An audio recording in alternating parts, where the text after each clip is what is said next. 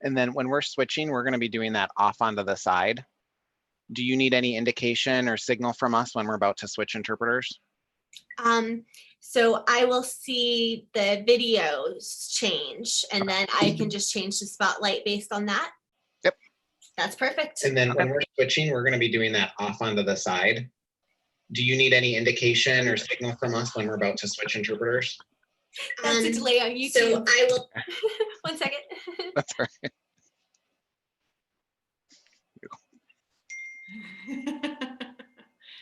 Okay, I think I fixed that. Okay. I'm going to go ahead and hide my screen then, since Tara's going to start. Perfect, thank you. Are you frozen though, Tara? Uh-oh. I think she's frozen. Yeah, she's frozen on mine too. Well, hold on a minute, make sure she's, I mean, we've got 20 minutes till 9, but. Yeah, I considered this the time, like in a real life meeting, we'd be checking the microphones and the batteries all work. And so this is just our little prep time, no worries. Cool, Okay. thank you. Thanks. Of course, thank you.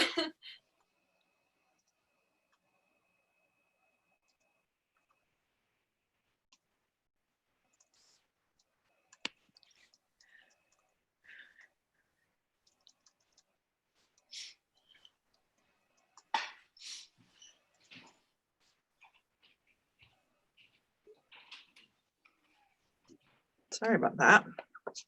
Lost my connection. Now I switched networks. No problem, thank you.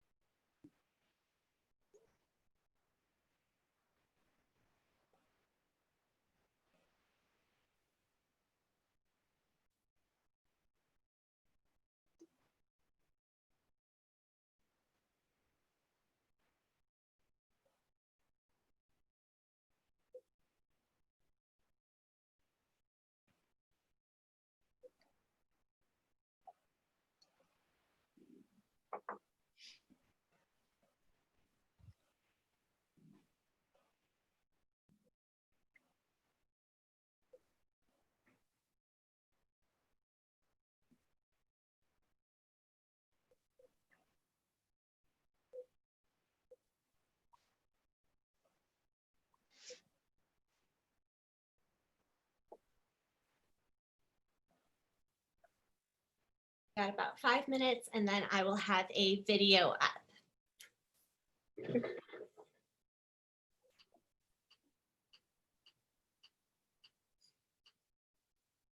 Have you let participants into the meeting yet, or no? There are participants able to call in now and view it on YouTube. So I don't have a hold on anybody. Oh, gotcha. Okay.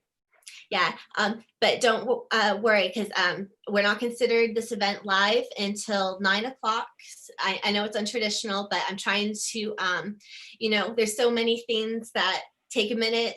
Once you get into the program, you have to get the YouTube straightened out, and like, so I compared it to changing the batteries on the microphones. So Right. we're just going to use that half an hour to kind of get everyone in, and we'll play a video and then really start at 9 o'clock.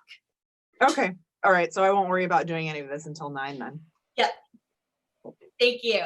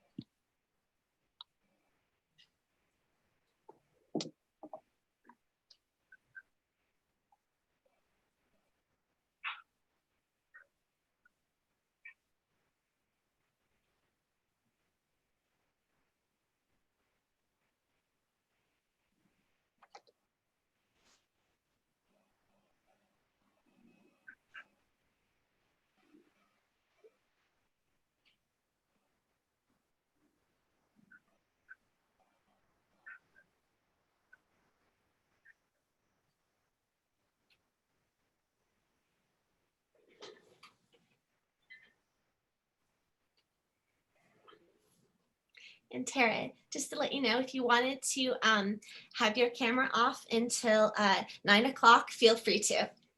No pressure. Cool. Yeah, I will. Sometimes people feel like maybe we're gone if the screen thing is off, but I'm just going to sit right here. I'll mute it until then. Thanks. That sounds great. Thank you.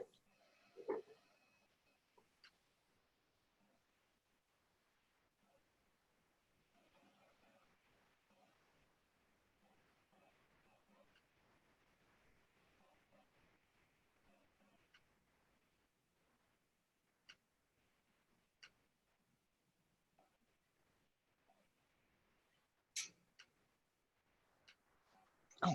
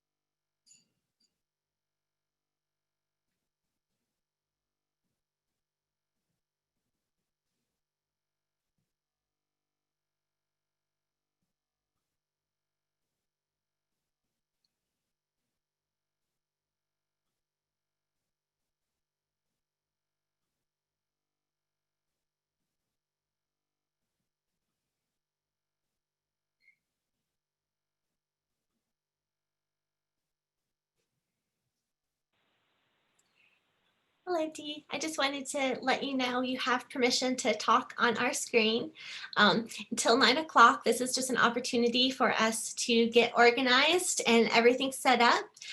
So many things have to happen once you go live, unfortunately, with the web conference. So I'm just going to use this as an opportunity to get everyone involved in the webinar. And if you have any problems with the Zoom, go ahead and ask your questions. This is the time. This is Valerie Novak. I'm one of the panelists. I can't seem to send a private message. Is Sarah Ann still on? I know their camera's off. I don't know if... That's me. Hi. Oh, sorry. Hi. It's just showing like a background, and I know Zoom usually like adjusts when it's the person talking, so I didn't realize that was you. I just got a text message from Justice. I guess she said you were going to be calling her in from Zoom, but she still hasn't got a call, so she just wanted me to check Hey, if there was Valerie, problem. this is Justice. Thank you for checking. I just got on. It just called me. I appreciate you so much. I didn't want to leave you out there in the wind on the presentation today, so I appreciate you. Okay. Double checking. You guys are both so great. Thank you. And, it's probably the biggest event I've participated in, and just organizing a few details this morning. So thank you both for being so patient. Absolutely.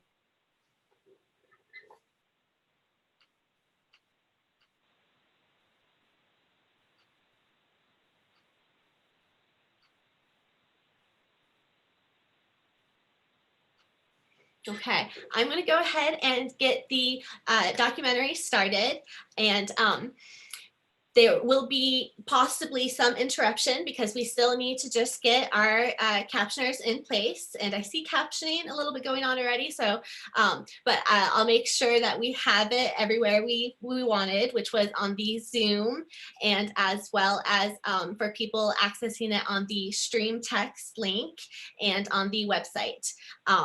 So we might have to interrupt just for that, but I think most of it will be taking place during our email. So I'm going to go ahead and turn my own video off, and I'm going to play the video, and we'll get started officially at 9. And I just introduced this video too. This is The Right to Be Rescued by Rooted in Rights.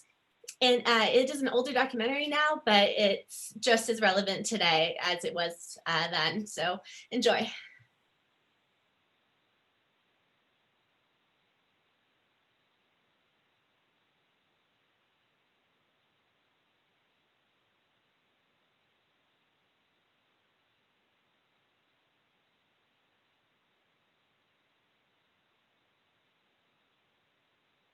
Natural. When you know in advance who is likely to be the most harmed by a disaster and you don't do anything about it, then that is a choice. It's about whose lives are more valuable and which ones aren't as valuable. People with disabilities, it definitely gets stuck here. Many people died, which was horrendous. It should never happen. No one knew what to do for the city in general, let alone a population of people who are normally overlooked. They're not doing nothing. They're not telling us nothing. They're not doing nothing. We've been out looking for these old people. They're out here without their medication. They're in wheelchairs. We need help, sir. We really need help. It is foreseeable that people with disabilities are going to have a hard time evacuating. They're going to have a harder time receiving information about the disaster. Essentially a choice saying that we as a society are okay with people with disabilities not surviving or suffering much more so than people without disabilities in the event of a disaster. I don't like to be overlooked in that way. We're already overlooked in so many other things, but for emergencies, everybody should be included in the plan properly. People have a right to be rescued so that they don't perish just because they have a disability. The right to be rescued.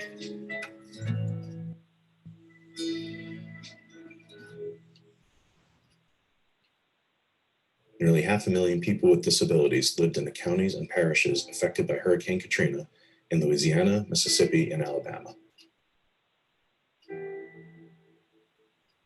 My name is Sean Ebony, and I work for the Advocacy Center, which is the protection and advocacy organization in Louisiana. In 2005, New Orleans had nothing special for anybody to be rescued. It was just get out of town. So of course, many people could not get out of town either because of disability. They had a family member with a disability, or they had no money. Or affordable medium income to low income areas of the city were hit the hardest. People in poverty have a harder time getting out. And it just so happens that there's a large percentage of people with disabilities that live in poverty. You have to think about every single aspect of life.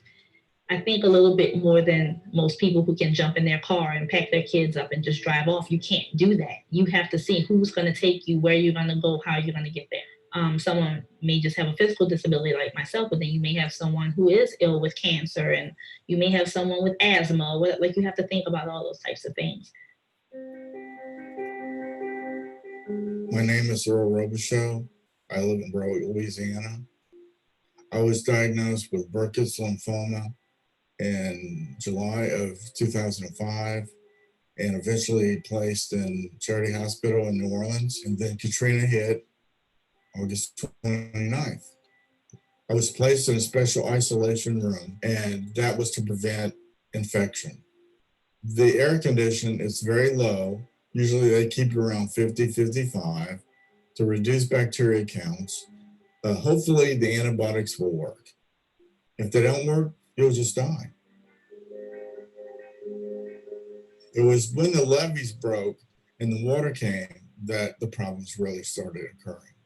The generators are in the basement, so they got flooded.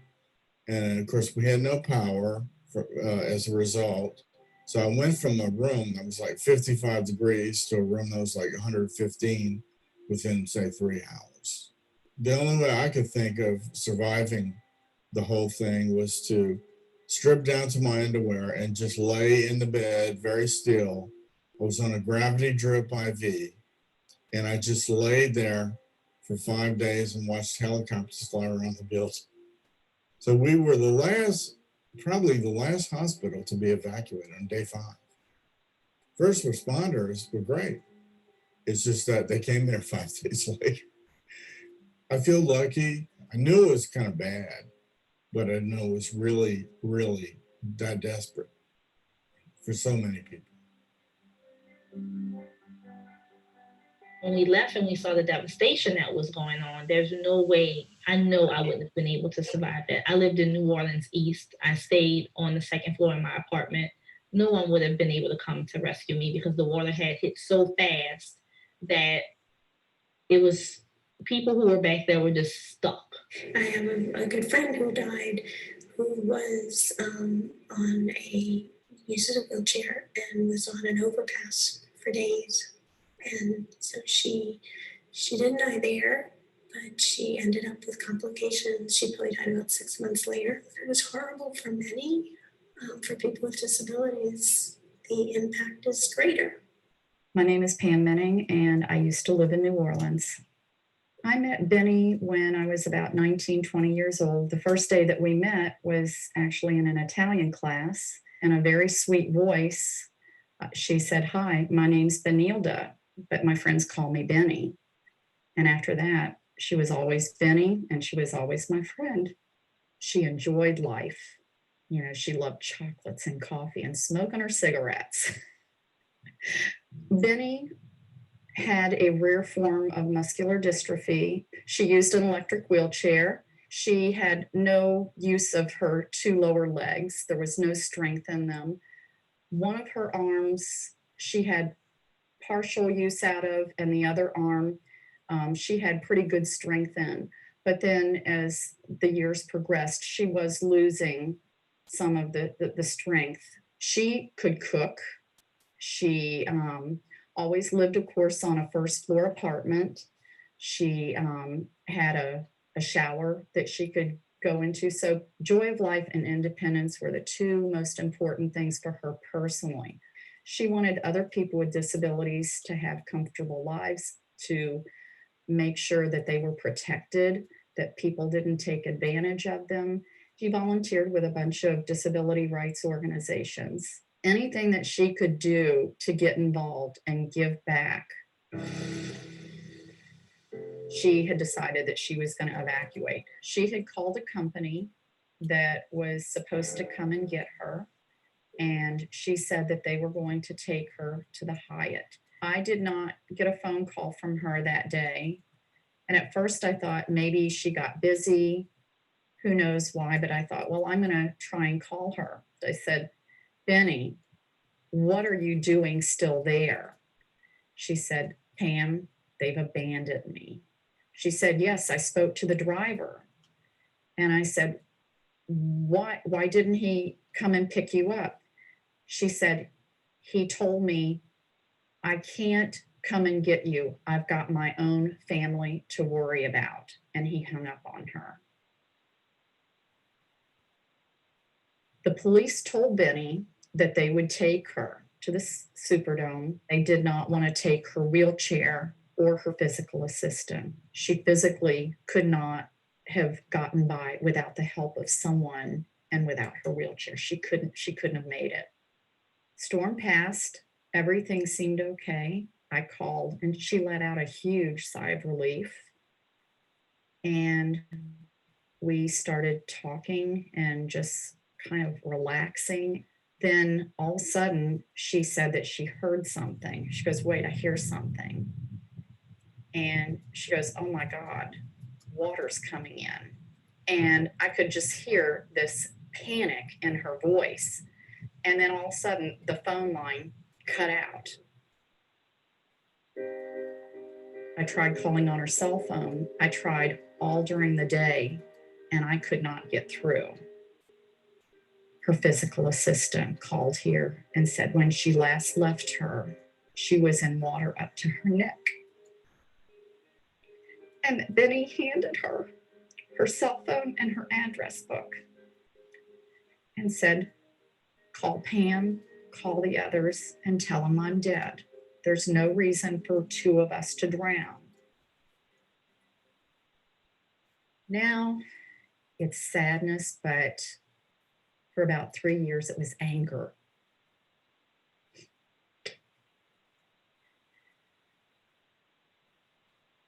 It shouldn't happen. My name is Adrienne Weidgen. I'm a staff attorney at the Urban Justice Center Community Development Project in New York, and I'm also the author of the article, The Right to be Rescued, Disability Justice in an Age of Disaster. The right to be rescued refers to the idea that people with disabilities have a right equal to that of people without disabilities to receive emergency services.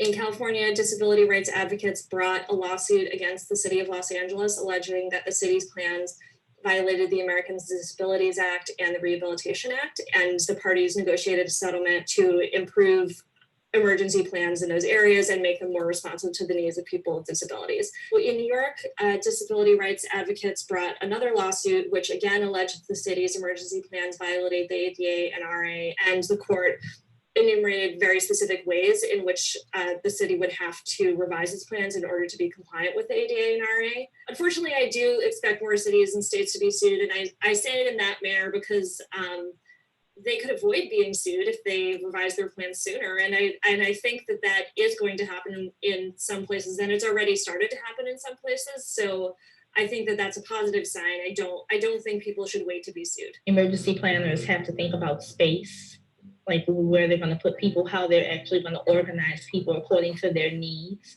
Assistive devices, communication devices are of course extremely important to people who depend on those day to day.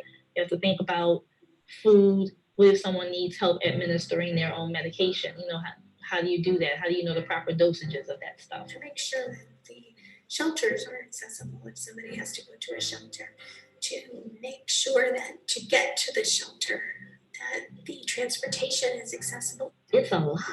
It's really a lot that you have to think of. You need to reach out to the disability community, and nobody can tell you what they need better than getting it straight from the horse's mouth. You know, there needs to be communication. You look back and you wish.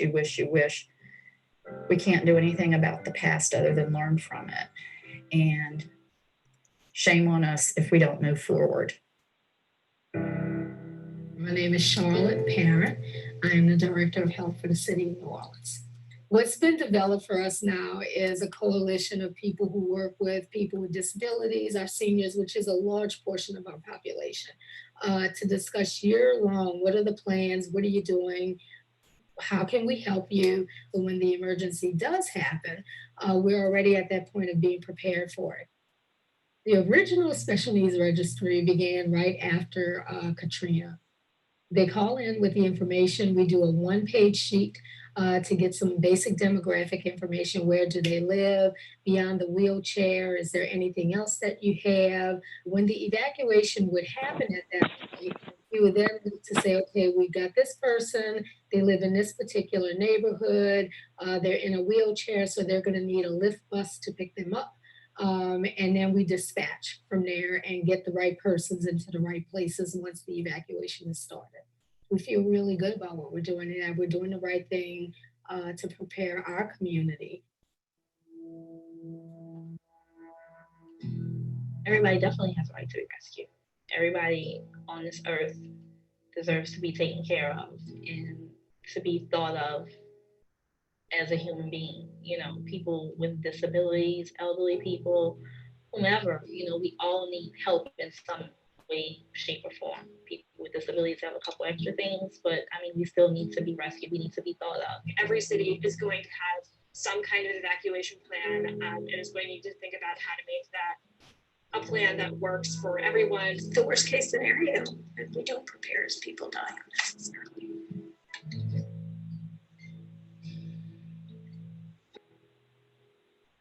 This film is dedicated to Benilda, Benny Cacheta, Aileen Bonds, all those who were left behind during Hurricane Katrina.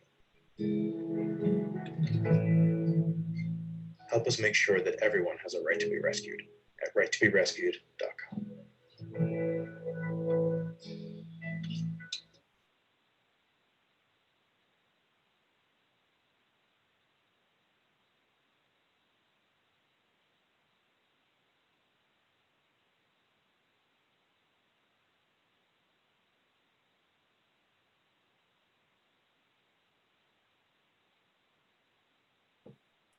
Hello, my name is Sarah Ann Jank, and I'm a staff member at the Arizona Statewide Independent Living Council.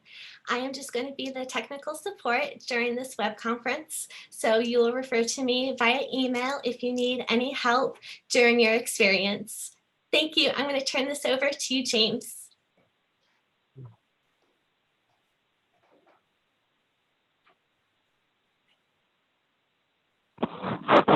Good morning, everybody. Welcome to our web conference. How's everybody doing this morning?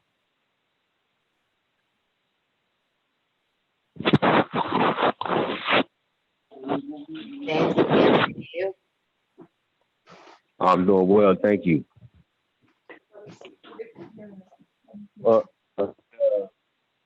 Sarah actually invited me to be a part of this webinar, which is great. I know it's definitely has to deal with a little bit of the systemic racism that's kind of going on, but also just emergency preparedness in the African American community, along with the justice of, let me see, I'm sorry,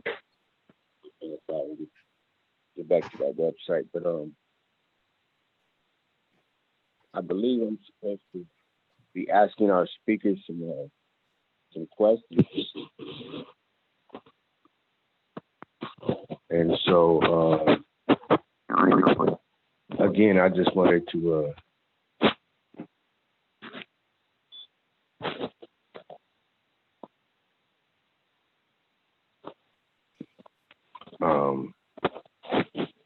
just pick up on some questions again from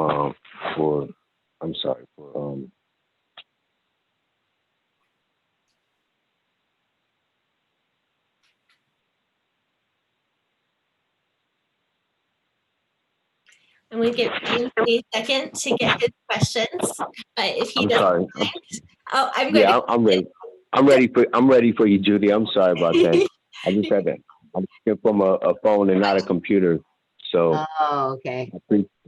Sorry about that. So Judy, in your memoir, Being Humane, starts by introducing your parents who were both Jewish German immigrants who were made orphans by the Holocaust and moved to New York when they were still children. How did these multiple identities shape your experience with disability? So thank you very much for inviting me to participate in this event and to want to talk a little bit about my book and the film Crip Camp. Let me start off by saying that the Rooted in Rights piece that we just saw is obviously very painful and emotional for all of us. But I think it speaks to not just that particular time, but to what's going on today. Not valuing the lives of disabled people is still something that we are fighting against. And so when James and I have this discussion today, that's really the underlying premise of where I believe we all need to be coming from, is we value as disabled individuals our lives and the lives of our sisters and brothers, and really can no longer tolerate what has been going on forever. So in February of this year, I had a book published called Being Human, an unrepentant memoir of a disability rights activist that I wrote in collaboration with a woman named Kristen Joyner. The purpose of the book was really it's a memoir of my life, and to really illustrate the importance of all of us telling our stories. Because I think stories like we just saw from Rooted in Rights and stories that you'll be discussing today really not only enable us to, for me, become a little bit more freer in being able to really think more in a concentrated way about acts of discrimination and how they've impacted me and other people's lives. My parents, as James was saying, were from Germany. They both have passed away. And I think their commitment to my parents, to each other and to the family was critically important. And when I had polio in 1949, they decided that I was a part of their family. And even though it was recommended that I be institutionalized, they in fact refused that. And they, like many of the people on this Zoom call today who had their disabilities when they were younger, most of our parents were really very supportive of us and wanted us to be able to become successful in our lives. And if it wasn't for many of us having parents or grandparents or others who really fought for us, we wouldn't have been able to move forward and become advocates like many of us are today. Well, great answer, Judy. Thank you for that. It actually leads into question number 2. But by the way, I did enjoy really watching Crip Camp. It was an amazing documentary. It was something that piqued my interest in wanting to do something like that again. With being disabled, I wasn't born disabled, but I'm a gunshot injury of 28 years now, I think. Well, 29 years. I was hurt back in 91. And so that leads us actually into question number 2, Judy. For the benefit of those who didn't already know your story with disability, have you had quadriplegia since you were, you have had quadriplegia, excuse me, since you were only 18 months old, after you had contracted polio in 1949, which you just mentioned. Could you share with us how similar or different COVID-19 has been compared to you and your family's experience with polio? So I was only 18 months old and I don't remember what was happening, but I've spoken to other people and read, articles, and you're seeing some things on television now because there is somewhat of a parallel between COVID and polio epidemics, people not knowing the cause. One of the differences between the polio epidemic and COVID, at least in the beginning it appeared as though COVID was not affecting younger people as much as older people, and that's probably still true. But we in fact are beginning to see more younger people be affected by the COVID virus. So I would say that some of the similarities were people didn't know what the causes were. And people were, really doing their best to try to not be exposed. They didn't know how that polio was a virus and how it was being transmitted. So I would say there were very many similarities, although obviously one of the big differences was polio really was impacting children to a much larger degree than adults. And so there was, real additional drama around this because children were dying, and then people like myself had an impact from the virus. And then there were many, many other people who, we're talking about millions of people around the world who had polio, but had limited impact from the virus. And then for some polios, as they've been getting older and we've all been getting older, we're also having a latent effect from the polio.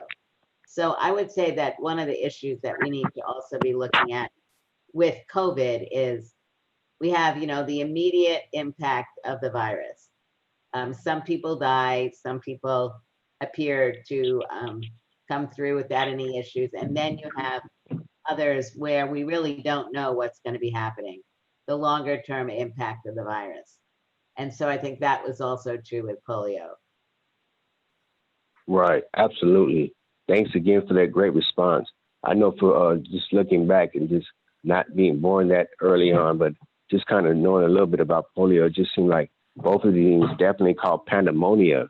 I mean, people were just kind of like, what do we do? And I know with polio, it's like people were just so scared, like, how, again, with like, how are people contracting this for a while and then not having anything to take care of the virus? I mean, that seemed like probably was really scary for families. Like we're all in it right now, just kind of wondering, like, what's the next step? How do we find a vaccination, or how do we stop this pandemic from happening? But a great answer again to question number 2. So Judy, question number 3, we have that you were recently featured in the Netflix documentary Crip Camp, which I loved, which is about Camp Janet, and at a summer camp in New York for youth who have disabilities.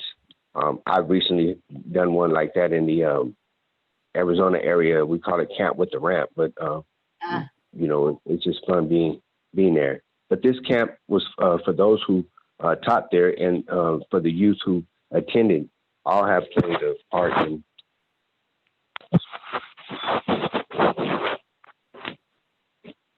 I'm sorry. All the kids have played a part in a profound role in the disabilities rights movement of today. You attended this camp every summer from the ages of 9 to 18.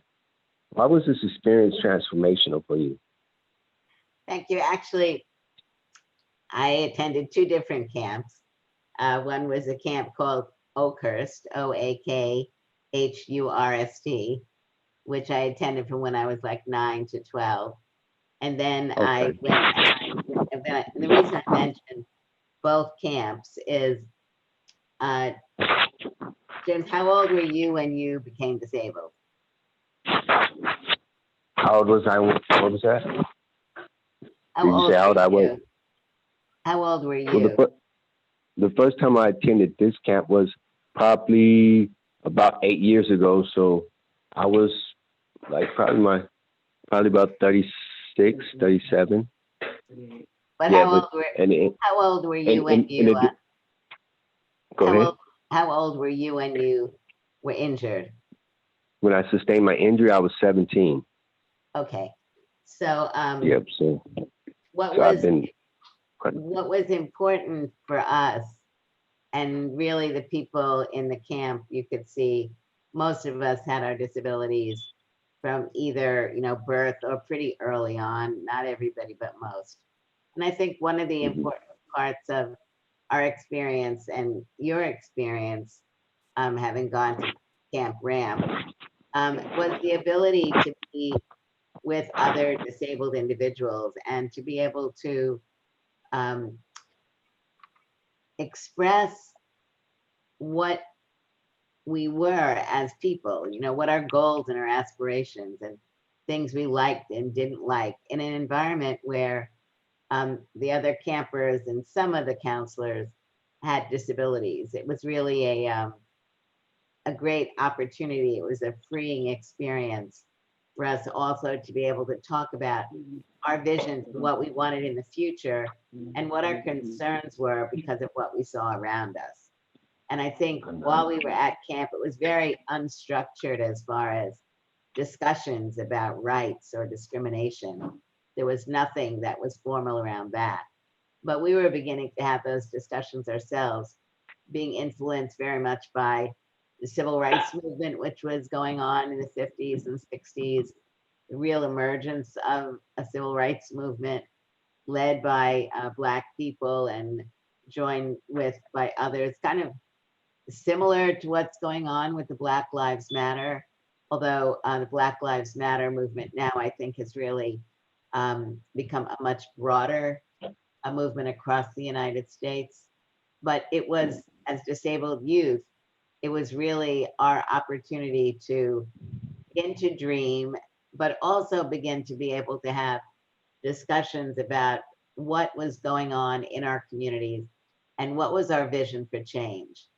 And so I think that very much relates to COVID and disaster more broadly.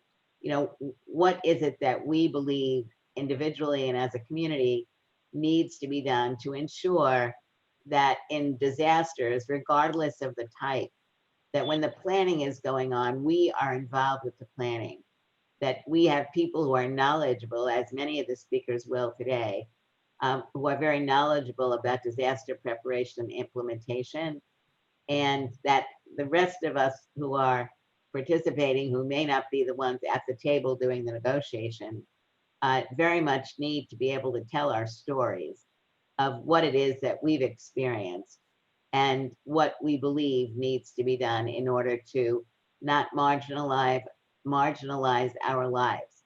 I think with COVID right now, the 50,000 people in the United States who have died, who have been living in nursing homes and other restricted living environments, we're not really talking about them as disabled individuals who are victims of the failure of our system to ensure that people are not living in these restricted environments and are in fact living in their communities with appropriate supports. So we have people who are living in these environments, Centers for Independent Living, Silk, and other organizations trying to get people out. At the same time that we know people are still going in this situation because we don't have appropriate community-based services and other kinds of supports. So we need to tell our stories. We need to demand that the media do a more regular job of not only talking about the deaths, but talking about the changes that need to go on in our communities in order to prevent now and as we move forward, people dying as a result of lack of preparedness and not taking into consideration the needs of disabled individuals. Great. And Judy, do you think that this same experience could be replicated for our youth today? Absolutely. I mean, I think the youth of today, some of them, are participating in youth committees, for example, with the National Council on Independent Living. Some are getting involved with programs like I think that Association of People with Disabilities with RevUp, REVUP, and others are getting involved in their local communities through CILs and others.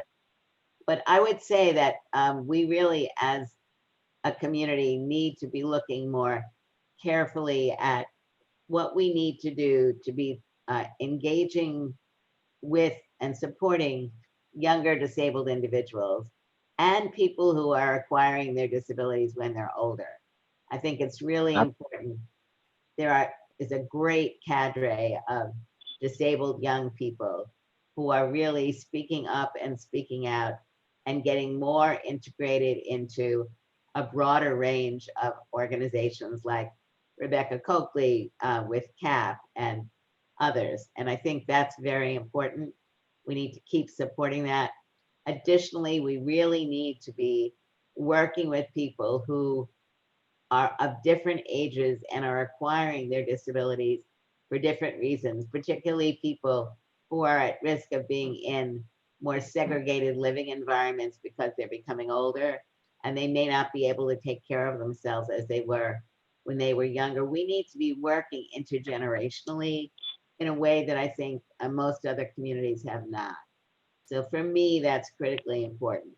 Younger people without disabilities need to be involved in the movement to prepare themselves for their futures and to be working with us in collaboration with us, younger and older people.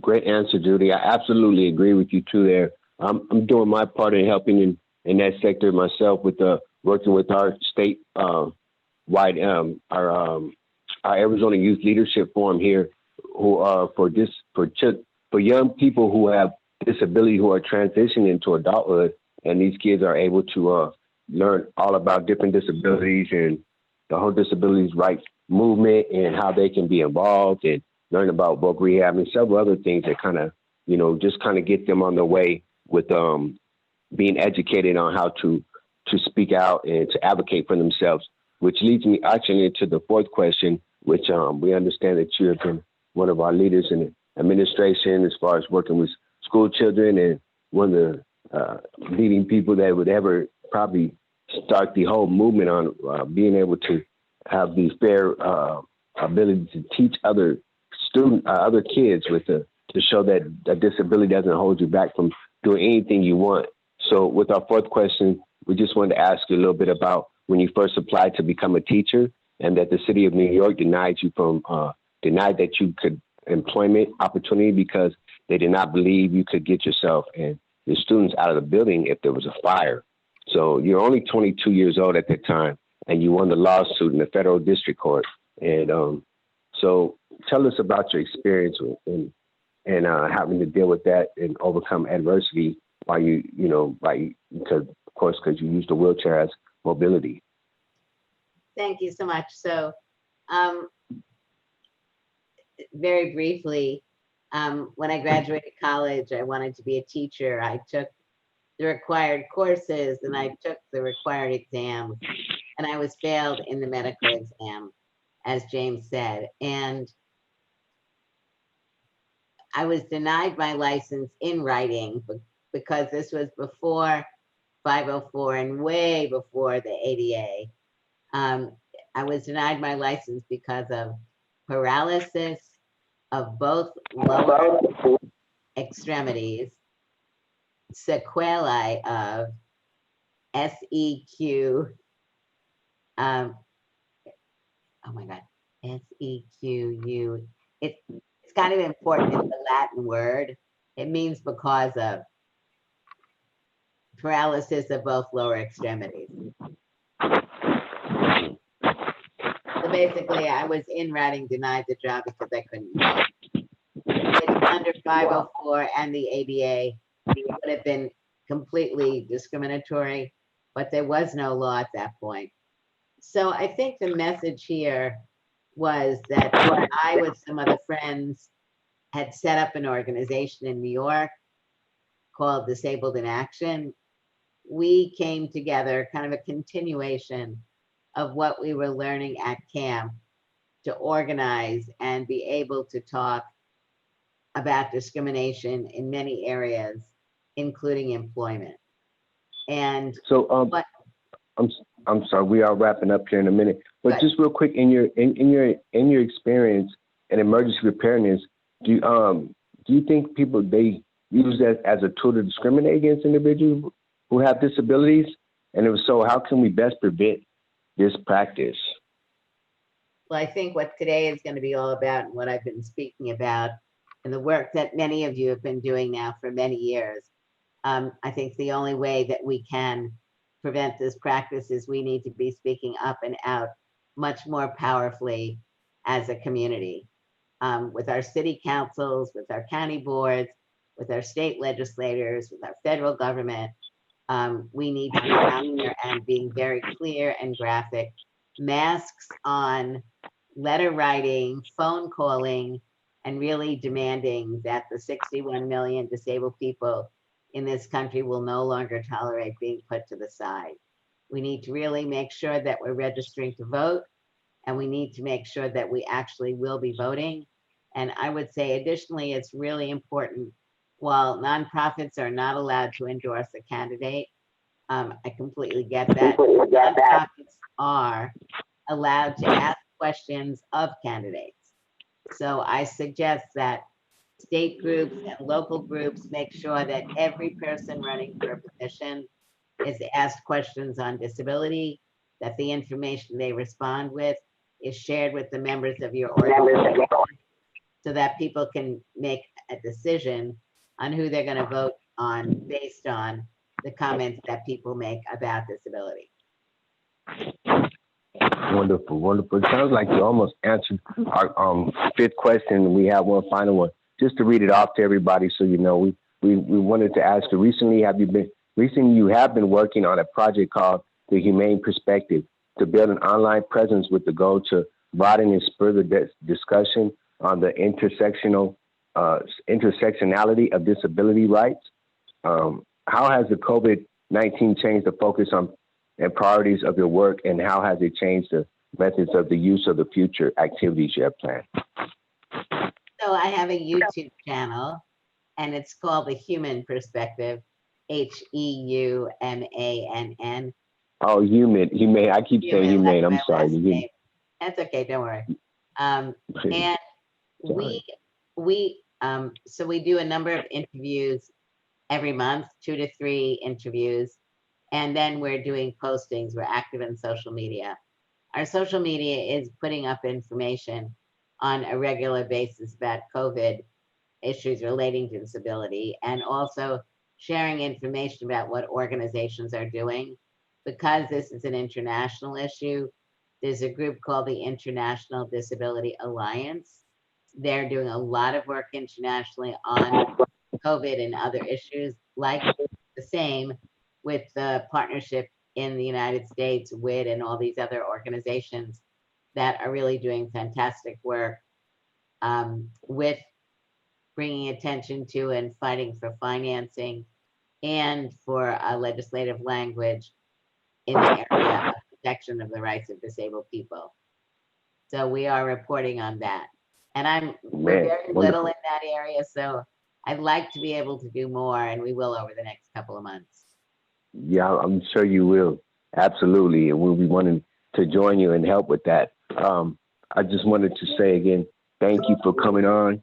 I really enjoyed Crip Camp. I wanted to know, is there going to be a Crip Camp too? I did hear some talk about that, getting together and everybody getting out to do something. But before you answer that, let me give you the last and final questions, because I know we're wrapping up. It's many in this audience today work in emergency management field. What message would you want them to take away from the event series on disability justice during crisis today? You need to know who the disability community is in your target area. You need to know what it is that they believe needs to be happening. Your plans need to be able to clearly reflect what the community believes is necessary, and they need to be involved in implementation. And hopefully there are disabled people that are being paid to also be involved in the work that you're doing. Ensuring that information is being given out in a way that people with all forms of disabilities are able to get the information, that the people who are involved in emergency work, regardless of the theme, understand that the lives of disabled people are as important as the lives of non-disabled people. No ands, ifs, or buts. Wow, great answer. Man, I really look forward to getting more involved with helping out in the movements that you're involved with, also with Crip Camp too, folks. I don't know if there's going to be a Crip Camp too, but there is a Crip Camp 2020, which people on Sundays till the middle of August, which people can join. And that's a virtual meeting, of course, right? Yes, it's on Zoom. And maybe Arizona Silk can send the information out about that. Well, I sure wish we all get together like you guys kind of did back in those days.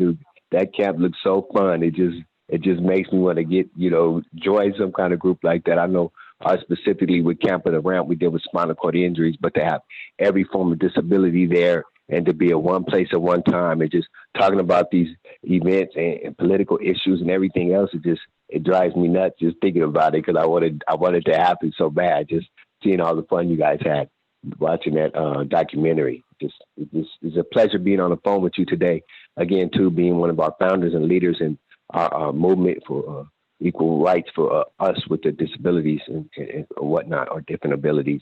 So again, it's a pleasure, and I just really thank Sarah for allowing me the opportunity to interview you and ask these questions.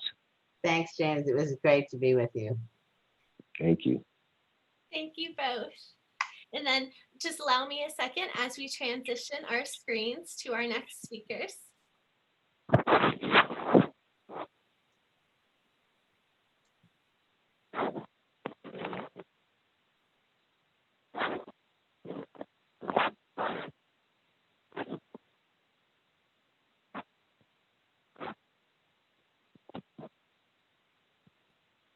Sarah, this is us, right? Yes, perfect. And I am going to make you the co-host. Thank you. Then I can share my screen, right? Yes. And okay, I do. Sorry, y'all. Give me just 1 second. I do want to let everyone know I had a little difficulty with the screen having both our interpreters and the main spotlight screen. So I will be working on that. Meanwhile, I will let Valerie screen share her PowerPoint presentation. It'll be a little harder to see the interpreters, but just momentarily as I get that worked out.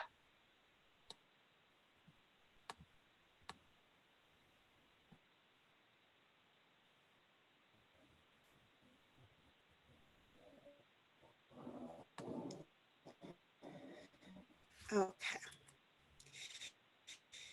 Give me just a second. I am doing the screen share all. Thank you. Awesome. And you're it doesn't seem to, Sarah, if you might be able to help me. I'm sorry, y'all. It doesn't seem to be letting me share my screen. I'm seeing something else I have to click. Okay. You should see it now.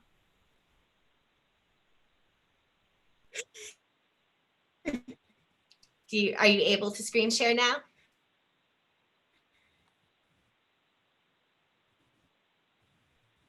Oh, I think we lost Valerie just for a moment.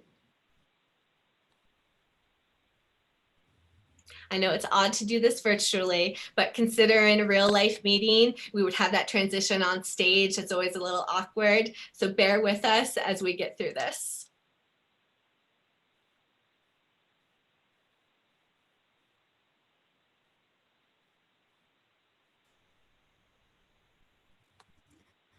Okay, are you all?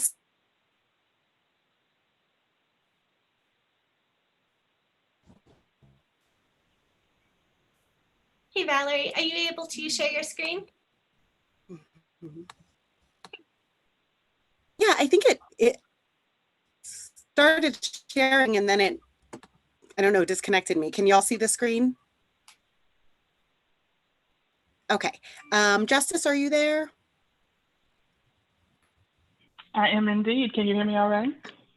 All right, great. So my name is Valerie Novak. I am an Afro-Latina female. I'm sitting in a room, kind of bare room. I am a Black woman with glasses, and then I am doing this presentation with Justice Shorter, who is calling in from the phone, who is also a Black disability rights advocate, who is blind. Justice, if you want to give some more introduction there, but Justice will not be using video, is calling in from the phone. Absolutely. Thank you, Valerie. This is Justice Shorter. I'd like to welcome you all to a disability justice approach to disaster assistance, where we intend to reimagine the ways that we prepare for, respond to, recover from disasters, fires, humanitarian crises, pandemics, police brutality, all types of emergencies. So we have no shortage of things to talk about and discuss here today. I am, as Valerie mentioned, doing this from my living room area, but I am only on the phone, and that's for accessibility purposes, so that I can hear my notes and be able to give you all the most pertinent information related to this presentation. I thought that would be more valuable than you all just looking at my face, but there are pictures, I'm sure, online that you can go to if you need to see who I am. But I'm happy that you all chose to join us today. We have what we're hoping will be a very robust and relevant discussion and planning or in mind for you all today. So we're thankful and excited that you all are joining us today. Valerie, we can hit the next slide. I gotcha. All right. Awesome. All right, so you all should now be seeing just a couple of questions, a couple of points here with regards to accommodations. And if you have any accommodations or if there's something that's happening as we're presenting that for some reason makes our presentation inaccessible to you in any way, please feel free to connect with Sarah or throw that information in the chat so that one of the event organizers can assist you. By all means, we want to make sure everyone has equitable access to the information that we're presenting. I'll also just make a quick note. I am located near a fire station, which is quite fitting given the work that I do, but that also means that it could get a little loud around here. So if in the event that a large emergency vehicle comes streaming by, I will try my best to shield you all from the sounds. But that may require me jumping on and off mute, especially while Valerie is speaking, so that I'm not interrupting the presentation. And we also want to make sure the interpreters have as much access as they can and not being just unable to hear us based on the external sounds that are coming outside my window. I also utilize a screen reader. So that means that I will be listening to my computer as I'm speaking. So I ask for you all to provide me with a little bit of grace because there will be some pauses as we go so that I can listen to my computer and listen to my notes as we are actively presenting. With regards to the flow, it will be a back and forth between Valerie and myself, and we will make a concerted effort to say our names every time so that the captioners and interpreters know exactly who is speaking at every switch as we go throughout the slide deck. But just bear that in mind. We will, there's kind of this constant rhythm of us going back and forth as we go through the content. So we will go through, we'll give you guys a little bit of background on how we came to focus on disability justice within the work that we're doing, what was the source of our inspiration and our motivation for doing this work. We'll go through a couple of definitions. We'll give you guys some starter stats that really help to steep us in the relevance around why we're looking at these issues. And then we'll kind of segue from that into examining these issues from a legal lens. And then from there, we get to our real centerpiece. And that is this emphasis on the 10 principles of disability justice. And we'll go through each of those principles. And each principle will be accompanied by a full list of actions to consider. But keep in mind that you do not have to write all of this down. Everything that's on this deck is pretty detailed. And we do that because we don't want folks to feel as if they have to jot everything down. We know that can provide a lot of stress and anxiety.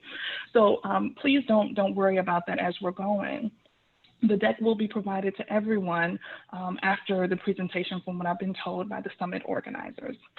With that said, Valerie and I are also quite speedy speakers, so we talk really quickly. We will do our very best to slow down throughout this deck. There is tons of information. We will not go through every single point verbatim, but this deck in and of itself and this topic in and of itself could be a day-long workshop or a couple of days long in terms of just the myriad of ways that we can go into the details in different situations and scenarios.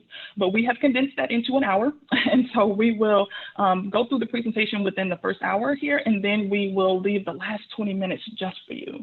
So if you have questions, if you have points that you want to bring up, please do not hesitate to do so and kind of keep those things in mind as we're presenting. And then when we get to that last 20 minutes, we will turn our focus entirely to you. So we want to make sure that you guys are engaged and involved as we go. So with that said, I'm going to toss it back over to Valerie, who's going to give you guys a bit more of background information on SINs and VALID. Valerie? This is very sensitive. Thank you, Justice. This is Valerie speaking again. And I also appreciate, Justice, that you mention the speaking because I didn't want to interrupt you, but we already got one comment saying, can you please slow down for the captioners? So please, if we start speeding up again, send that reminder. We try to be very aware of that, but both of us tend to have a problem with speaking a little too quickly. So as Justice kind of brought up, both Justice and I do emergency management and disability policy work with a justice perspective. We try to always use and implement the 10 principles of disability justice, and we wanted to give credit to that where it's due. These principles were originally created by the art activist group Sins Invalid, which is a group of people, primarily queer people of color with disabilities, of all genders, who work together in art activism in the disability space. Sins Invalid was started by Patty Byrne, Leroy Moore, Leah Lakshmi, and several in the Bay Area, and have put together these really, really great principles of how we can apply disability justice and go beyond kind of the rights framework that we talked about earlier, and really apply some of the work that we do, whether it's in emergency management, employment, healthcare. I know these are all connected, but that we can make sure that we are going just beyond that rights-based approach. And we'll talk a little bit more about why that's necessary as we get into some of our emergency management specific slides. On this particular slide, you see a picture with a blue background of an individual chair user who is doing a dance performance and seems to be hanging from some kind of from the ceiling of some sort. They do a lot of that art activism there, centering these communities. And so we've tried to use some of these approaches from the Bay Area and that are used all over now in emergency management and response asks. And so what we're going to do in this presentation is to go through, like Justice said, each of these principles and how we can, in our work that we do, whether that's in a silk or a SIL, whether you're with a response organization, volunteer, what have you, how you can apply some of these principles to the work that you're doing. Okay, Justice. Awesome. Hi there, this is Justice once again. So we're going to get into that working definition of ableism, and we want to do that because often we'll start speaking about certain things and folks will often ask, hey, what's that word that you just used? Or what do you mean by ableism, or how is that applied? So for the purposes of today's presentation, we're going to use a working definition of ableism that was created by T.L. Lewis. And I'll read it aloud for you now. It is a system that places value on people's bodies and minds based on societally constructed ideas of normalcy, intelligence, and excellence. These constructed ideas of normalcy, intelligence, and excellence are deeply rooted in anti-Blackness, eugenics, and capitalism. This form of systemic oppression leads to people and society determining who is valuable or worthy based on people's appearance and or their ability to satisfactorily produce, excel, or behave. Most importantly, you do not have to be disabled to experience ableism. And that's just a working definition. We want to kind of ground the presentation in that framework. And again, that was provided to us by way of Delilah T.L. Lewis, who we also love. Next slide. Go ahead. Okay. And so, that is starter stats. That's over to you, Bella. Sorry about that, Justice. Valerie.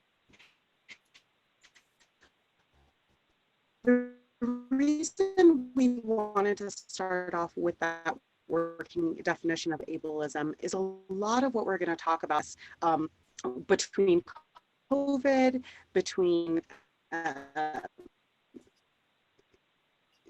the George Floyd uprisings that we're seeing. I think a lot of them with and the ramp water, we're seeing ableism really rear its head in a lot of ways that those of us that are disabled, those of us that have been doing this work have always been aware, but maybe some people tangentially aren't. have never really thought of the way that ableism affects people of deviant bodies, whether or not they're disabled. And I think sometimes we forget that when we do our emergency management. So we really wanted to lift up TLs because it allows us to think broader about what the effects of ableism are, as not something that only touches people who are disabled, but affect our entire culture. And on racial disparities in emergencies, these are not specific to COVID and police brutality, but we kind of have a myriad of examples here to kind of set the framework for why these principles are going to be important. So one of the things we pulled out was we're showing rates very similar to now, where Indigenous people had mortality rates that were 4 times higher than other groups. And when you're 2% of the population, those numbers are huge to your culture. That same flu we saw, again, very similar to COVID, where we had very disproportionate rates. You show here that white people were affected at 3 people for every 100,000 people, whereas it was almost 11 for every 100,000 people for Blacks and 8.2 for Latinx people. We see this third point that we have on here kind of fits to that working definition about whether or not you're disabled. Non-English speaking people were disproportionately and are disproportionately affected during disaster events for not speaking or understanding or reading the primary spoken language here. We see the same thing with lower income individuals, and we know that a lot of times us disabled people are also in that group, right? We know that poverty and disability often go hand in hand, and so when we talk about lower income people broadly, a lot of times that includes many of us that are disabled as well. This particular stat I am going to read here. It says, due to the racial disparity in pay, disproportionately people of color, Black men made about $15 hourly average to Hispanic men's $14 to white man's $21 in 2015. The reason I think that that's important to bring up, particularly in the context of emergency management, is that we often don't consider, and I think we're seeing this play out in real time, that often the people that are already disproportionately affected in low income communities are also the people that we are pushing out. You know, right now we're using this term essential workers, right? But a lot of those workers that we're pushing out to be at a disproportionate risk in these emergency situations are already at a disproportionate risk because they're low income. And so we'll talk a little bit about that as well. A few other things, we have increased institutionalization, and we're seeing with COVID now, and we have a whole slide on it, how detrimental this is in our particular instance. Even outside, we have example after example. There have been, there was over 600 in Hurricane Katrina, over 600 incarcerated individuals kind of who have disappeared. There were incarcerated individuals in flooded prisons. We had during Superstorm Sandy, I believe the number was 4,000 nursing home residents that were lost for several days amid transportation.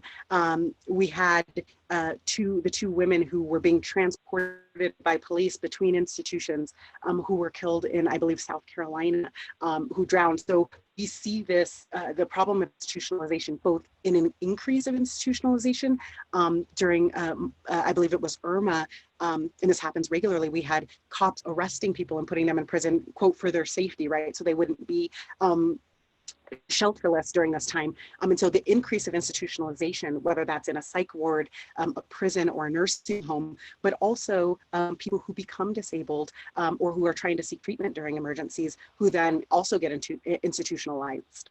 Domestic violence is a major increase that we see in emergency situations. And so we know the numbers on disabled people who are who have violence on them because from a caretaker, from a spouse, from a parent, and domestic violence we see also increases in these emergency situations. And so there are many ways that aren't just specifically the response in which we need to consider both disability and the intersections of people's life experiences and identities. And so that's what these 10 principles are going to focus on. As far as the coronavirus pandemic, we're talking particularly about both nursing homes and the racial breakdown here. I have some numbers that I just recently pulled from the CDC showing very similar numbers to what we talked about with H1N1. The indigenous people, Alaska Natives, right now have approximately 5 times higher rate of COVID contraction.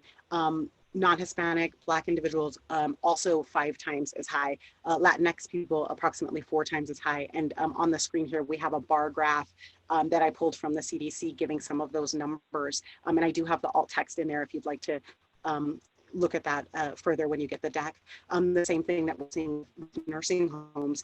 Recently, there was a committee meeting that came out, and the number that they didn't have it on paper because some reporting issues, but they were estimating in this committee that about 55% of the deaths from COVID at this point have taken place in nursing homes.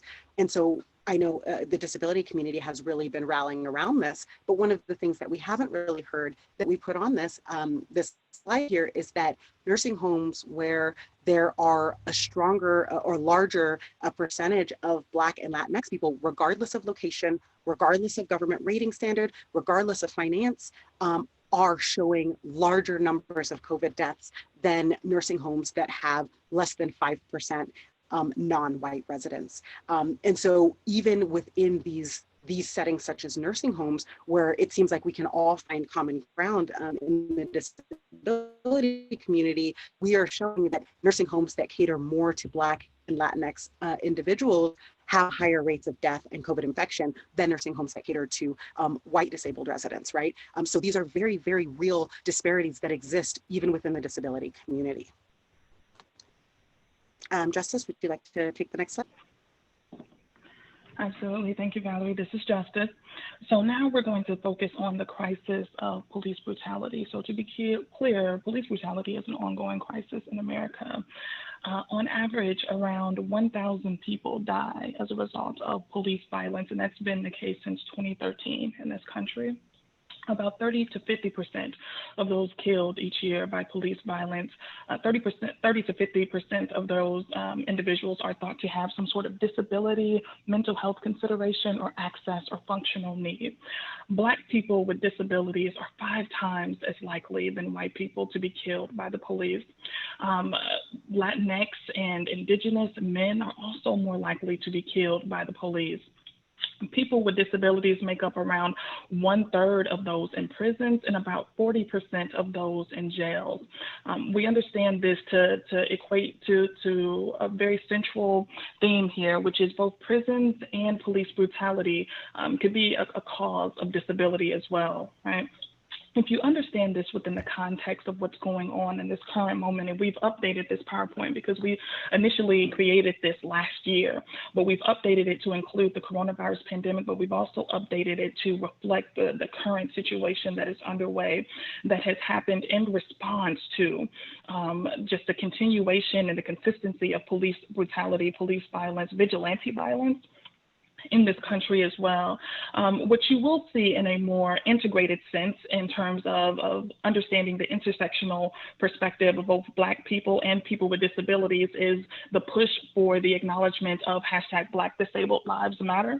And that comes to us again from the movement for Black Lives. And very early on, I say around 2014, 2015, on one of their original websites, this is when they first got started, at the very bottom of that website, they had all of these hashtags reflecting the varying experiences of Black people in this country. So it was a hashtag Black Trans Lives Matter, hashtag Black Women's Lives Matter, hashtag Black Disabled Lives Matter. In that same thread, hashtag Black Disabled Lives Matter is really a rallying cry for many Black, Indigenous people of color with disabilities right now to be included in this current uprising, historic uprising that's underway.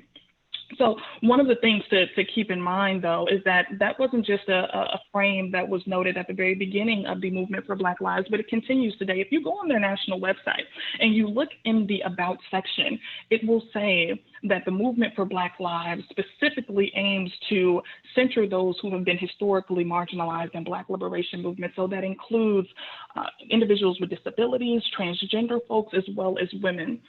And so you have people with disabilities who are out there protesting, again, in recognition of that startling statistic that I mentioned at the very top of the slide, which is around 30 to 50% of those killed are Black people with some sort of disability, mental health consideration, or access or functional need. Folks are out there to say one central message, which is that being disabled while Black should never serve as justification for discrimination or the use of deadly force. So this is not a separate or segregated issue, but it is an extension, it is a deepening of this conversation around the centering and the celebration of Black lives, as well as the end to police brutality and vigilante violence in this country. Next slide. There's also tons of material if you all want to take a look. There's tons of material online that shows Black people with disabilities, Black Indigenous people of color, both with and without disabilities, as well as supporters who have been protesting. There was protests in DC, Detroit, Milwaukee, hometown, from Milwaukee, Wisconsin, as well as the Bay Area. I think there's been protests out in London. So people with disabilities are out there and letting folks know that we are a part of this conversation. We've been here, we are here, and we intend to continue being a part of this conversation moving forward. Right now, you should see a slide on your screen that says the legal lens. Is that correct, Valerie? That is.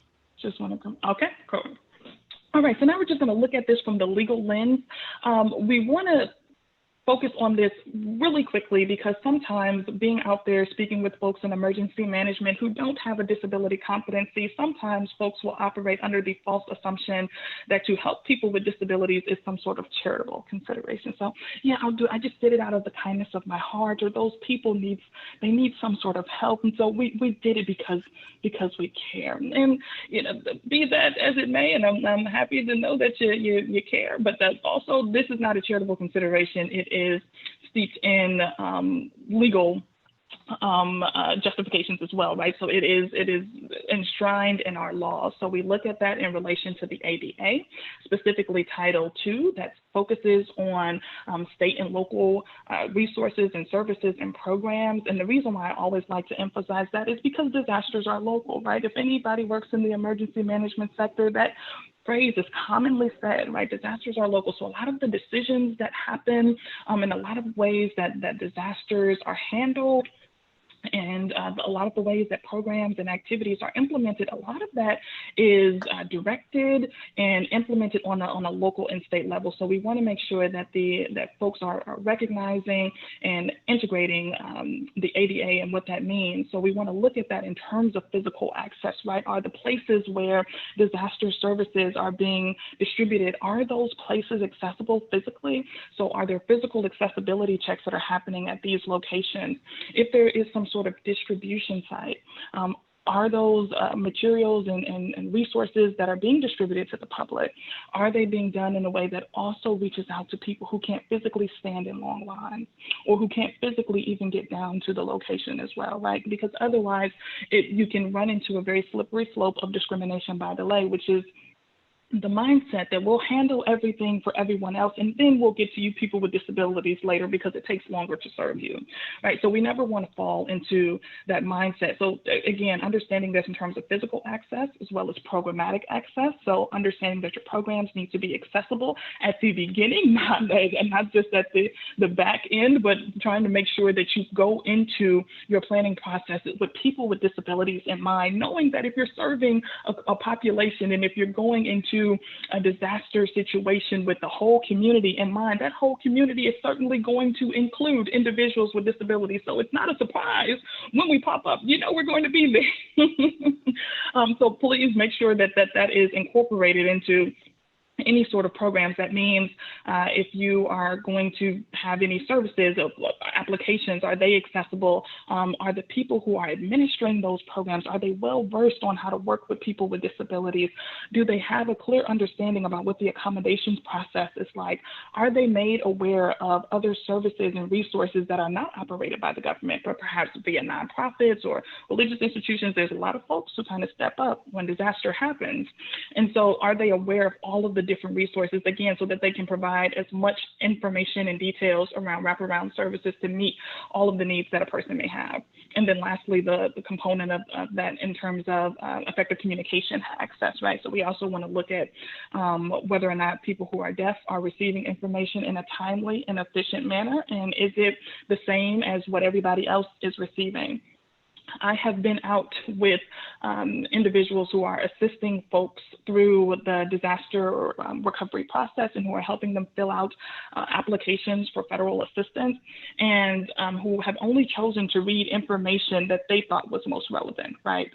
As opposed to reading the entire letter or the entire document, so that the person who has a disability who had requested their assistance was fully informed and could thus make an informed decision.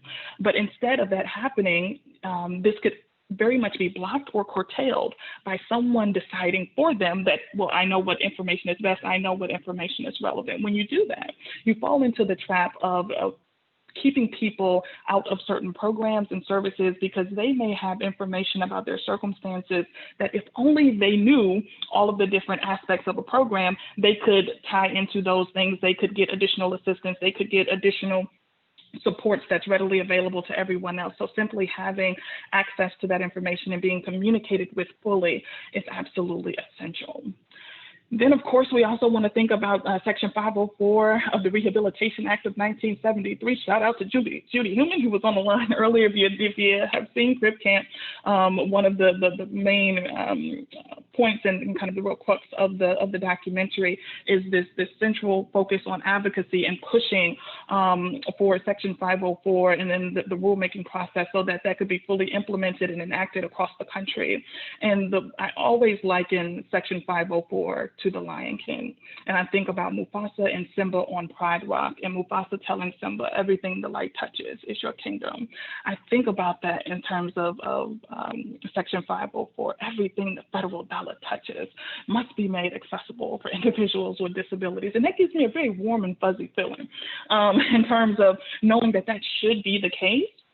But so often we run into barriers in terms of actually implementing those things and making sure that it's being enforced, right? And that also is going to tie into state and local laws where applicable, right? So what's happening on a state level, that there may be additional laws, there may be additional regulations or codes that are in place that could assist with access or impede access in some way. So we just want to be mindful of that. But I look at this legal lens through the perspective of attorneys such as Purvi Shah, who does a lot of work and who kind of was one of the founding members of the framing of movement lawyering. And she mentions that, listen, the law should be a tactic. It is a tool that helps support our wider campaigns and efforts and shifts towards justice, but it is not the end. It is something that we use to make sure that people are able to live a life where they feel as included and where they are as included and as incorporated into society as possible. But that also we get to a point of seeking true and kind of wholehearted and well-rounded and robust justice for folks, right? And that's what we're going to get into today. That's why we're really, really focusing on a disability justice approach to disaster assistance. So yes, the laws may be in place, but we also want to make sure we can use those laws as a springboard to get us towards a more, for lack of a better term, justified place as we move forward with these things. So let's move on to the next slide, where we're going to get into our very first principle.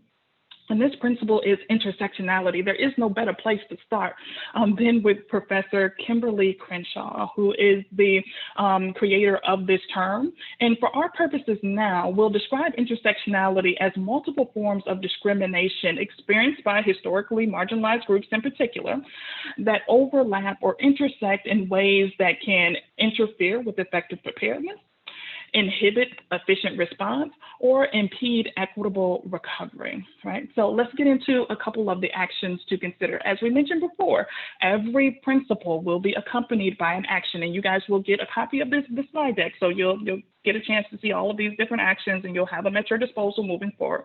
But I'll just kind of go over just a few. So we want to explore how people are impacted by ableism. There's that phrase again that we used at the very top as we defined it through T.L. Lewis's working definition.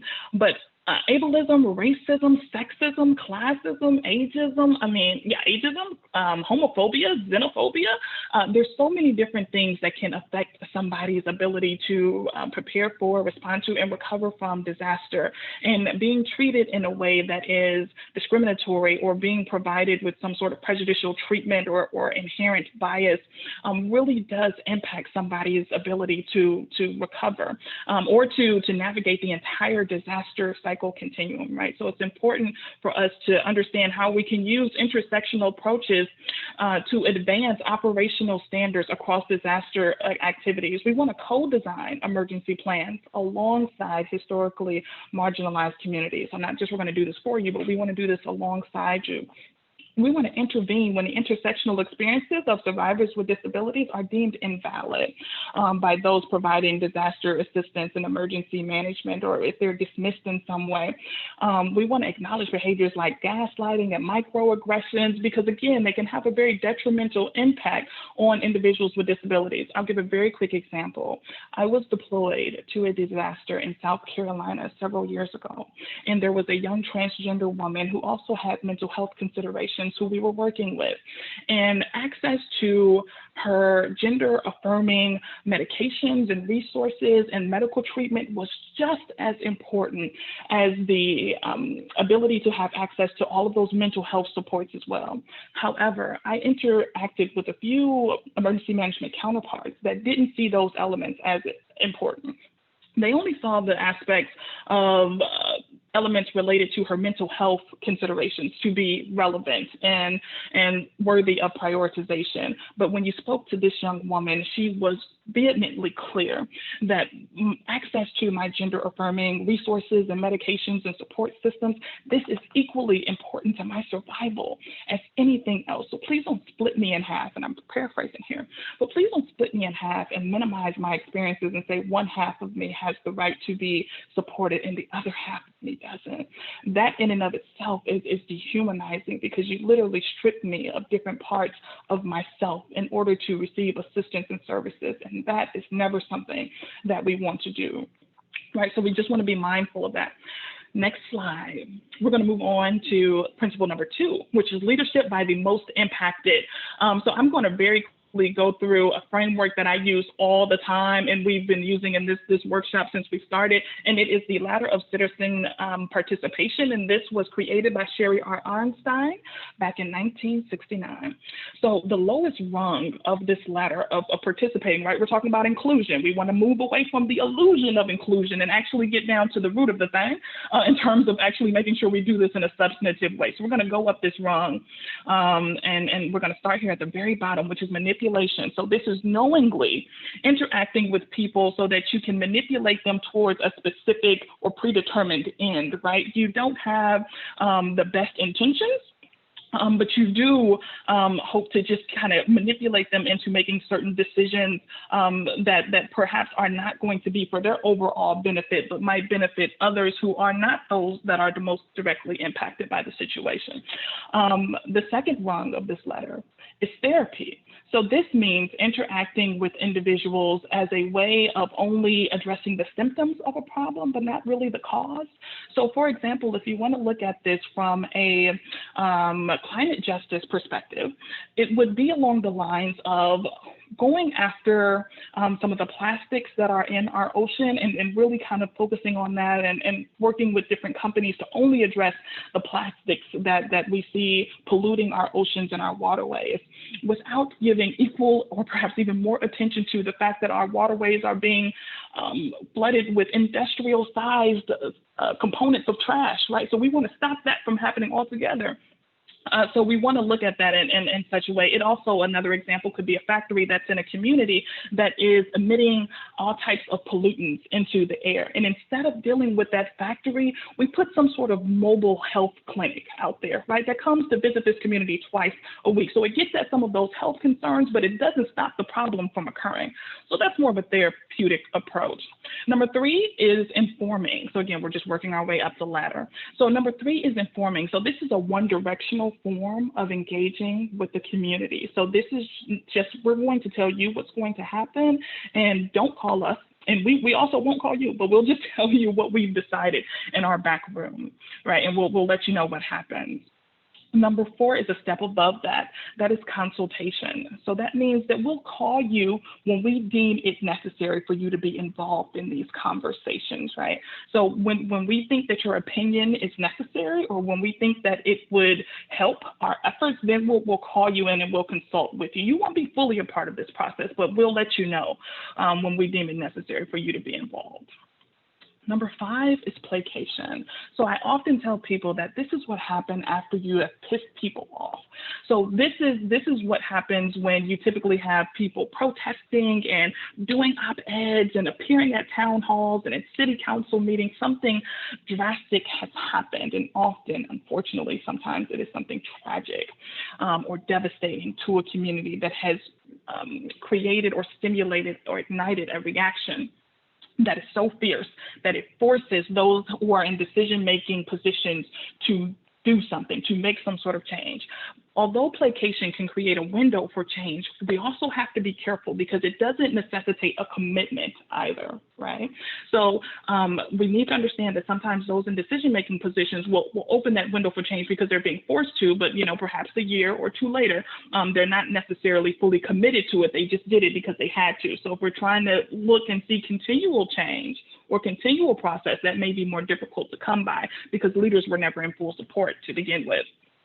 Number 6 is partnerships. So now we're moving on up a little bit, but understand that not all partnerships are made equal. So sometimes you might get an 80-20 type of situation, a 40-60, but it's not necessarily always equal. So just be mindful of that as we kind of get up this ladder.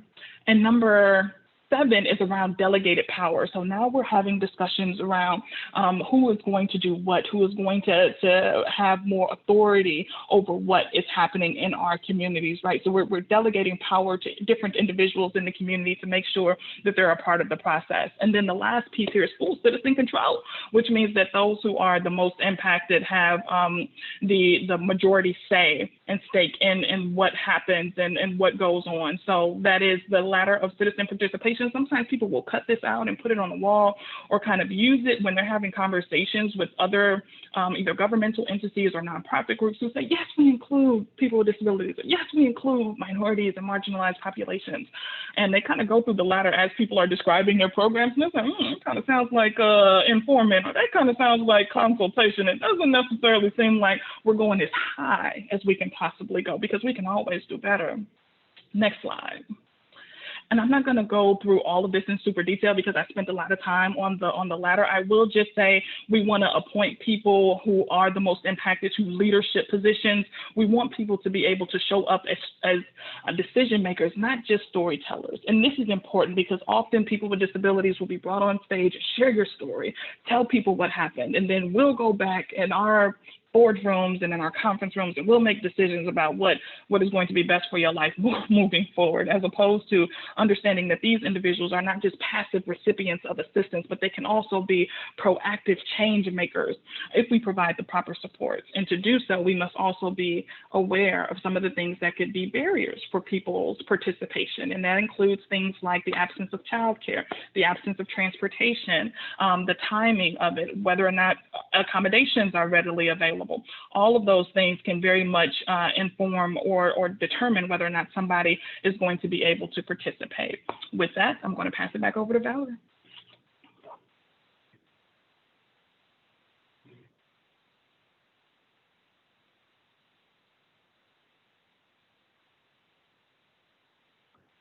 Valerie, are you still there? Thank you, Justice. This is Beth. I am going to go through the next couple principles, and I'm going to. Yep. Can you hear me? Are you all able to hear me? I'm having a little trouble hearing you. You're cutting in and out.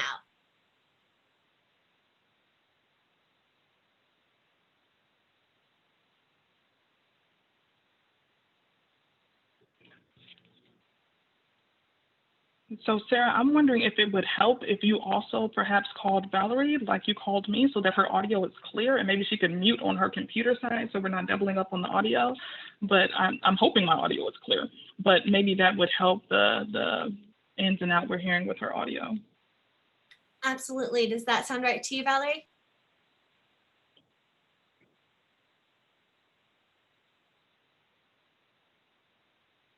I'm just going to switch over to the screen share on my computer so we can still view the slides.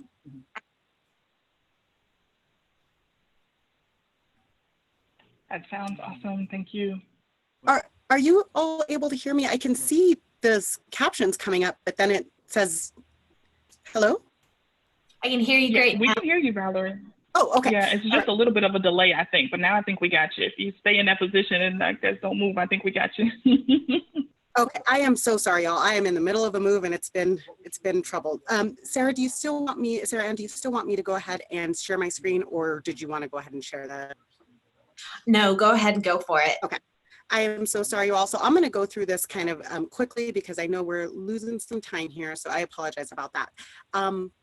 So the third principle that we have here, let's go ahead from current slide. Here we go, is anti-capitalist politic. And I know generally we can spend a lot of time talking about this. I know it's a very touchy topic, but I'm going to go through it kind of quickly because I think there's some other that we need to spend a bit more time on in this particular group. But when we talk about emergency preparedness and response, it is really important to keep this in mind. And I know this is not something that's not going to land with everybody as far as being particularly anti-capitalist, but being aware of the way that our economic system pounds the devastating effects of emergencies is extremely important to our response. So not only we have a lot of the issues very in a very rural way, a lot of the extreme weather events, a lot of the climate changes that we are experiencing are due to that production. So, you know, Justice mentioned examples about, you know, a factory in a neighborhood, and we know environmental racism that is attached to that capitalism is a creator of disability, often for Black and brown community or low income communities. But we also need to think about the way that resources are distributed, who has access to those resources. One of the things I often talk about when we talk access to fundamental needs is transportation. Being carless is sometimes an access issue, but it's a lot of times an income issue. So different things like that really feed into one of the other things that, you know, we're seeing with a lot of the calls to fund or when we talk about school safety. I do some work in school safety and often mention we are now in an actual industry that is the school safety industry. So we now exist in a reality in which school shootings and keeping children safe from school shootings is what puts food on people's tables and pays their mortgage. And there's a real tension there that we are required to evaluate. Because when we do this work, our goal should be to make sure that our response and our preparedness is such that these tragedies don't happen, but that there is an opposite side of that and a reality to that.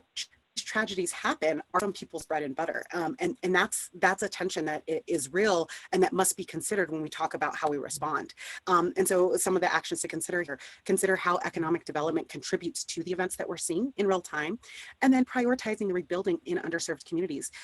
We see this all the time. Just last year, I was doing some housing work and had read and researched some things about Superstorm Sandy and the amount of public housing that was damaged in that storm. And a decade later, at least at the time, only one of those housing complexes had been rebuilt to completion. So even though we knew that a bunch of underserved communities had their homes destroyed, and even though it was required 5 required funding that was going. We know we have these legal protections and millions and millions of dollars going to the government. There was no incentive and no urgency in rebuilding those communities for these underserved communities, right? And then of course, considering unequal access to resources, especially because I know we have a lot of silk people that are here. A lot of times I see even SILs that put together packets that say, oh, you need to have XYZ if an emergency happens. You have, your 3 weeks of food and water. You need to have your extra medications, but without any consideration to the true financial difficulty in doing something like purchasing a month's extra of your prescription. That's assuming you can get a prescription to do that, right?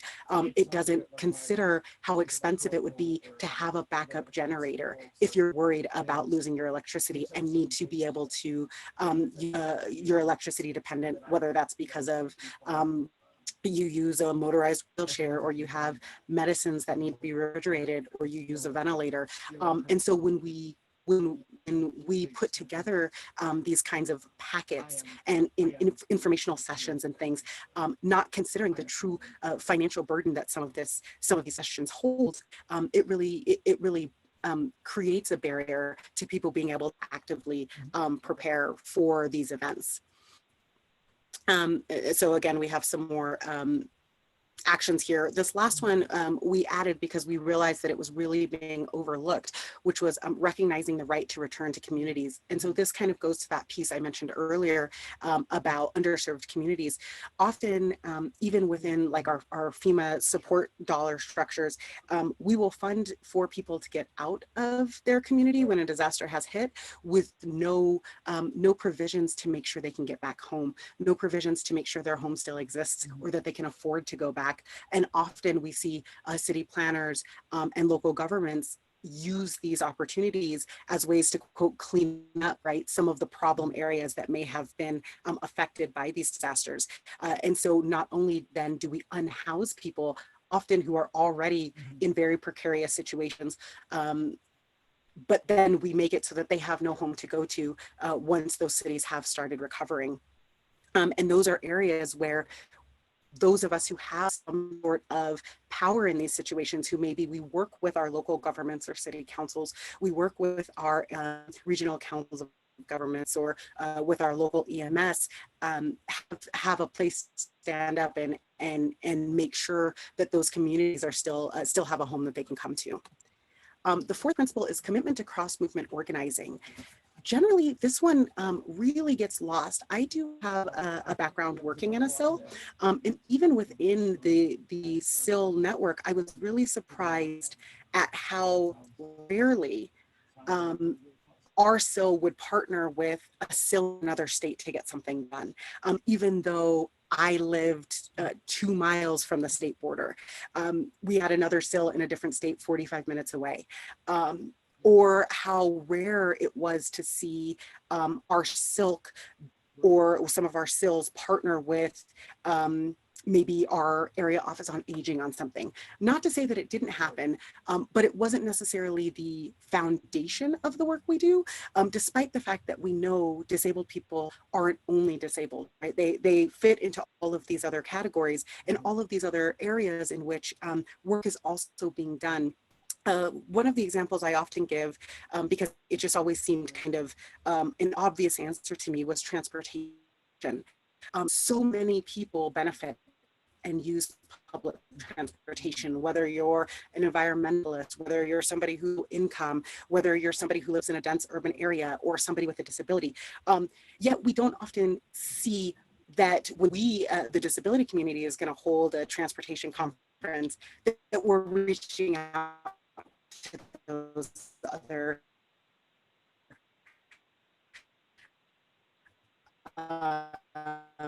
movements, and often it's on us to bring those people in, to give education on how to include us at the table, but it also makes our ask bigger and larger, because we know, and we've seen this historically over and over again, that things that benefit people with disabilities benefit the larger, the general population. And so really branching kind of outside of just what we're doing in the disability community to say, hey, you also have similar goals to what I'm trying to accomplish.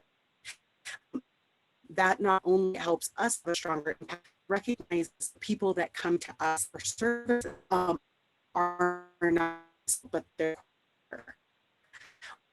or they're disabled and low income, and they are also fighting in these other arenas that maybe are silk. So this slide is just kind of more organized.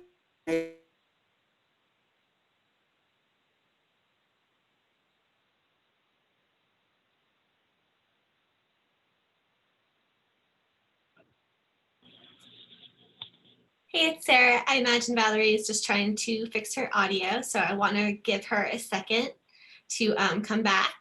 But Justice, oh, I think she already came back. I'm going to go back to her. I'm going to turn off my video. Not sure what's going on with the internet here. It worked fine earlier, but yeah, so especially in the emergency preparedness realm, a lot of SILs are not doing this as their primary job. So using this as an opportunity to make sure the people who do this 24/7, 365 are aware of the needs of people with disabilities in emergency is an area we can have real impact when it's not, when maybe your advocacy employee is only able to work on this part-time or something like that. It becomes even more important to make sure we have those strong cross-movement relationships, so that when it's something outside of our purview, that we have created the kinds of relationships that allow us to speak to those the people that are in power and those tables and say, this is where we really need your help, or this is where we're not being successful. But we don't necessarily have that power unless we cultivate those relationships across movements. Okay, go ahead, Justice. Awesome. So for the sake of time, we're going to just kind of breeze through the next couple of principles, all of which are equally important. But again, we do want to have time to speak with you all for just a bit. So we want to be mindful of the timing issue. Right now, we're on principle number 5, which is recognizing wholeness. If we can agree that people have inherent worth, then all disaster activities should prioritize safety, dignity, accountability, participation, and do no harm. Right. So that is very clear, that definition or that framing. Next slide. So what are some actions that we consider around this? Let's consistently express how we can make space for survivors to show up for their whole selves, right? Like without fear of mistreatment, right? So how can we continue to let people know, even if it's the way that we train our personnel, or if it is the way that we interact and engage with folks and encouraging folks to let us know if there's different aspects that we are not addressing, or if there's something that is missing here in terms of them being able to show up as their whole and full selves. Let us know that. But creating that atmosphere is often enough for people to feel comfortable and safe enough to open and kind of convey things that might be challenging for them. Also, be mindful that people with disabilities are also first responders or emergency managers, a part of families in the community. So we want all of those things to be brought to the table. If you're working with someone who has a disability, recognize that that person is also a mother of 5 and could be the mother of 5 toddlers, which is its own set of circumstances and conditions. So be mindful of those things. If there are services that are provided for, mothers, or single parents, make sure that people with disabilities have access to that. And also, like I said, make sure that you recognize that aspect of somebody's identity, and also just, who they are as people, right? That they have all of these different elements that should be prioritized and we should be mindful of, so that you give them access to those things.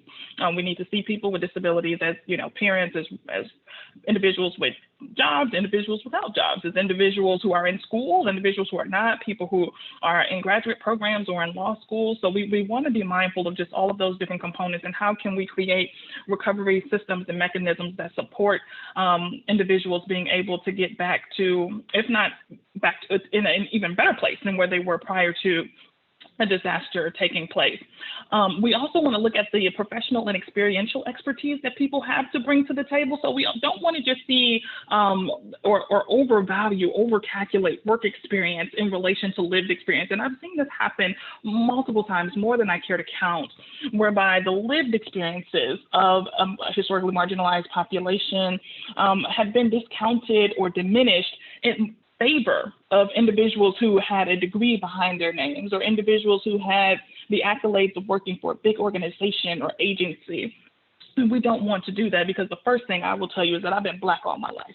And the experiences that come with that very much make me an expert in just having that lived experience on some of the things that are related to kind of some racial components that I deal with, right? And that doesn't go to say that every person would want to kind of openly advocate for certain issues, or every person who is a part of a historically marginalized population wants to be directly associated with being the advocate or the activist or the representative for said issue. Well, we do want to provide space and recognition for those lived experiences. And we don't want to overshadow that by saying, well, somebody has a degree in blindness, and that's wonderful, and I'm sure it's phenomenal. I'm sure that there are things that I can learn from that person, but also understand that I have worth as a woman who is also blind, right? Next slide. Principle number 6, sustainability. So we want to sustain the move towards preparedness and recovery in a way that centers people, communities, and body-mind needs. That's really the way that we're going to get towards more effective emergency management, right? So we can't just see these as sidebar issues, right? We're going to focus on the roads, we're going to focus on the homes, we're going to focus on structural changes, but not looking at how those things directly impact people and how they impact communities and how they impact people's bodies and their minds together, right? So looking at that in terms of people's mental, spiritual, emotional health, physical health, all of those things are important to consider. Next slide. So a few actions to consider, shape sustainability plans in relation to the physical, emotional impact that disasters have on people in their communities. You want to mobilize mitigation activities in ways that help us make connections between climate justice and disability justice. Valerie already spoke about environmental racism and kind of the impact that it's had on people and communities. And we want to ensure systemic change by embedding them and developing or embedding intersectionality into all of our processes, our plans, and our policies, rather than that just being kind of a one-off, one-time deal. Understand that resilience is rooted in representation, right? So we also just want to be clear on who is defining what sustainability looks like. Who is defining what success looks like? Are we just looking at a list and saying, well, we did this, we did that, we brought this big box store back, and now this community has recovered, or this equates to success for this community? Is that some sort of predetermined calculation or synopsis of what success looks like for a community? Or is that success deeply associated with what a community deems to be a successful recovery? For example, you can have, with regards to Hurricane Katrina, a lot of the construction took place, but you talk to a lot of people in those communities and they're telling you success, to me, sounds like the musicians being back on the streets, right? And being able to participate in the second line and having our people back out here, having the culture. That's what success looks like to me. So yes, we want to focus on the construction efforts, but also do not diminish or ignore or invisibilize my culture, right? That's what success looks like to me. You may have folks in small towns who will say, yes, thank you for bringing the Walmart and the Target back, but we also care about our diners. We also care about our mechanic shops. We also care about our arts and crafts store, right? This is where a lot of our older folks would come and have, weekly sessions, and it was a way for people to commune and to be together with one another. When you tell me what, success looks like, that is what I respond to you with. Success looks like all of those factors to me, the things that are central for my community to kind of live and thrive and sustain themselves on. So recognize that as a real pillar of success and sustainability for us, because that's how we define it, right? So you want to make sure that we center that. And now we're moving on to principle number 7. So that's back over to you, Valerie. Thank you, Justice. So on this principle, we have commitment to cross-disability solidarity, and we have a image here of a bunch of hands of various skin tones kind of coming together. So this one is very similar to the cross movement organizing. And I know a lot of, well, our SILs are supposed to be cross disability, but I think it's still important to kind of remind ourselves that disability isn't a monolith. And realistically, when we look back at that legal lens part, that we all know, but things like 504, things like ADA, are wonderful for what they do, but they are not the end all be all, and they are not comprehensive to the needs that all disabled people have and could benefit from. And so I think it's really important that when we have that cross disability solidarity, that when we are the ones that are responsible for holding events, that we're creating materials, that we're being part of initiatives, that we're remembering that the spectrum of what it means to be a person with a disability, and what it means to be a person with a disability that is being affected by an emergency situation. This might mean, and often does mean, partnering with disability specific organizations outside of what we do, kind of like what Justice was mentioning as far as lived experience. When our work is to respond cross disability, it's very easy for us to miss things that for example, center that just serves deaf people, or a center that is specific to mental illness, can alert us to that we might be missing, simply because the plate that we're looking at is so full.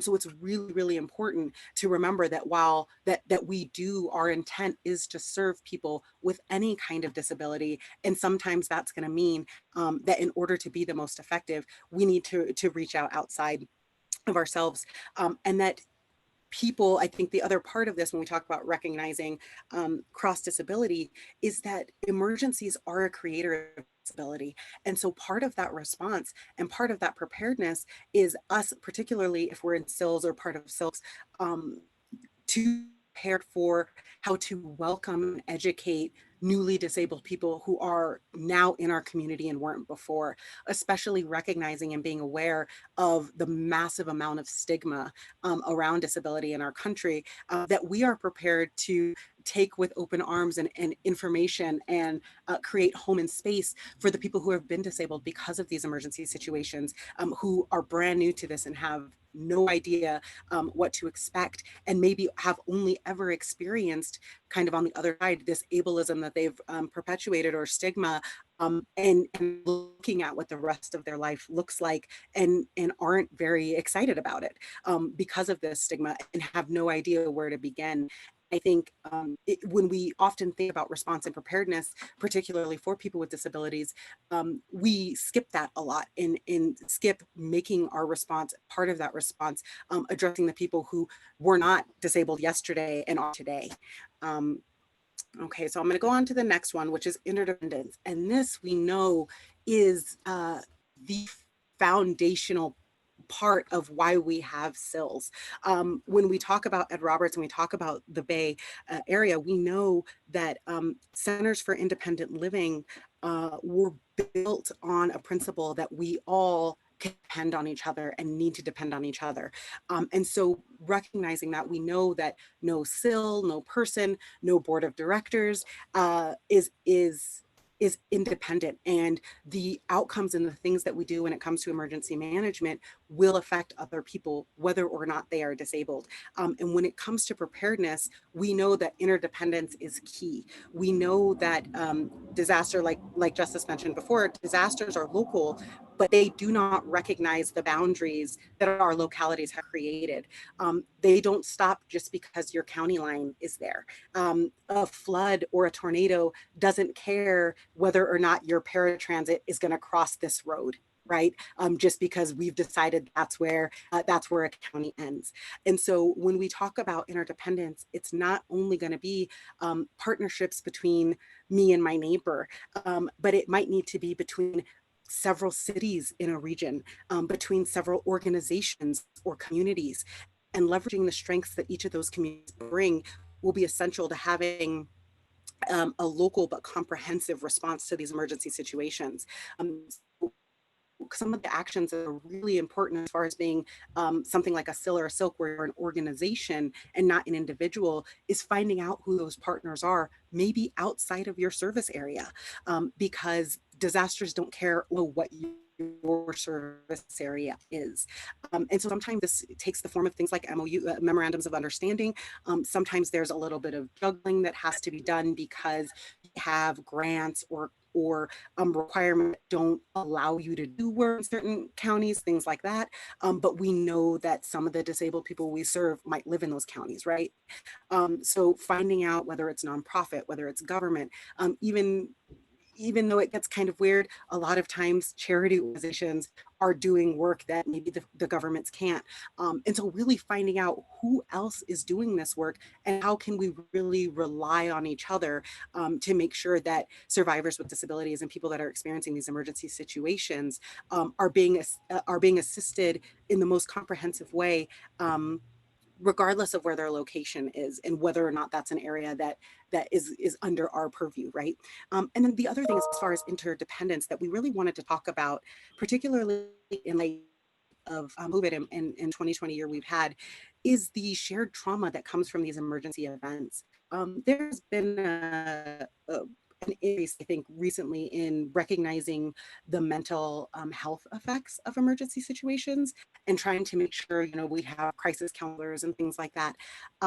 But also there comes a collective healing effort and growth and accountability that we need to do. So when we find out that something we are doing is not benefiting, helping these situations, and this goes much broader than just emergency management, that we are also holding our organizations, our boards, our people in leadership accountable to avoid causing further harm.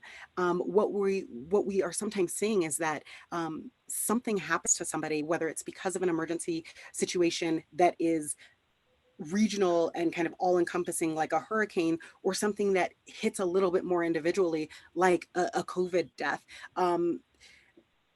When somebody comes to our SIL to get support or resources, if we are becoming a place where somebody then experiences additional harm because we aren't intersectional, because we aren't cross-movement, because we aren't sustainably working, and we continue to do that, then we also become part of this problem if we're not making those accountability practices for ourselves. And then we can't be in that interdependent community because those people that we're supposed to be serving are unable to depend on us to not cause them further harm when they come to us for help.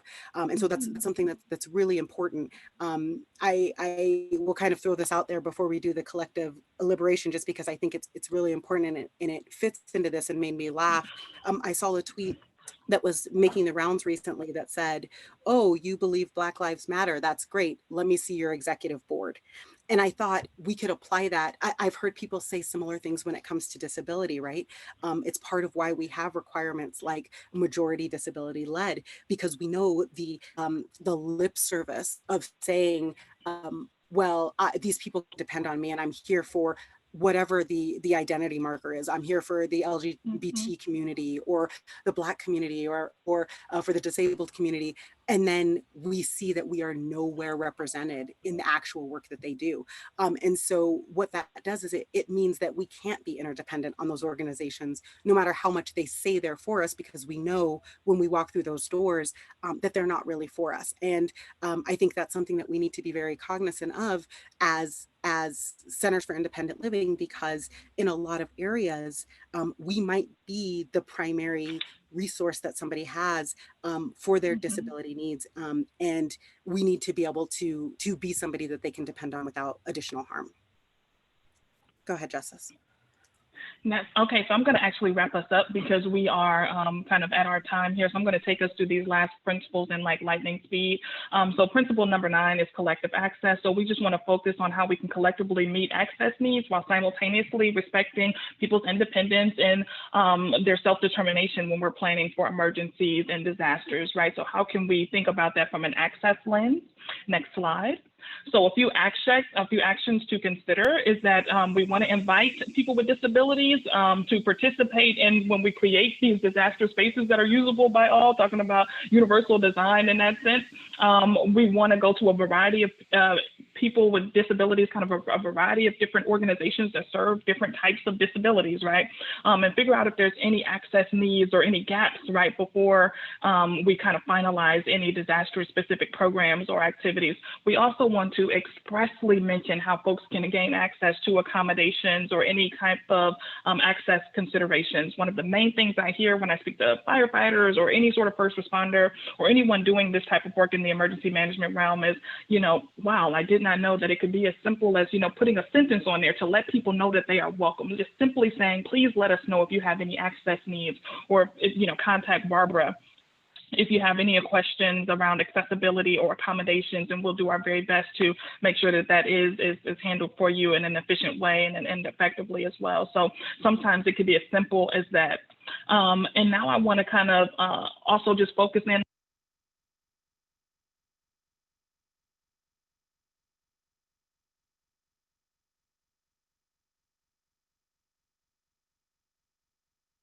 Sounds like we lost Justice. I'm going to give it just a second to see if we get her back. And if not, I can keep going here, but hopefully she hops. This is Valerie. I apologize. Hopefully she hops back on. I am so sorry. I'm not sure what's going on with the tech today. Oh, I think that's her calling. Just one moment. Thank you for bearing with us. We're all dealing with adjusting to working from home and using all these cool new tools. So we will conclude in just a second with this presentation.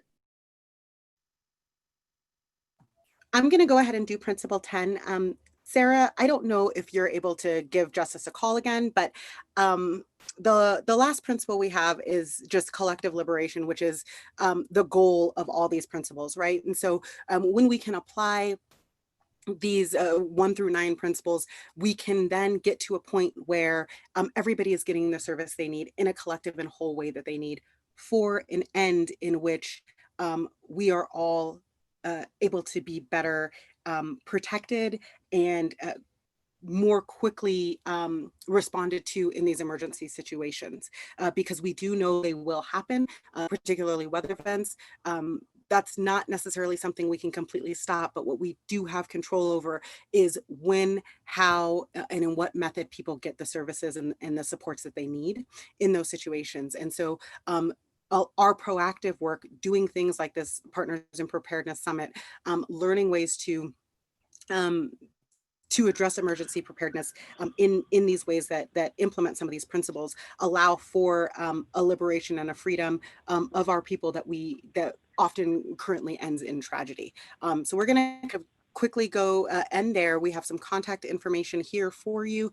We also have sent the PowerPoints to Sarah Ann and to Arizona Silk, so they should be able to send those out to you. I did see some comment asking about that. So you will have access to these PowerPoints, and then there's our phone numbers and emails as well.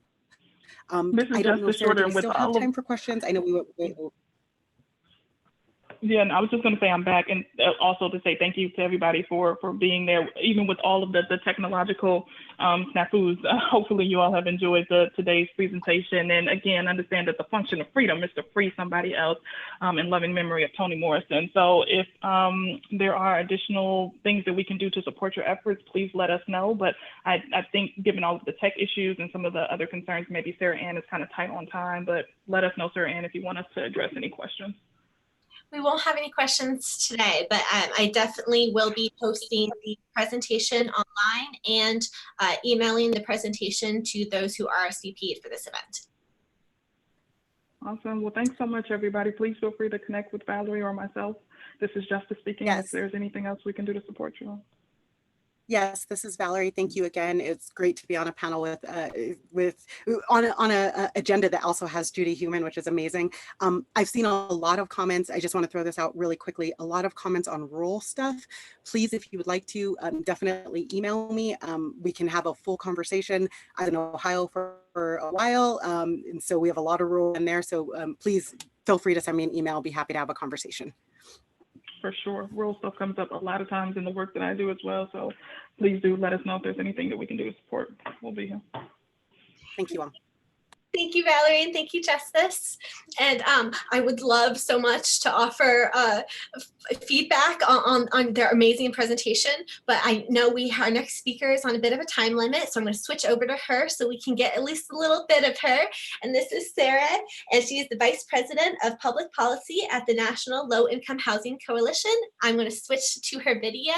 Before she starts, I do want to explain the accessibility option with the ASL interpreters. I have not been able to split screen 2 cameras. So the solution there is we spotlight Sarah giving the presentation, whoever is our main speaker, but those who need the ASL interpreters, what you can do is on the video screen is there will be a little box with 3 dots. You click on that and you say pin video, and that will put the interpreter in the front of their screen. I know it's a disadvantage because you don't get to see both, but that is just how we're going to roll with it today. So thank you so much. Go ahead, Sarah. Oh, and I think you're still on mute. Is it on my end or on yours? It was on my end. Sorry about that. Perfect. Thank you so much for having me. I'm really glad to be able to speak with you today. And I don't have a lot of time, but I thought it'd be a good idea for me to share some of our thoughts at the National Low Income Housing Coalition about disaster recovery and the challenges and opportunities that we have ahead. The National Low Income Housing Coalition focuses on housing for people with the very lowest incomes.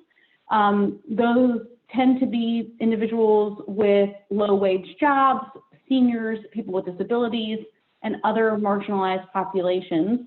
And starting with Hurricane Katrina, our organization focused on ensuring that every survivor of a disaster received a complete and equitable recovery.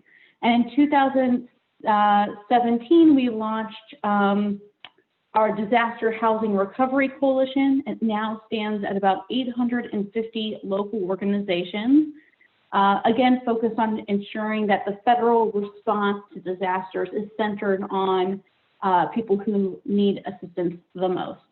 And in the last several years, I think our experiences with disaster recovery have been that we've realized that the way our federal response is structured exacerbates and reinforces racial inequities, income inequities, and accessibility inequities at every stage of the response and the recovery. And we've come to the conclusion that it's just broken and it needs to be completely overhauled. In our experience, what we've found is that at each stage of the recovery or response, the federal system is organized around this mythical person, a white, middle-class, able-bodied person who's able to respond to disasters in a very particular way. The programs that FEMA operates also is geared really much with middle-class white households in mind. And as a result, people of color, low-income people, people with disabilities are continually left out of the recovery process and are often left in a worse position than they were prior to the disaster. So in response to that, we published a report last October pulling together what we thought were the major barriers to a full and equitable recovery for all survivors. And it outlined stages at the response and planning process for the long-term recovery, for the long-term infrastructure and mitigation programs, how they undermine an equitable response for survivors. To put together that report, we also, that report was put together in advance of a convening that we held with many of our partners who work across housing and homelessness, disability rights, civil rights, fair housing, and other sectors to think about how can we reimagine a new disaster recovery system that is really centered on the needs of the most marginalized populations, because we know that without that really concerted focus, that they will be left behind yet again. So in the course of that convening, we have put together what we hope will be published in the coming month or so, a second report that proposes a broad new way of framing and thinking about disaster recovery. And so I wanted to share with you a couple of those themes that came out of our conversations. And then as well to talk about, since this report was largely written before the coronavirus pandemic, to talk about how these same issues and solutions are playing out today. So some of the major themes that we saw come out of the conversations with our partners was that there's just not enough resident and public participation in the planning and response to recoveries. And that means that, you know, it makes a lot of sense that local government officials are often moving very quickly to respond to disasters.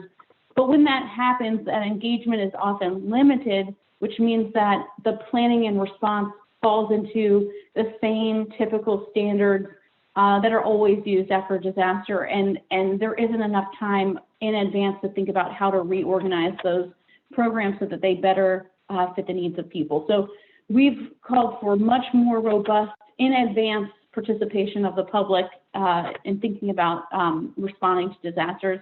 We also think there's a systemic transparency issue at FEMA that allows for failures of its programs to continue and allows for the lack of congressional oversight.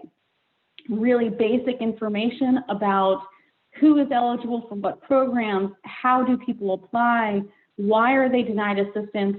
All of those are things that are obscured by FEMA and that really need to be made public in a much more systemic way. And I'll just point out one other lesson learned, because I have only limited time, but is that we really need to have equity as an explicit focus of disaster recovery. It needs to be in the statute, the Stafford Act, and it needs to be an explicit part of the work that we do before, during, and after a disaster.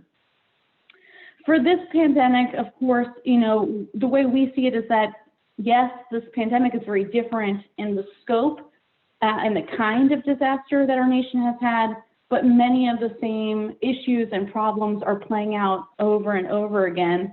For example, we're seeing that a lot of cities and states are utilizing FEMA public assistance funds to house people experiencing homelessness and other people living in congregate settings like people with disabilities in hotels and motels to allow for self-quarantining and self-isolation. But it's been very difficult for states to maximize those resources. Again, FEMA really narrowly defines who is eligible for funds. It doesn't reach all the populations who need it the most. The assistance is too short-term, and there isn't enough of a transition plan to move people into permanent, stable housing, accessible housing after these resources are ended. The other issue we're seeing, again, also just to point to it, is again the lack of transparency about which states are approved for what, how, why are some states getting more resources than others, why are some states allowed to serve a broader population than others. All of those are things that we've sought to get more information from FEMA about, but they haven't provided. And I think it points to that underlying systemic challenges that we've had in holding FEMA accountable to make sure that its programs are really serving the people it intends to serve. So with that, I know it's very short notice, but I'll end my brief comments and I'll see if there's one or two questions from the audience that people want to ask or points they want to raise. Hey, and you know that I'm not sure if the attendees will be able to raise their hands, but I want to give them a chance just because I didn't explain, but some of them are already familiar with Zoom. So I want to let those familiar with Zoom get a chance to raise your hand, and then I can unmute you. And I also want to let the panelists know that you are also welcomed. Oh, and I see our first person. So you're going to be the one allowed to talk. Patricia, go ahead with your question. Hi, I'm Pat Michael from the Freedom Center for Independent Living in Delaware, and thank you very much. You didn't hear me, but I was clapping and screaming at all of your points, because I have been trying to no avail to get the system here in Delaware to change so that we do become equitable for all populations. That unfortunately hasn't been very successful, but how do I get your reports? How do I find the reports? How can I share this YouTube presentation? All those great questions. Yes, that's great. I can share a copy of the report in the chat box. We have 2 reports. The first report was published last fall. The second report will be coming out in the next month or so, and we can share that with the team here, and they can forward it to you guys. So in the chat box it goes. Thank you. Well, that's perfect timing, Sarah. Thank you so much for joining us and giving us really good actionable items that we can follow up with, which is so difficult in these times. So thank you for joining. Absolutely. Thank you for having me. I'm going to switch over to our next speakers. And these 2 are from the Partnership for Inclusive Disaster Strategies. And I always have to look just because I want to say the partners in preparedness every time I say partners now. And it is Shaylin and Herman. So I'm going to pass over controls to them. And thank you for joining us. Oh, and one more thing.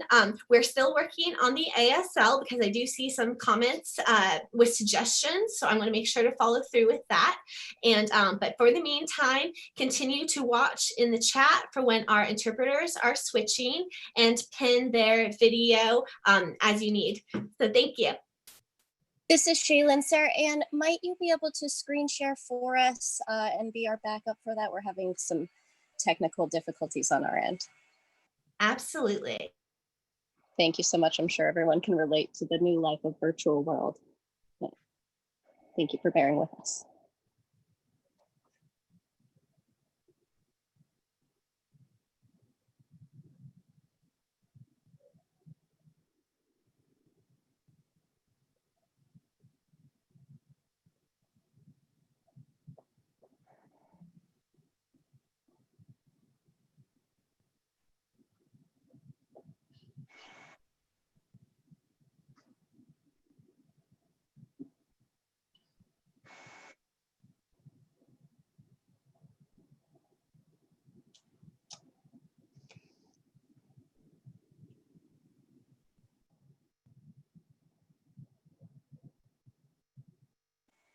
Okay, you should have the slideshow on the main screen, but remember to pin your video if you need ASL.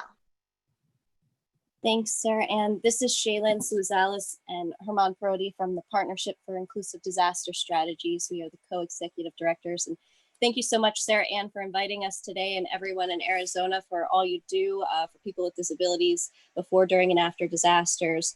The partnership is the only U.S. disability-led and one out of only 2 global organizations with a focused mission of equal access to emergency programs and services for people with disabilities and people with access and functional needs before, during, and after disasters and emergencies. And we achieve this mission by being disability rights experts before, during, and after disasters, being community organizers and capacity builders, and being the boots and wheels on the ground response. You can find more about the partnership at our website, disasterstrategies.org.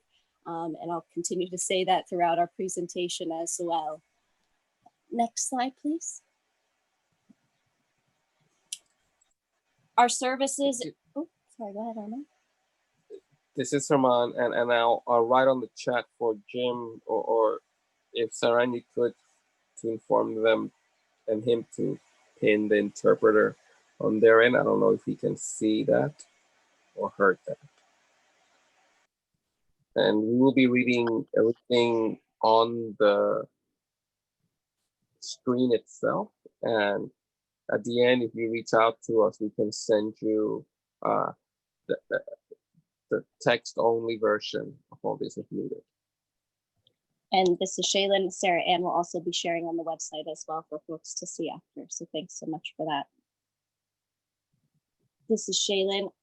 The partnership services include Disability and Disaster Hotline, which is available 24 hours a day, 7 days a week, and every day of the year. And that number is 800-626-4959. And we can also be contacted at info@disasterstrategies.org. And this hotline is a main resource for disaster impacted people with disabilities, families, organizations, working to meet the needs and rights of people with disabilities that are impacted by disasters. And we have been expanding that nationwide now, especially during COVID times, with information and referral and guidance along with technical assistance. Our services also include our Port Light Relief Division, which is that boots on and wheels on the ground response that I spoke of. And Herman and I have personal experience to this as first responders after Hurricane Maria in Puerto Rico, serving as first responders to meet the needs of people with disabilities in remote areas that were not having access to distribution points or shelters or other resources and services available in the interior area of the islands. We also provide training and education, advocacy and public policy, research and technical assistance, and community resilience and capacity building. Again, a lot more about us is found on our website, disasterstrategies.org. And part of that community building, we've also done deployment to the Bahamas after Hurricane Dorian. In the Bahamas, there has not been a center for independent living, and we have been working post relief with local disability leaders to help them establish a center for independent living, which is on the way. Along with community resilience and capacity building, the partnership holds weekly national stakeholder calls every Tuesday at 3 p.m. Eastern time, where partners and federal agencies and entities come together to share good and promising practices and to work on systemic issues and overcome barriers and to optimize outcomes for the whole community. And since the COVID pandemic has hit, we've been holding national daily COVID-19 disability rights calls focused specifically on the pandemic and disability rights each and every day since February 28th, and have been ongoing and will be for the foreseeable future. As we know, the pandemic is ongoing. Folks can reach out to us, and our contact information is at the end of the Zoom group? Yes. So you want it on for both? I just want to make sure I'm doing it. Yes, yes. Put it on for both because we don't know if anybody will come here because of the resurgence. Hearing a little bit of background noise. So what I'm going to do is just hit mute all because I'm not sure where it's coming from, and specifically unmute, I guess. Turn it on. And it'll automatically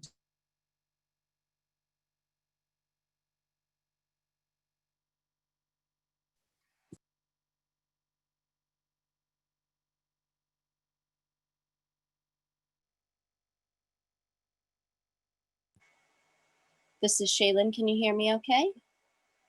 And can everyone see the ASL interpreter okay? Sarah Ann, let's just keep the ASL interpreter on the screen so that it's most accessible and folks can find the PowerPoint afterwards on the website, or reach out to Sarah Ann or us, and our contact information, of course, has been shared as well. So we'll continue to read through the slides and share that information and expand upon it as well. Is that all right with everyone? Yes, thank you. All right, I think that's good.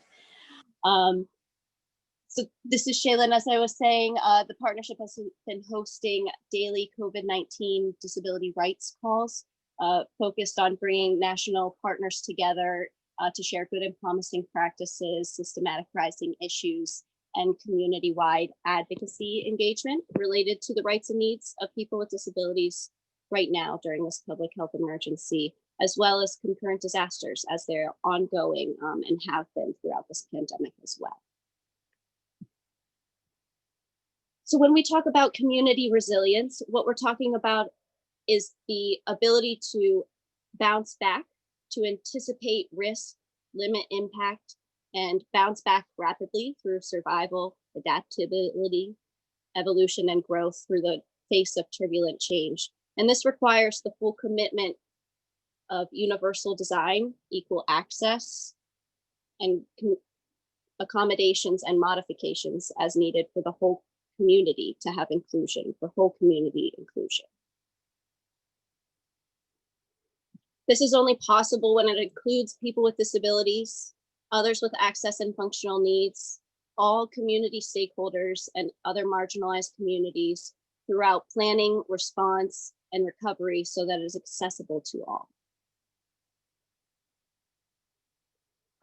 When we talk about this, a lot of times is about making sure we're at those tables, not just talking about planning for people with disabilities and others, but planning with those individuals and communities and stakeholders, and making sure that there is inclusion and accessibility throughout. When we talk about inclusive relief, we're talking about leaving no one behind, and changing that perspective of people with disabilities being, quote, vulnerable or having, quote, special needs, and really using people with disabilities as the problem solvers and adaptive solution creators that we all are with our lived experience and expertise before, during, and after disasters throughout our daily lives, and how that impacts us during disasters disproportionately.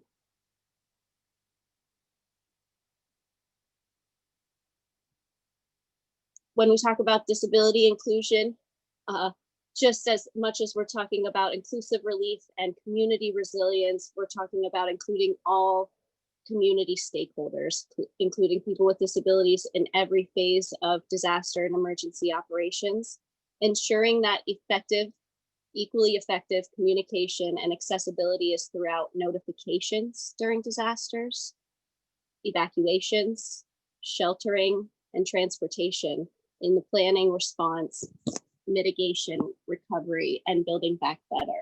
And these are many of the things we talk about in our daily advocacy lives. I know a lot of Centers for Independent Living are here with us today, and members in the independent living movement and disability rights movement. And a lot of the things that we're talking about each and every day of ensuring disability rights and civil rights plays throughout disasters. And we are disproportionately impacted during disasters. People with disabilities are 2 to 4 times more likely to die or be injured during a disaster than the general population, and that is due to the inaccessible systems around us and the lack of equal access to services and programs that are available after disasters. And so we know that civil rights are not waived during a disaster and emergency. Our civil rights remain during these times, and although sometimes in response we are acting in a rapid way to meet the needs of people, oftentimes people with disabilities are the first forgotten and the last left behind. And we have to change that paradigm by being at those tables, being included in the planning, in the response, in the mitigation, recovery, and building back better with the community stakeholders and the decision makers that have that involvement. Some of the civil rights that we talk about each and every day in our communities that are not waived and must be monitored and enforced during disasters. It's the Americans with Disabilities Act, the Rehabilitation Act of 1973, the Olmstead Decision, Individuals with Disabilities Education Act, and the Stafford Act, and more specifically towards disasters, the Post-Katrina Emergency Management Reform Act. These are some of the federal legislations that carry within them civil rights protections to emergency resources and services to be equal. Oftentimes, we know that states and entities, and even the federal government, again and again, violate our rights. In a disaster, a violation of rights equals death, and there are no rights waived in a disaster.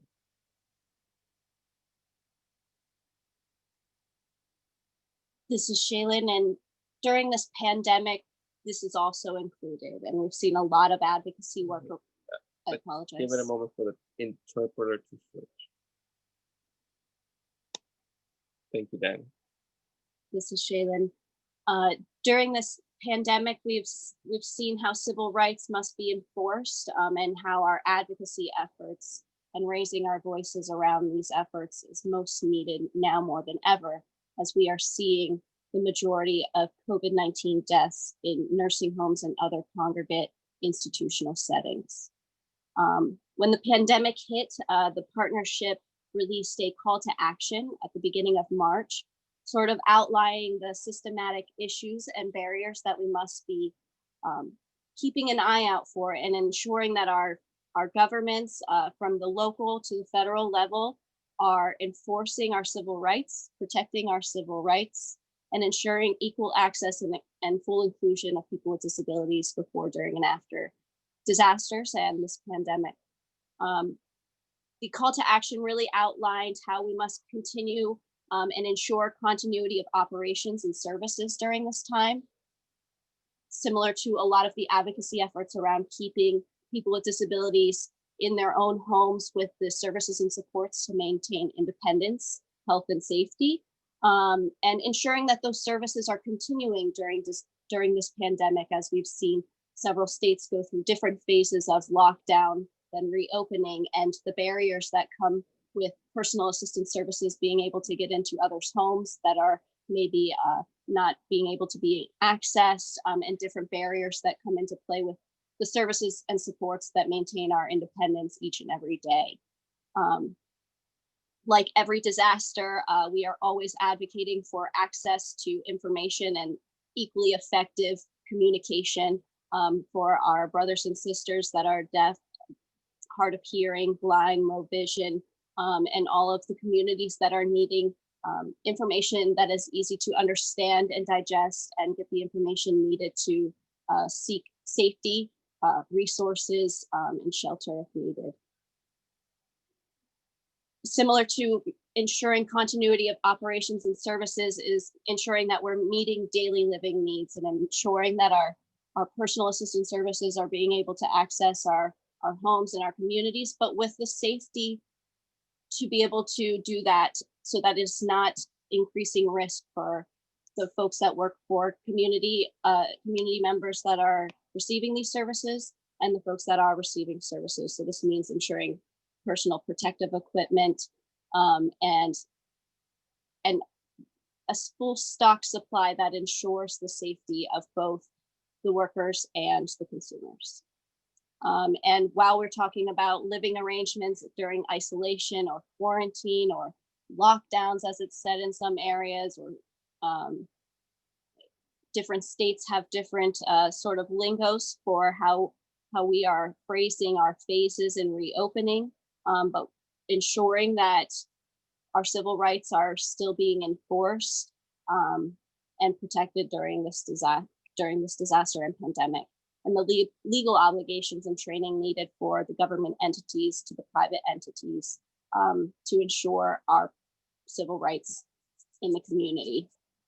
And this is by consulting with disability community leaders who are the subject matter experts.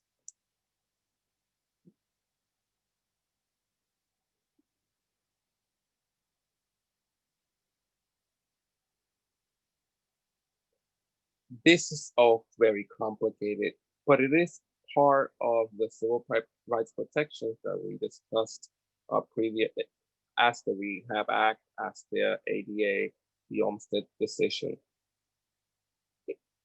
But people with disabilities, I myself am a quadriplegic, we deal with a complex life because the world is not accessible to us. It was not built this way. Emergency management is an old established institution of it within itself. And we know the one way to tackle institutions is to being at the table and dismantling them within. The way to dismantle them in this case, as we have had to do with Medicaid, for example, many of us here are very well familiar with long-term care services. Getting at the table where the planning happens and making sure it is representative of those that receive these services and supports is the only way that they can be inclusive and have an end result of saving more lives. And with that, we have seen some good and promising practices throughout different disasters, as well as this pandemic. And And as Herman is saying, and to that point is, one, leveraging those local relationships, connections, and networks that you do have. Using those to best meet the needs and save lives during this pandemic and future and current disasters. Finding those emergency management and public health tables if you don't know where they are, and inviting yourself to them if you're not already invited. And inviting emergency management and public health officials to your tables too. We found that to be a really good and promising practice when there is a dialogue amongst all community stakeholders with the decision makers and government local entities that have the power to make change and save lives and include people with disabilities at the table and in the response. And lastly, one big thing we have seen in different states and is joining, if your state has a access and functional needs coordinator, ensuring that you have their contact information and are having a dialogue regularly, as well as if there's a task force for access and functional needs, which I believe Arizona does, and leveraging those relationships and sitting at those tables and really highlighting the systematic barriers that we live and deal with day to day and how they play into the disaster response, recovery, mitigation, and preparing for the next disaster that is sure to come. We thank you all so much for having us today. The partnership, as I said, has been hosting daily COVID-19 disability rights calls. You can reach us by contacting us at DART, D-A-R-T, at disasterstrategies.org. And Herman is putting that in the chat right now. The PowerPoint, again, will be available on the website afterwards. And Sarah Ann is making sure to get that to folks. And thank you for bearing with us with the technical difficulties and ensuring that everybody can access today's presentation. Again, our website is disasterstrategies.org. We have a lot of resources and information that have been going out by, for, and with the disability community during this pandemic, and we've been cataloging a big list of them. You can find that on our website as well, with several other tools, resources, and advocacy templates for advocacy efforts in your local areas, to your state, to the national level. And we really encourage folks to reach out to us to learn more and join us in ensuring that there's equal access and full inclusion before, during, and after disasters for our community. Would Sarah Ann, might we like to try a Q&A? Any questions? Absolutely, that worked out already. So let's give it a shot. I want to give that opening to our guest attendees. So you can raise your hand and I'm able to unmute you. And then also for the other panelists who are here, you are more than welcome to participate.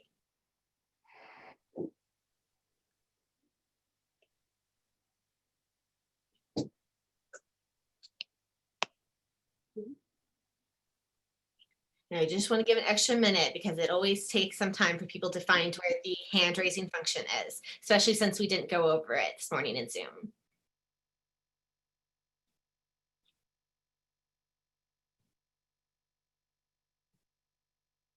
Okay, well, if you don't mind, Herman and Shaylin, I will take us to a lunch break here. And this way it gives us a little time to work out our tech difficulties. And so when we come back for our panelists at noon, we can hopefully have a better video share between our interpreters and our speakers. Does that work out for you two as well?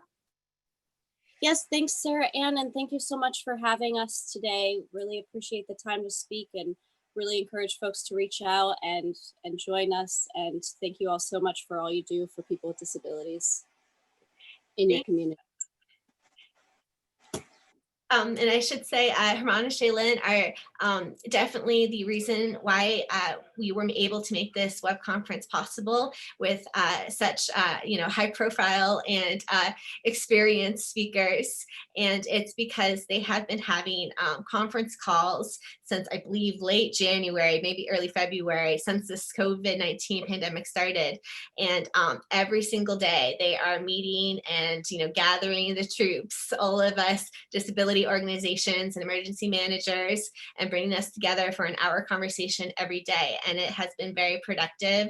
And I just want to thank them and the partnership for providing that space for us. This is Herman. I do want to add, folks, again, I added on the chat our email, and Shailen did read it out, dart@disasterstrategies.org if folks are interested in joining our calls. And next week, we'll be releasing an initial report overview with an initial summary and then a breakdown of week-by-week progression of issues identified, COVID-related, affecting people with disabilities, loss, and rights being violated. How that has continued in some, and how it has morphed, and in some ways how we've been able to make changes, like you'll learn on the recent CDC voting guidelines as well as its mask guidelines.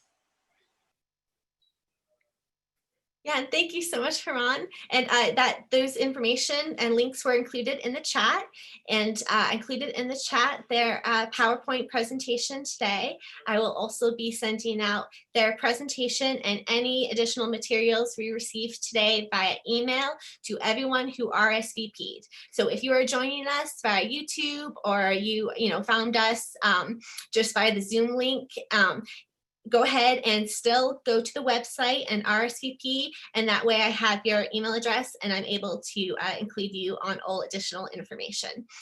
I would like to say that, remember, the overall goal of this presentation isn't for today. The goal is that we all are inspired and are armed with more information, so we can take that back to our local governments, our states, and change policies that affect the lives of individuals who have disabilities.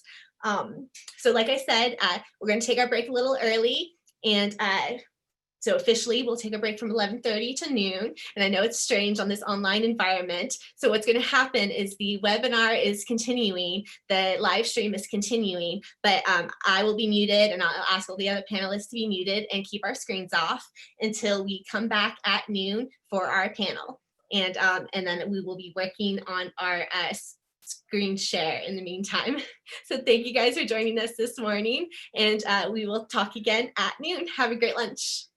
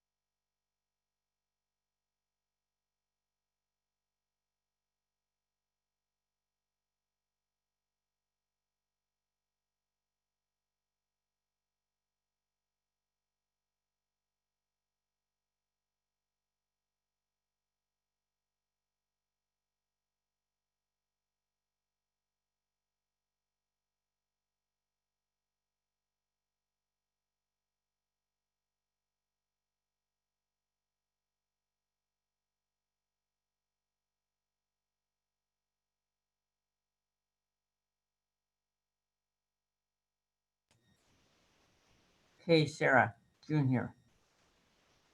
Hey, I'm working on that spotlight video issue. Okay. Just let us know what you need when you need it. Awesome. No, we will get started at noon. So just another 8 minutes and we will have our moderators here to get us started. Thank you, June.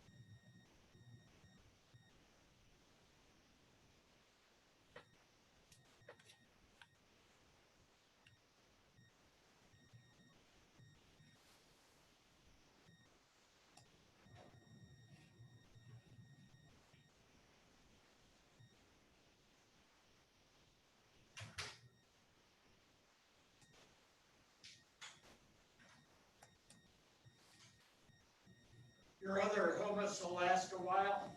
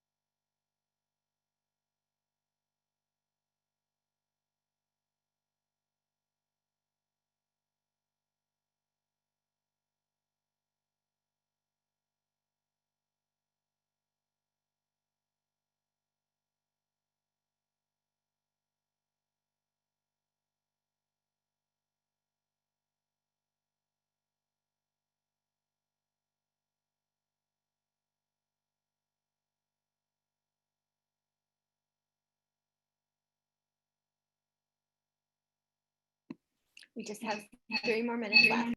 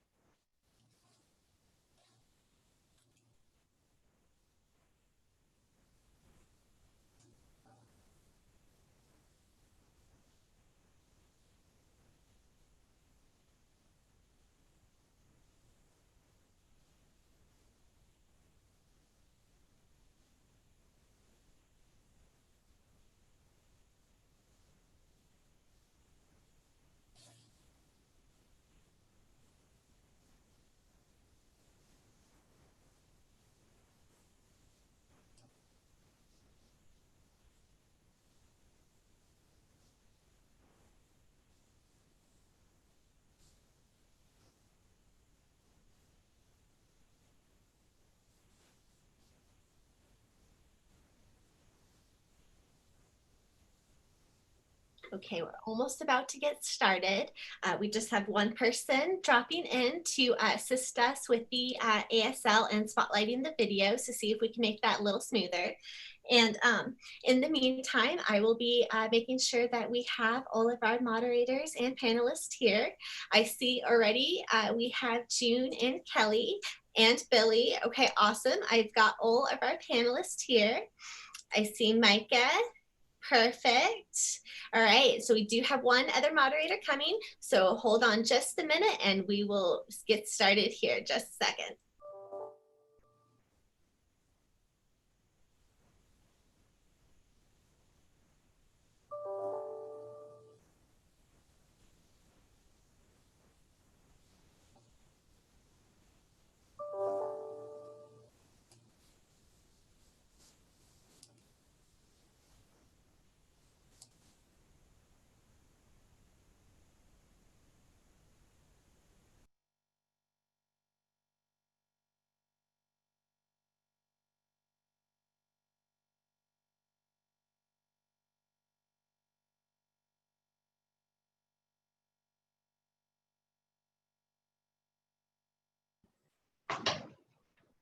Hey, Billy. Oh, hey, Kelly. How you doing, man? Oh, for a minute. How about you? Oh, Lord, same here. We're in the perpetual thunderstorms. Oh, really? Yeah. I got almost 2 inches of rain yesterday. Probably get another here in about an hour or so. Oh, wow. Well, Yeah. hopefully we'll lose power in the middle of this. Exactly. You're just in the wrong place, Billy. I think it follows me around, actually. Hello, you guys. And then I do see we have both Micah and Grace here with us. I am going to, I see that the people who aren't actively participants have their videos turned off. I think I can toggle it to hide them even more. So I'm going to try to do that. But while I'm doing that, I was hoping both Micah and Grace would introduce themselves. And, you know, I'm just going to pick on one. And Grace, so she is working with me every day as an intern at the Easy Silk. I was hoping you would introduce yourself while I go ahead and fiddle with those videos. Hi everybody, I'm an intern at AZ Silk, as Sarah Ann said, and I'm a sophomore at U of A, and yeah, I'm just excited to be a moderator for this web conference. So. Thank you, and Micah. Hi, my name is Micah Stewart. I'm a senior at Arizona State University and a graduate of Arizona's Youth Leadership Forum, where I currently work for Diversibility Incorporated, the nonprofit that provides AZYLF. Really excited to be here. Thank you. And I got to work with Micah just last week on the virtual Youth Leadership Forum. So that was really exciting to do for the first time. And the questions themselves have introductions for our panelists today. So everyone here has received a list. I believe it's a 5, or I think we actually got more. I think we wrote 7 questions. So we'll try to get through as many as we can, but we will watch the clock. And if we get too close to time, we will just go ahead and cut it short on a couple of questions. I'm going to go ahead and have Micah get us started with the first one. And I'm looking forward to hearing you guys' answers. Thank you.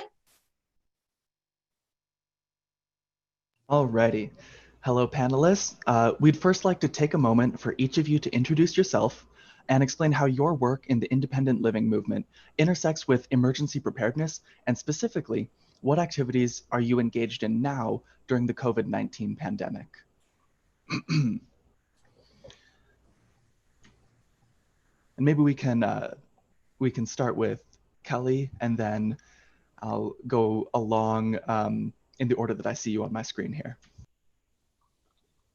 Okay, well, I'm Kelly Buckland. I'm the director of the National Council on Independent Living. I started this job in May of 2009. So this last May was 11 years. Prior to that, I was the Center for Independent Living Director in Boise, Idaho for 6 years, and then I ran the Statewide Independent Living Council in Idaho for close to 15. So I'm an old guy. I've been doing this for a really long time.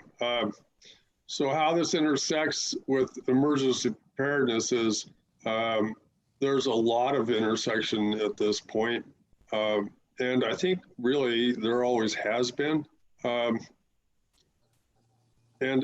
in this pandemic, you know, basically right now it's, at least my job is pretty much COVID-19 24/7. There's really not much that I do that hasn't been affected by this. Really every one of our programs has been affected. We've been dealing with Congress. All of our activities on the Hill have been related to COVID, and we're trying to put on our conference right now, which has to go viral because of, or not viral, but virtual because of COVID. So really it's affected, I think, not just mine, but everybody's lives in almost every way. So it's a really good topic for us to be talking about today, and I'll stop there and let the rest of them go.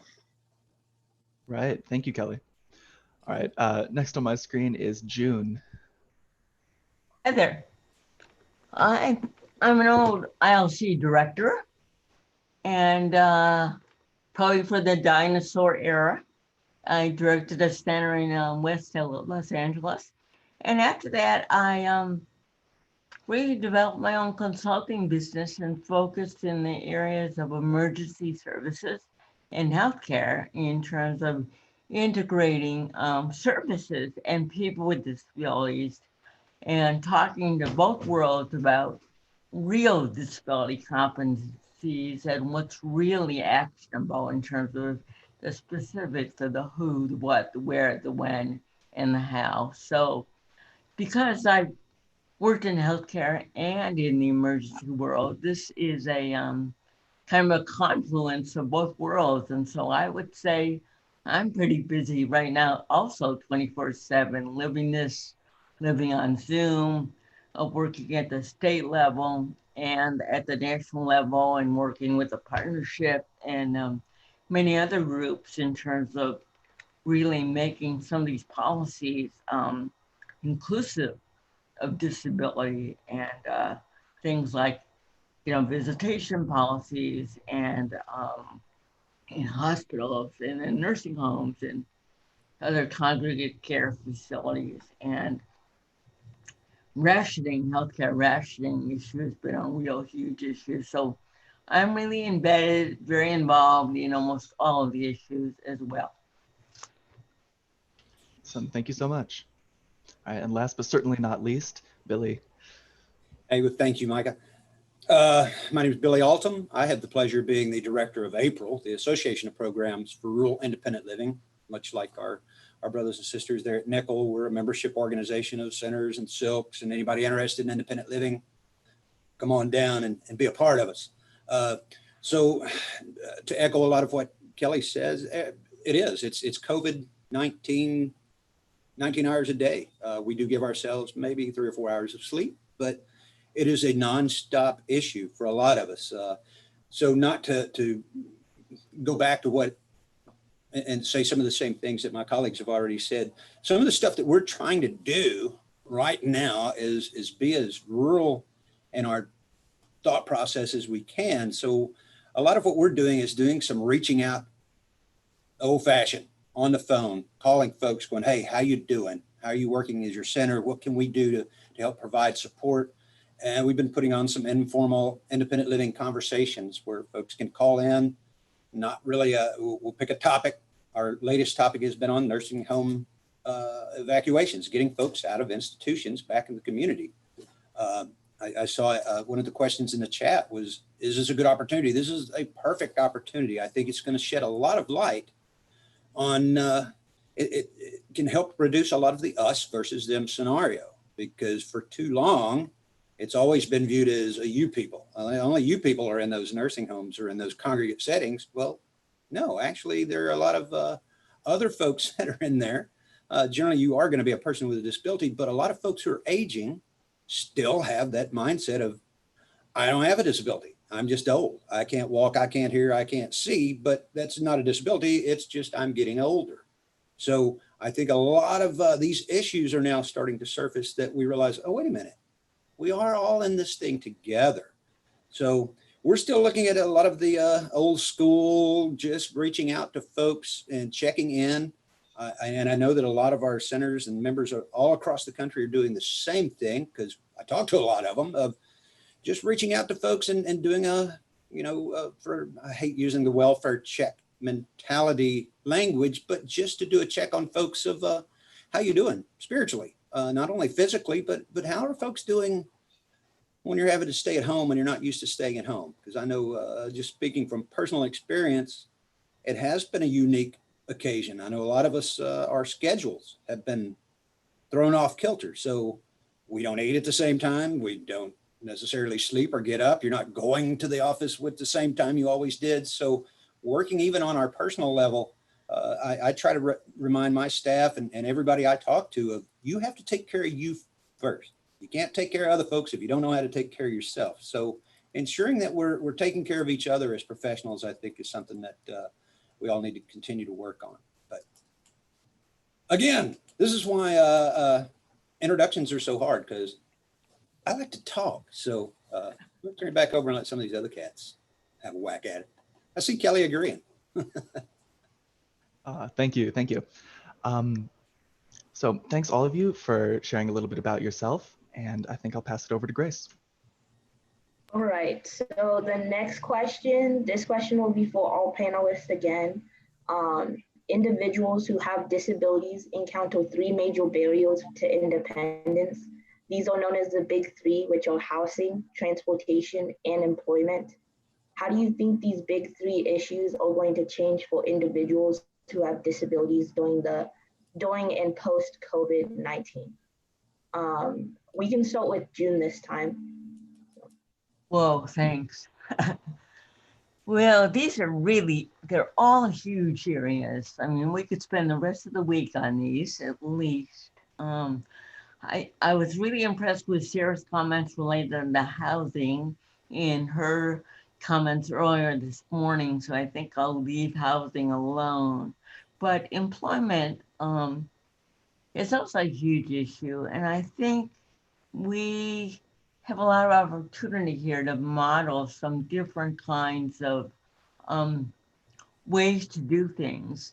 I think besides needing to reinvent our benefit system in terms of how employment is rewarded and incentivized instead of being a disincentive, I mean, that's got to be one of our long-term advocacy initiatives that we just can't let go of. But short-term, I think employment is something that we as parts of the silks and parts of the centers can really create models that are more of a blended workforce in terms of really focusing on attention that's safe and healthy, but also pay more attention to how people who may not be able to come into an employment site now can still be a valuable employee and work remotely and be totally included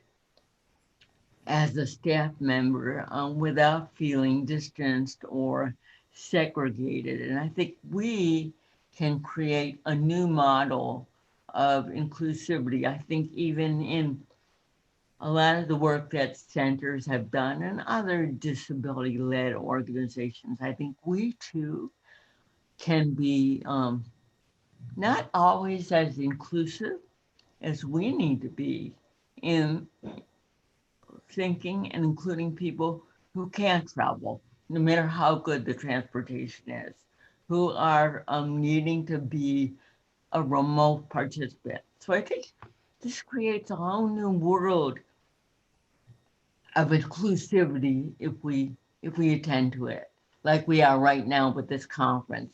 As long as we can attend to working out the new communication barriers, I think we can be a real model in promoting this and yet honoring that we need to keep it safe. So I think employment is going to be a key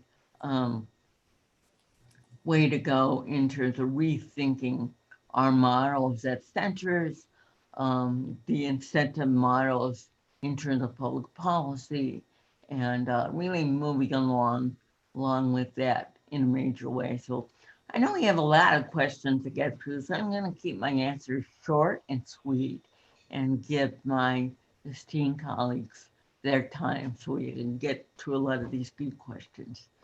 Back to you, Grace. All right, thank you, Jim. Okay, Billy, you can go ahead and do your answer next.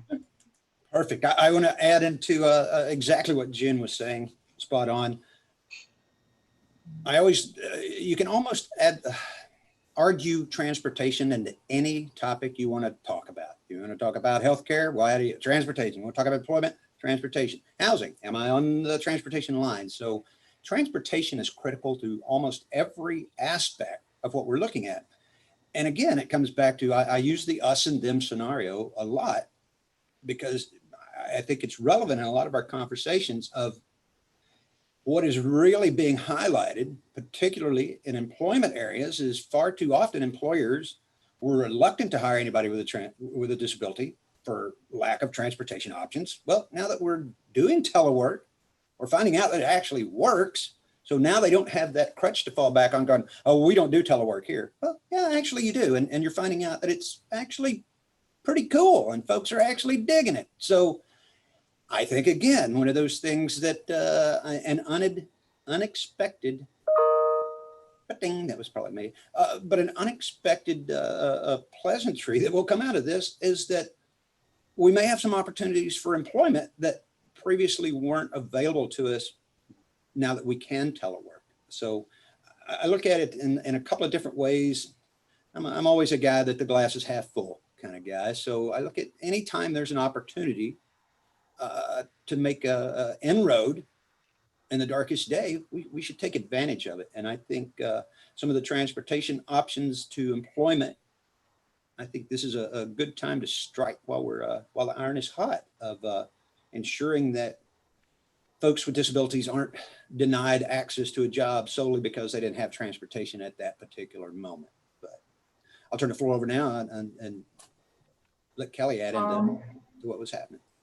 Oh, I was just saying good points, and I'm gonna let Kelly answer the answer. So.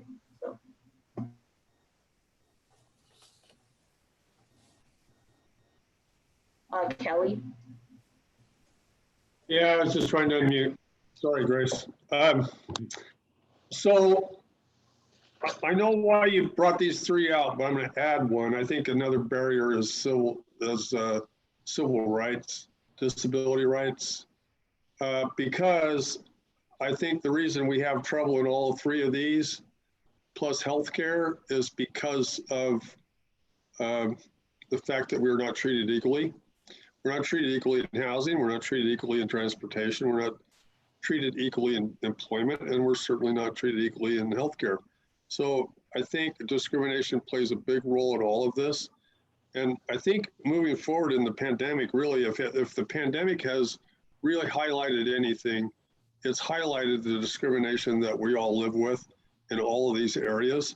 I mean, one of the reasons that so many people with disabilities are dying in nursing homes and other facilities is because there really is a lack of places to move them to. I mean, you have to have a place to put people into that's at least better than where they are currently. So that's a problem if you don't have accessible housing. And then I couldn't agree more with June on the whole issue around employment. I mean, I don't know when we're finally going to figure out that making benefits contingent upon not working doesn't work when you want to get people to work. I mean, the whole thing is so backward that it's almost funny if it wasn't so tragic. So I really do think we need to figure out how to incentivize people going to work versus punishing them if they do. And then I think Billy's point about transportation is really spot on too. About, I mean, if you can't get there, that's a big problem. So, and telework, I think we're all learning a lot about telework and how to accommodate people with disabilities. And the pandemic has really taught us a lot in that regard. So hopefully we can learn some lessons and move forward in a very positive way from what we've learned. That's great. Excellent points from all of you. I'm gonna pass it over to the other moderator for the next question. So go ahead, Micah. Thanks, Grace. All right, so that brings us to question 3. Now, I was a staff member at the Arizona Virtual Youth Leadership Forum this year, and one thing the forum focuses on is identifying and gaining the skills and supports that people need for making the transition from adolescence to adulthood. Transition services are one of the core services provided by Centers for Independent Living. Of course, adulthood isn't the only transitional age. Centers for Independent Living also provide services to help individuals in their senior years transition from an institutional setting to living back in their homes and back with their community. In light of COVID-19, what needs to happen to assist individuals to avoid unnecessary institutional placement? And let's start with Kelly. Okay. All right, so some of the people on here have heard me say this before, and you're going to hear me say it again. People don't end up in institutions by the big, bad institutional monster coming out, grabbing them and put them in there. They're put in there by their family members or some government official if they don't have a family member that they're under the care of. So most of the people in nursing homes are there on private pay, and most of them were put there by their family. So in my opinion, if we're going to stop institutionalizing, or if we're going to, the best way to keep people out of or get people out of institutions is to keep them out of there in the first place. So we really have to start shutting the front door to all these institutions, because what ends up happening when you go to the hospital or you have some sort of a crisis, a healthcare crisis or a mental health crisis or what have you kind of crisis, the default that we have now in society is to put you somewhere where people will take care of you, right? Versus leaving you where you are in your own home and taking care of you there. We put you somewhere, and we have to stop doing that. So, and I think we need to start at transition age with youth. We need to start putting people, young people with disabilities, into their own homes, and frankly, a lot of them are put into institutions, again, by their family as soon as they transition to adulthood. So in my opinion, the best way to fix this problem is to shut the front door and stop institutionalizing people in the first place. Thank you, Kelly.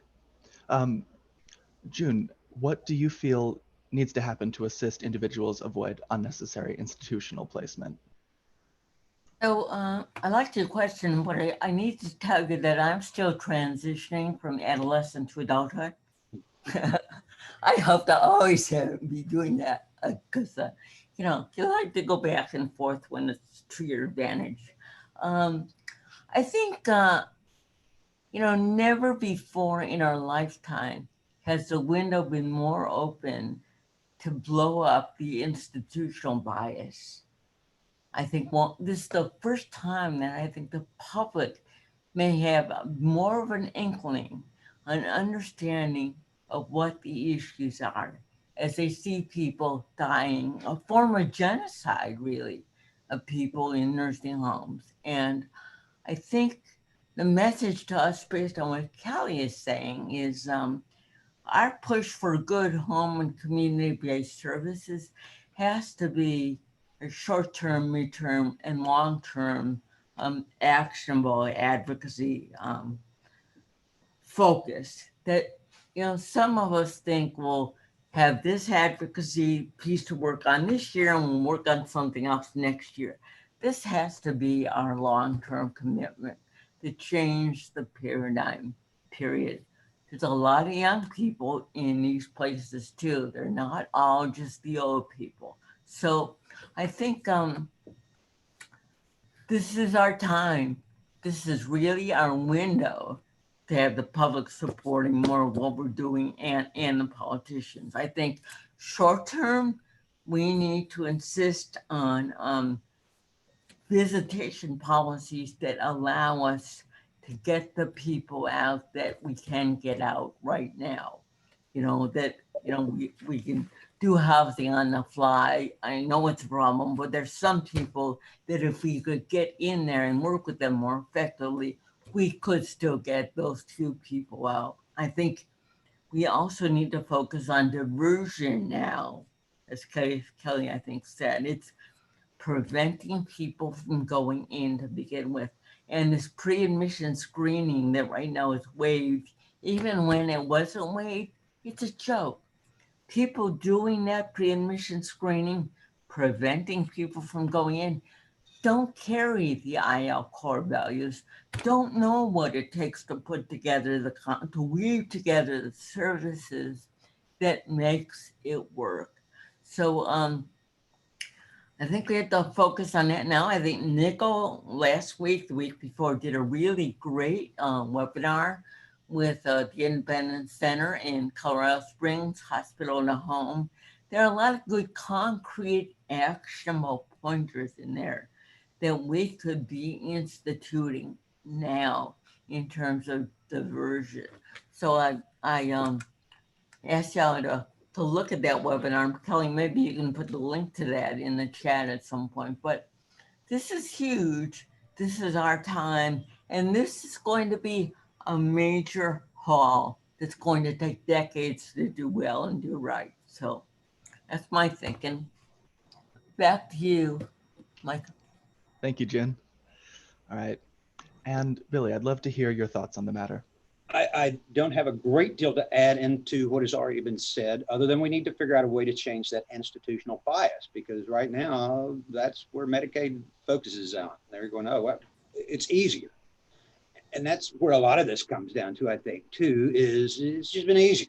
You know, I remember working with Social Security in the past of trying to adopt a PASS program, the Plan for Achieving Self-Support. Took an idea into them and they go, oh, we don't do that. I'm like, sure you do. It's actually the example in your guidebook. So a lot of times we're going to have to educate those programs, Social Security, Medicaid, all of those things on what we need. But I think that institutional bias is one of the things that really, really strings us up and hamstrings us on this. But another thing too, coming up in July 9th, another one of those independent living conversations on nursing home transition and diversion will be hosted by April. So if anybody's interested in checking that out, I believe the notice just went out yesterday from Mary Willard. So again, it's an opportunity for folks to share what's working. It may not be what works in your city may not work in another city, but with a little tweaking, it certainly might. So it's incredibly good to hear what other folks are doing. Share those messages and anything that's working. I'm a firm believer, what's mine is yours. If we're getting folks out and I've got good info, I want you to have it. I want everybody to have it because I don't think there's any excuse for folks living in institutions, not in this day and age. We've got too much, used to it was all just anecdotal data of going, oh, it's cheaper to live at home. Well, yeah, that used to be anecdotal. It's not anecdotal anymore. We actually have numbers that can back up that it's cheaper for an individual to live in the community. But all right, I just saw, what is April? April is the Association of Programs for Rural Independent Living. That's the Association of Programs for Rural Independent Living. I can't believe I saw that chat pop up. It's taken me a long time. I refused technology for the longest, but I'm having to come along. So I'm trying to pay attention. So back to you, Micah. Thank you. Thank you very much. All right, I think I will pass it over to Grace for our next question. Thank you. For our next question, as a result of COVID-19 and social distancing measures, unemployment is at a record high. Should any of our existing public programs be modified to better serve individuals who have disabilities facing unemployment? And if yes, how could individuals or organizations support these changes? Let's go with Kelly to answer first. Oh, okay. Well, I'm going to go back to what Billy was talking about earlier. I think people, first of all, people with disabilities are going to be affected by COVID-19, and that includes employment more than the general public. So having said that, I think one of the lessons learned, I think that we could take away and actually make things better is what Billy was talking about earlier, and that's telework. The ability to work from home really has become much, much more accepted and much easier to put into place. And so I think if anything that we could carry forward in this to make employment better for people with disabilities, it is the telework thing. But I do have to go back and hearken to what June said earlier. We really have to change the system to where people are incentivized to go to work instead of being punished for going to work. That in and of itself, I mean, because it takes years for people to put all these services and supports into place to stay in the community. And people are not really willing to jeopardize it all just for a job that might work out. So we really have to change that whole system of, you know, you only get benefits if you don't work. We got to figure out a way to make that different. May I jump in? Oh, yeah, of course. Perfect. I want to follow it because Kelly, that's what's always fun whenever I'm talking with Kelly and I'm listening. It makes me think of something. Hey, exactly. One of the things too that I think is cool with teleworking is one of our good friends in the IL world, Susan Malloy, many of you in Arizona probably know Susie, is folks who experience chemical sensitivities of any type. Being able to work from home in an environment that doesn't put you at risk is a great thing. And I think far too often we forget about that group of folks of going, oh, and the more, the older I get, well, actually, I think Janet usually tells me it's the lazier I get, the more I have reactions to certain chemical cleaning solutions. So when it comes time to clean the house, a lot of that stuff just, I mean, I can't breathe, I can't see, literally I'm gonna have to lay down somewhere. And so there are folks who honestly struggle with chemical sensitivities. And I think sometimes we look at that and just kind of blow it off as a, yeah, all right, you just didn't want to work. And I'm going, no, really, I would love to help you clean the bathroom. We've just got to find something that we can clean with that doesn't take my head off every time I take a deep breath. So I think teleworking is going to have a lot of new impetus that maybe weren't necessarily thought of. But sorry, I just wanted to jump in. Kelly, when you said that, it made me think of that. So That was a great add-on. June, do you have anything to add to the answer? Yeah, I think just we have to stop admiring the problem.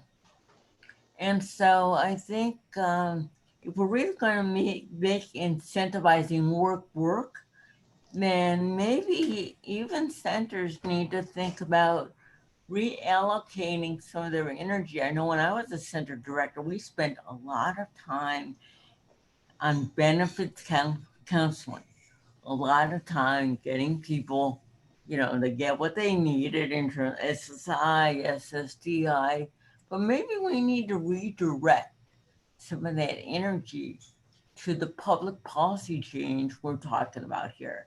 So that's all I'd add. Everyone else said what I'd say. All right, thank you, everybody. I'm gonna hand it over to Micah for questions. Alrighty. So our next question is specifically for June. So June, in Arizona, many of our cities have mandated the use of masks when you're in public and unable to maintain at least 6 feet of separation from other people. But the use of cloth face covering can be harmful to certain individuals who have disabilities. Do you have any advice for the politicians and their staff who are currently making these important decisions? Well, I have no clue why that question was for me, but here it goes. You know, I think my advice to the politicians is that they listen to the people with the lived experience. So I think not we, because I can wear a mask, but people who cannot wear a mask really need to develop the advice for the policies that go to the politicians, because it's a big issue. I mean, and I think they are best equipped to begin to formalize what the policy should look like and how it should be enforced. It's a thorny issue, you know. We spent a lot of time being terrorized by people not wearing masks, at least where I live.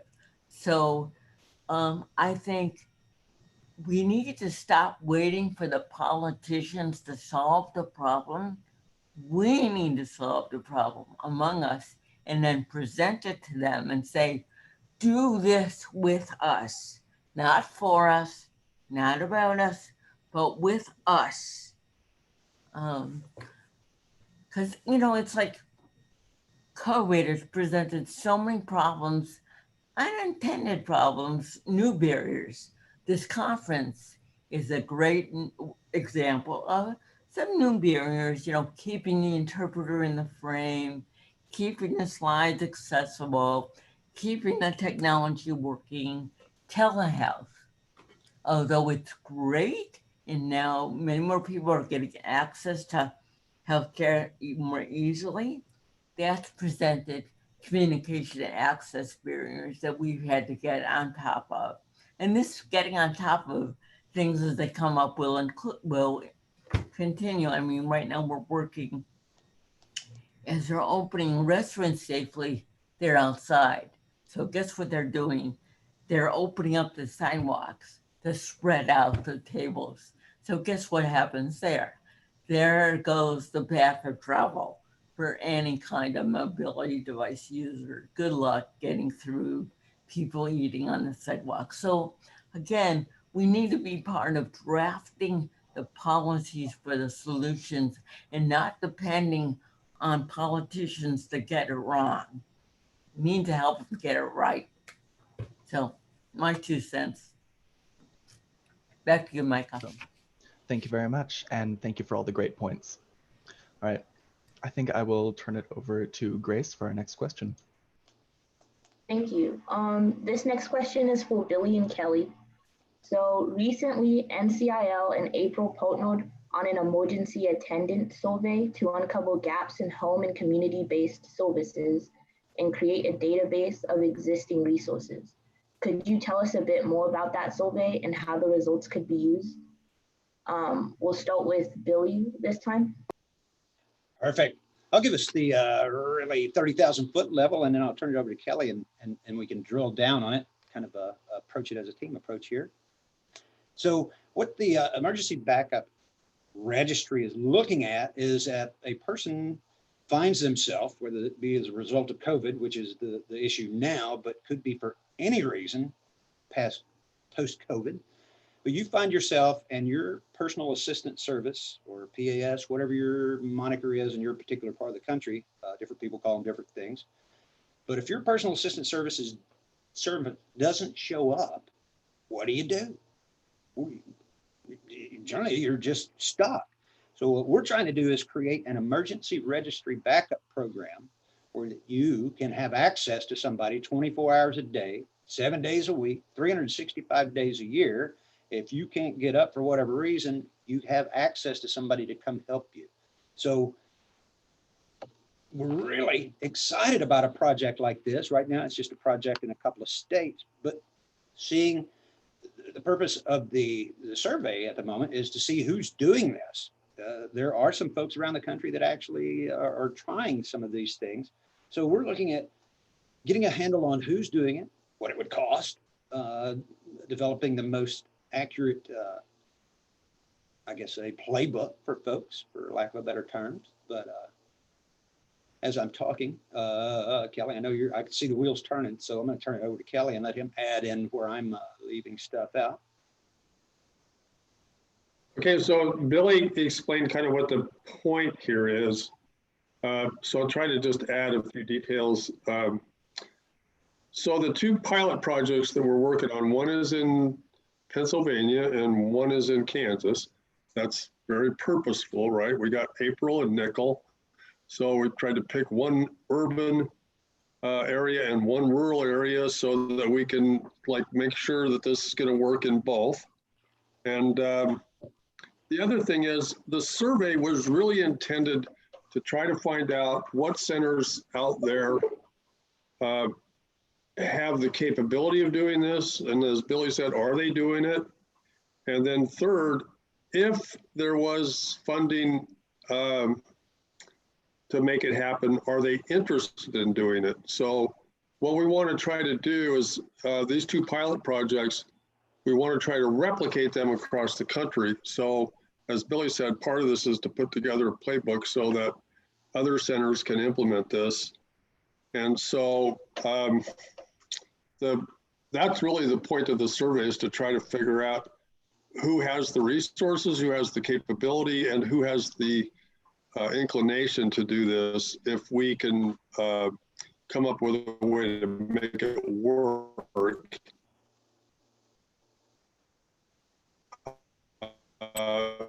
It's already working in parts of the community. There's an organization in Berkeley that already does this. And how they fund it is they tack on a surcharge to each hour of attendant care that's provided. And then that money is used to fund this 24-hour emergency backup attendant program. And, you know, my latest experience with this was at the Silk Congress in San Diego. I mean, I went there and my attendant didn't show up. So, I mean, this is a real thing, happens to people every day. And so this is a really, it's a really needed service, and the pandemic has really made it even more so, because people's attendance, if they come down with COVID, which is pretty likely if you're an attendant, because you're exposed to it a lot, you'd lose your attendant and they can't come, and you don't want them to come either. So you need somebody to be able to come in quick and get you up. So we really hope that this is something that works. We can figure out a way to make it work across the country, and we can replicate it in all of the different states. And Kelly, there was a message in the chat that says, sent the survey to ourselves, and a few told me that they received a message back saying that they were looking for non-nickel members. We're looking for every center. Doesn't have to be a nickel member, April member.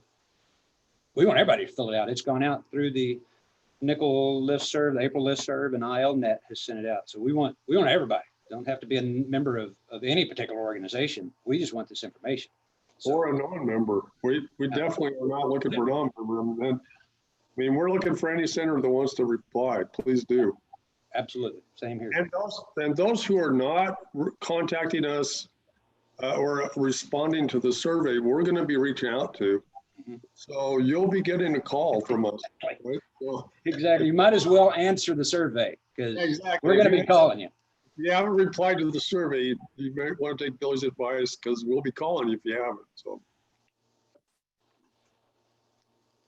Thank you, Billy and Kelly. I'm going to hand it over to Micah for the next question. Alrighty. Thanks, Chris. So this is another question for everyone.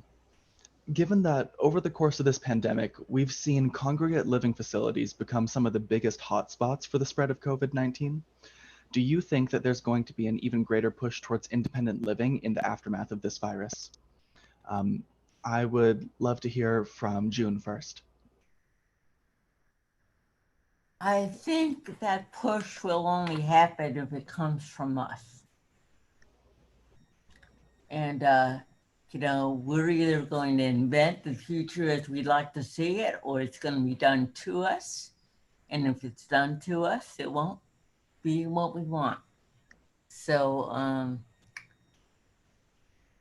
but I do think that we need to be clear that there will always be some folks who need to be in some kind of congregate care for whatever reason. And not a lot, but some. And I think we can't deny that reality. So I also think we need to push that for people with very significant dementia, that where management is very, very difficult.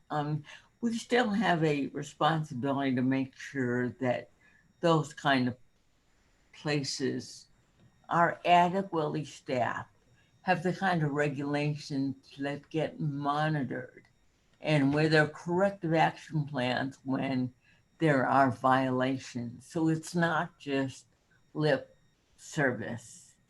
So I think it's a big deal, because, you know, some people, when they get old, I'm told, prefer to be in some kind of assisted living. It's just a heck easier for whatever reason.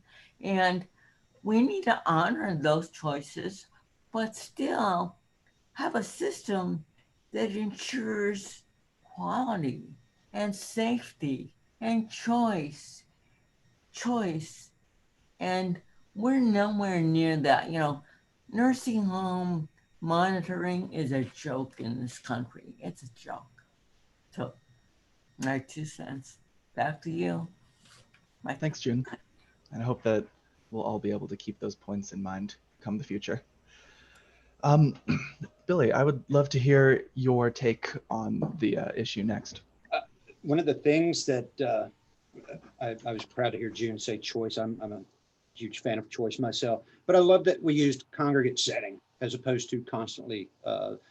We tend to put nursing home on a lot of different facilities that may or may not be a nursing home. Congregate facilities can take on a lot of different meanings.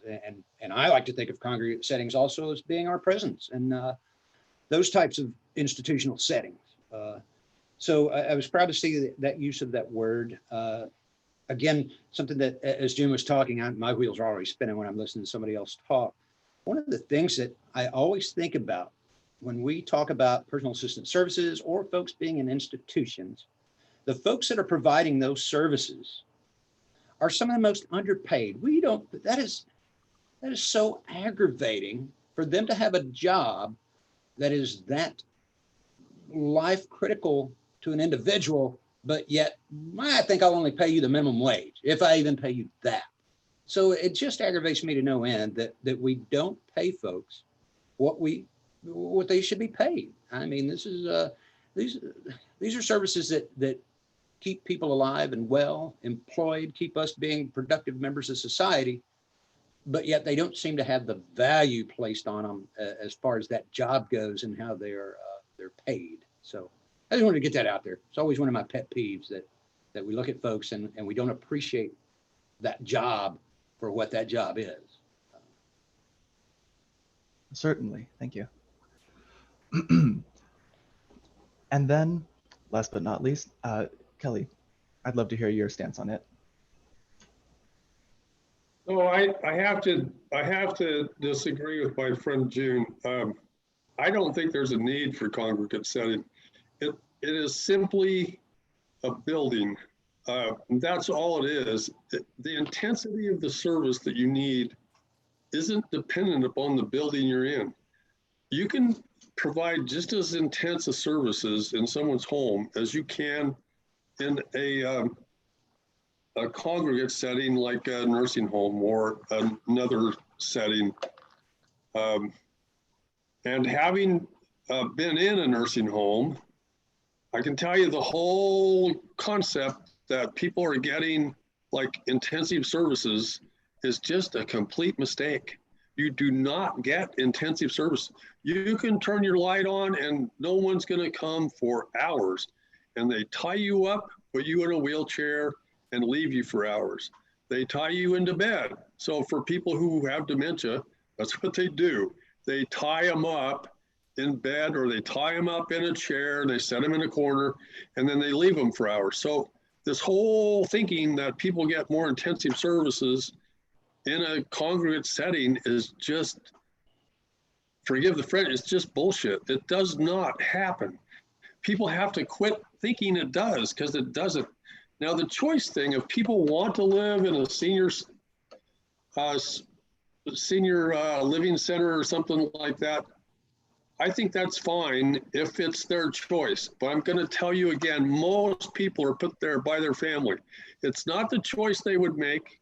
And if they end up there, it's usually not an informed choice, because again, people think that there's this, oh, they're going to get 24/7 care.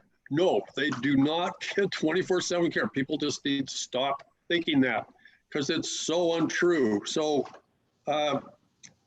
I do agree with June that if we're gonna take advantage of the horrific things that have happened to people in congregate settings, this is the time. And if we don't, then we're the ones to blame, because nothing's highlighted how bad these places are better than this pandemic.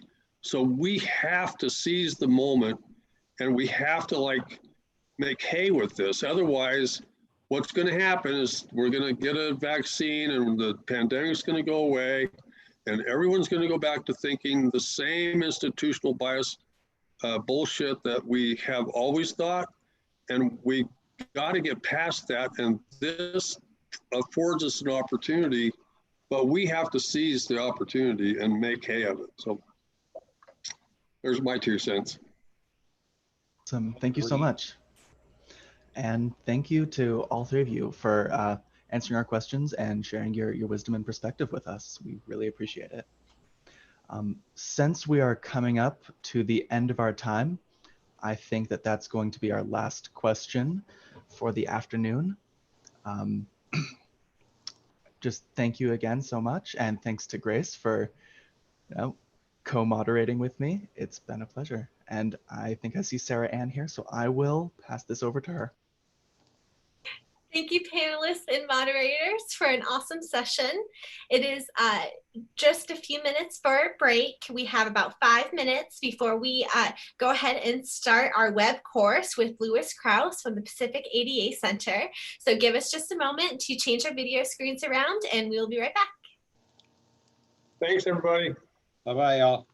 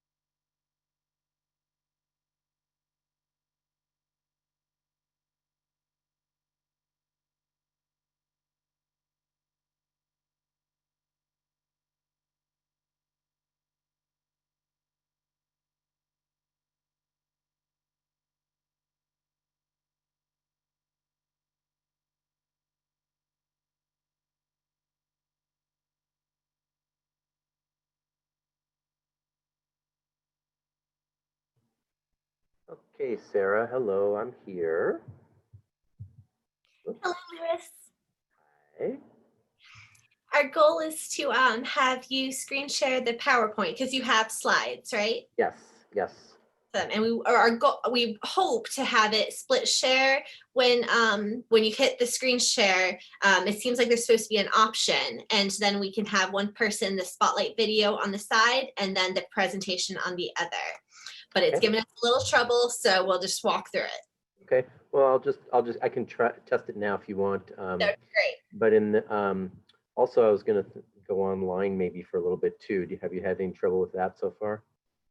Had any trouble with what? Going online? No. Sure. Okay. All right. All right. So let's do this. And is my audio okay, or do I need a headset? It's perfect.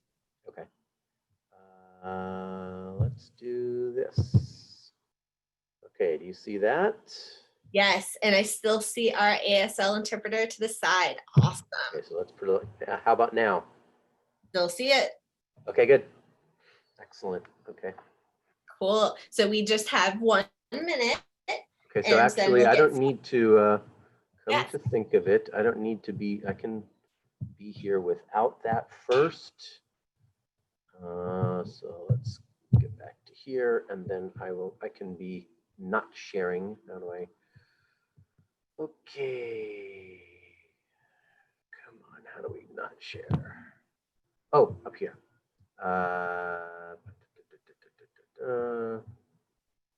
No, I don't care about that. Oh, stop share. There we go. It's only the thing in red. Okay. Perfect. And since it's just about to turn, it just the second turned 1 o'clock, I'm going to go ahead and get us started again. Thank you, Lewis Krause, and he's with the Pacific ADA Center. And I really have to give him and the Pacific ADA Center credit for a huge amount of my knowledge in emergency preparedness for individuals who have disabilities. I've been watching their monthly webinars for a couple of years now, and they are fantastic. So I highly recommend catching up with those afterwards. And they have an archive of all their old ones as well. So I'm going to pass it over to Lewis now. Thank you. All right. Thank you so much, Sarah Ann. And I want to say welcome to everyone. Thank you very much for joining us on this. And again, as Sarah said, I'm Lewis Krause from the Pacific ADA Center. And just so you understand who we are the regional information source for training and information on the Americans with Disabilities Act. And so you can contact us either by phone or email or go to our website for any information around the Americans with Disabilities Act. And obviously emergency preparedness, we all understand now, in emergency planning, especially emergency managers, have responsibilities under the ADA. And so that's what I'm going to be talking about here in a moment. But I wanted to make sure that you all knew about the Pacific ADA Center. And let me put up the 800 number, because if you have a question about the ADA, that's what you want to call. You can also write to us at this email address, adaTech@adapacific.org. I'm not watching the signers, but if it's, hold on, I'm having trouble even doing my own email address. There we go. It's adaTCEH. Okay.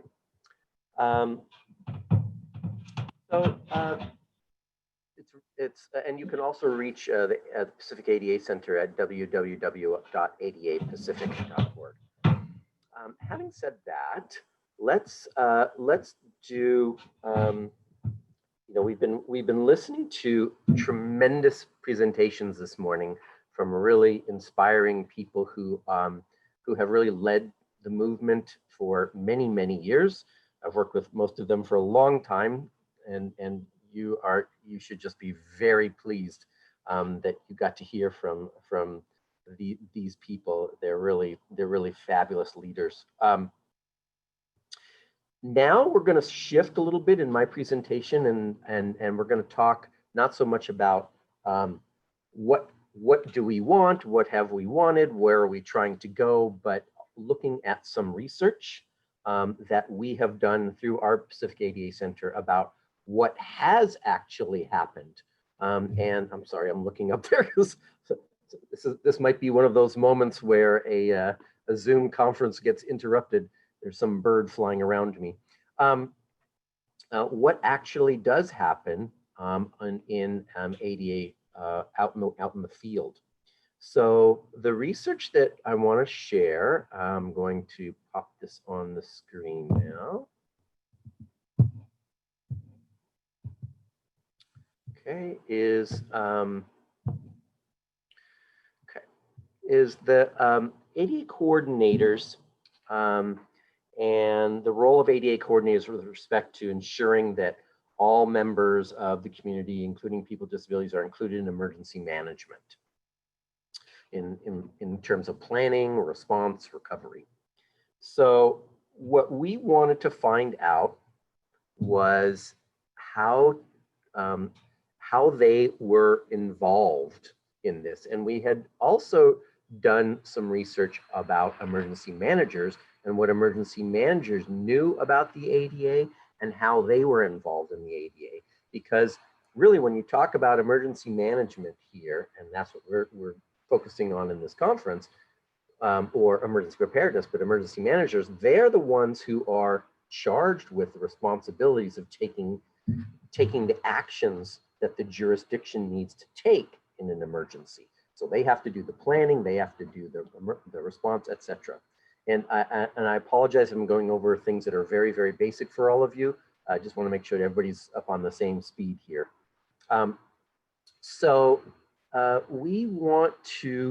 We're going to talk here about who are the ADA coordinators, what's their role and their responsibilities in disaster preparedness and response, why it's important to know that these ADA coordinators are prepared to meet their responsibilities.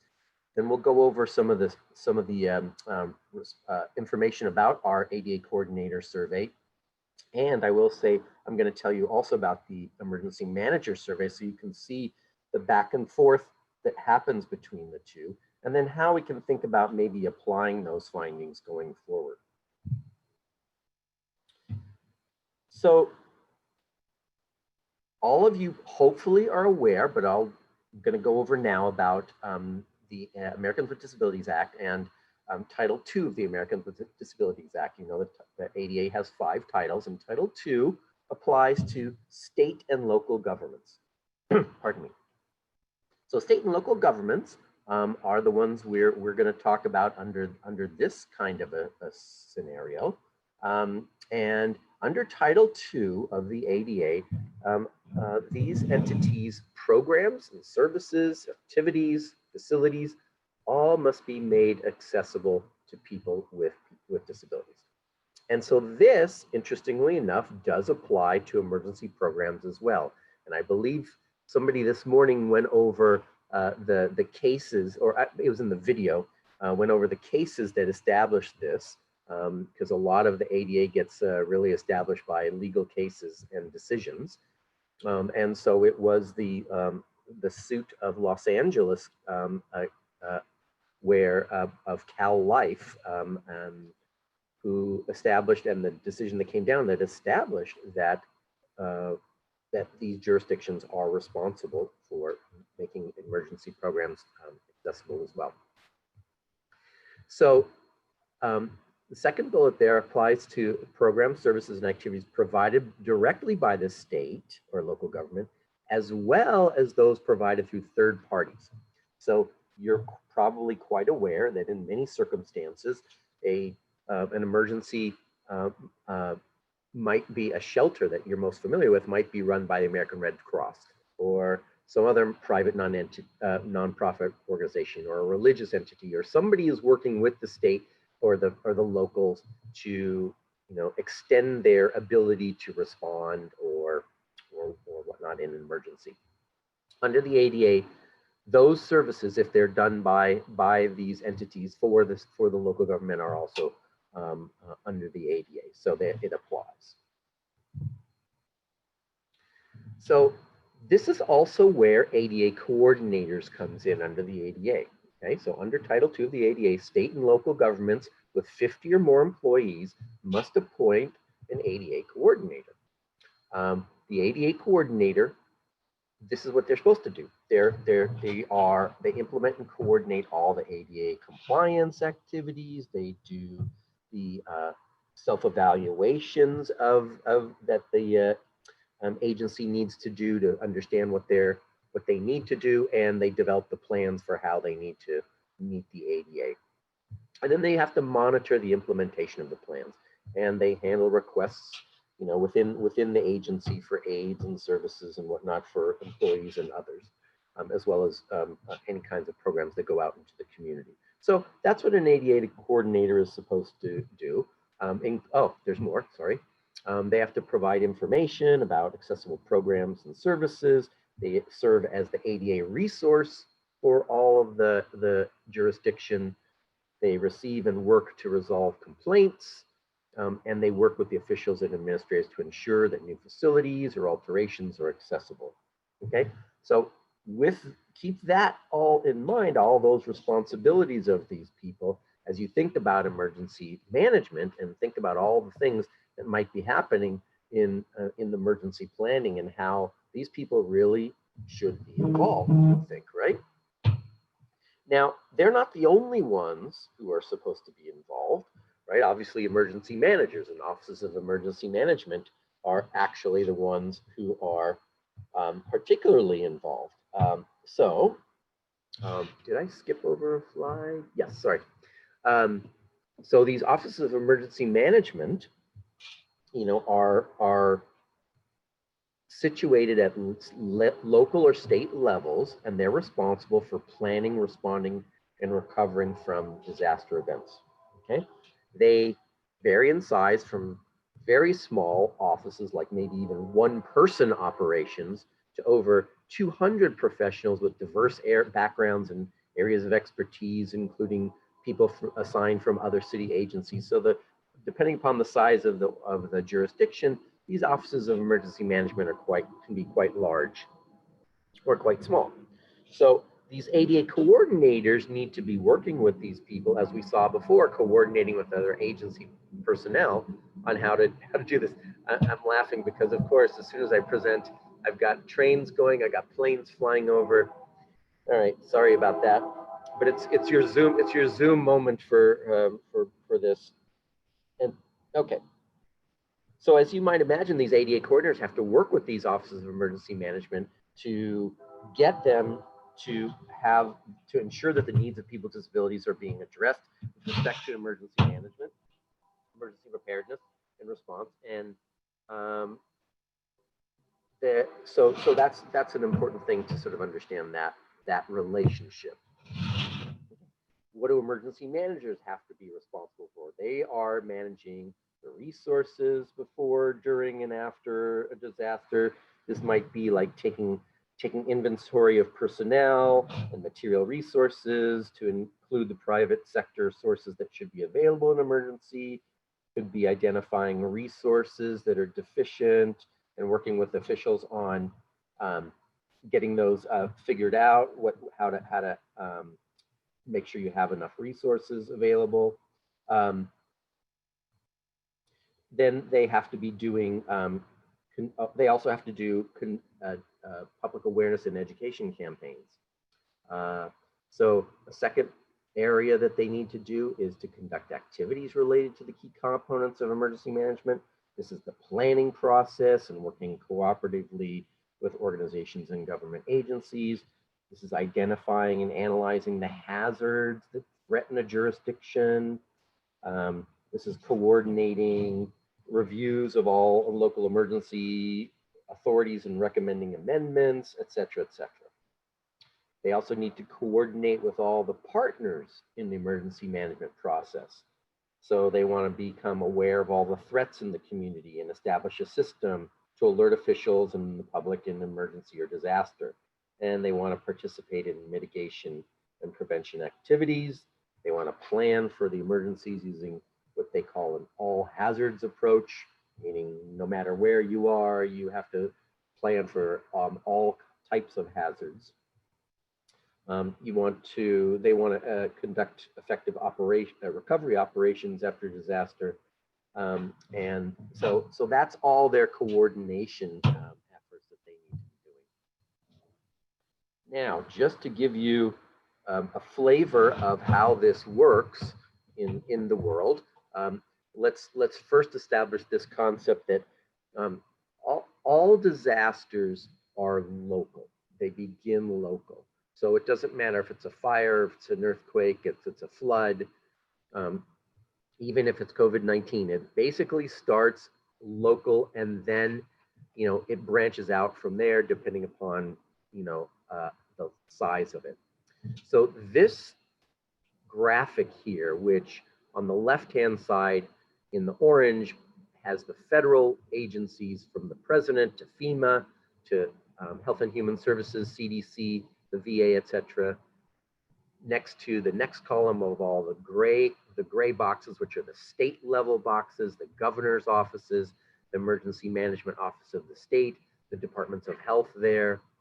To the next column, which are the local offices, which are the mayor's offices, the offices of emergency management at the local level, their local departments of health or mental health, and then the entities that are that work with all of those, like in the final column, the fire department, the police department, the EMS people, any voluntary agencies that are involved. So the reason these are all connected in this way is because you start to find out what the event is at the local level, and then they work on the resources that they have to respond. And if those exceed the ability of the local event, then they have to bump it up to the state and say, hey, we need help. And then the state, if the state needs help, then they bump it up to federal, and then they ask the feds for more help. So that's how it goes here, and that's to sort of understand, how that whole system works. So just to give you a sense, these emergency managers, the authority for them to have these responsibilities comes from the National Response Framework, and there's a image of the cover of the National Response Framework from October 28th of 2019. It's a Homeland Security document. There's a link to it here on the slides. It's the guide for the U.S. responses to all types of disasters. And so it builds upon a national incident management system. There's a lot of emergency management detail, and I don't know that we need to go into a lot of it. It's just to let you know that there is information, there are responsibilities that are delineated at Homeland Security that these emergency managers have their authority from.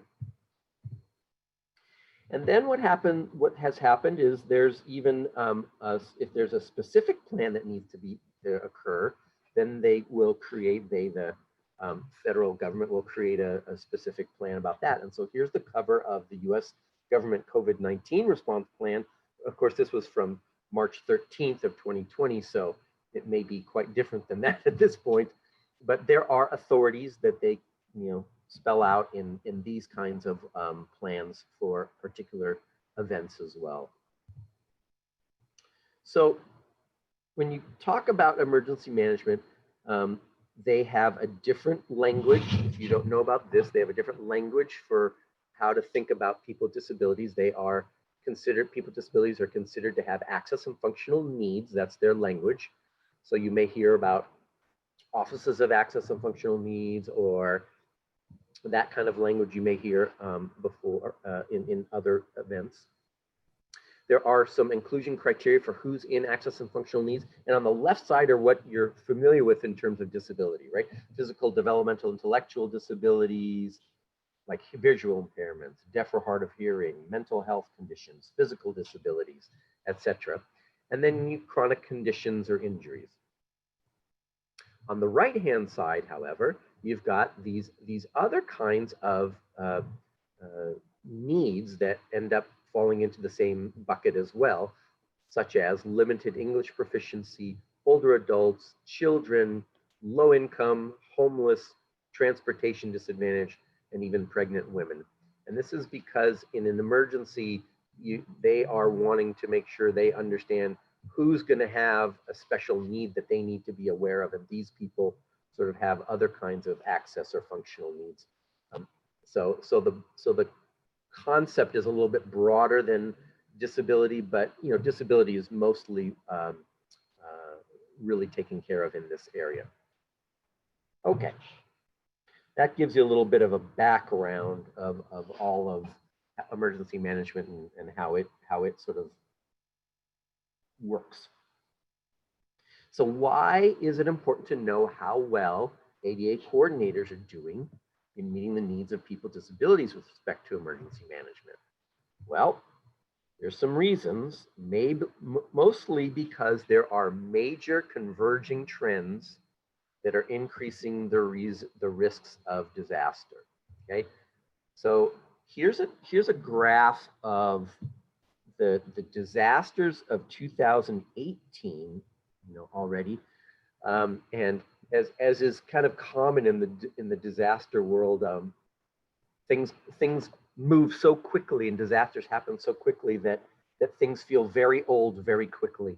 But the data is only there for so many years. So 2018, you can see that the number of disasters, natural disasters that occurred across the earth, basically in different countries.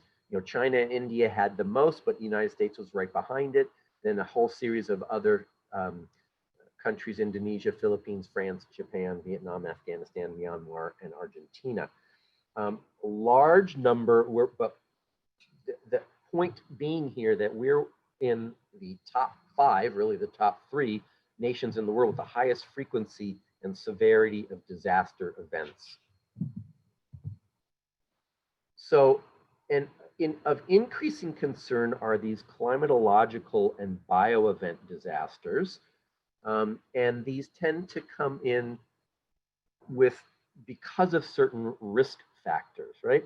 We have now about 7.4 billion people in the world. And by 2050, it will be about 11 billion people. So that's a 40% growth. And in the US, we're going to grow from about 330 million people right now to about 400 million people, which is also, about 36, almost 40% growth. And so this population growth is leading to increased encroachment on wildlife areas.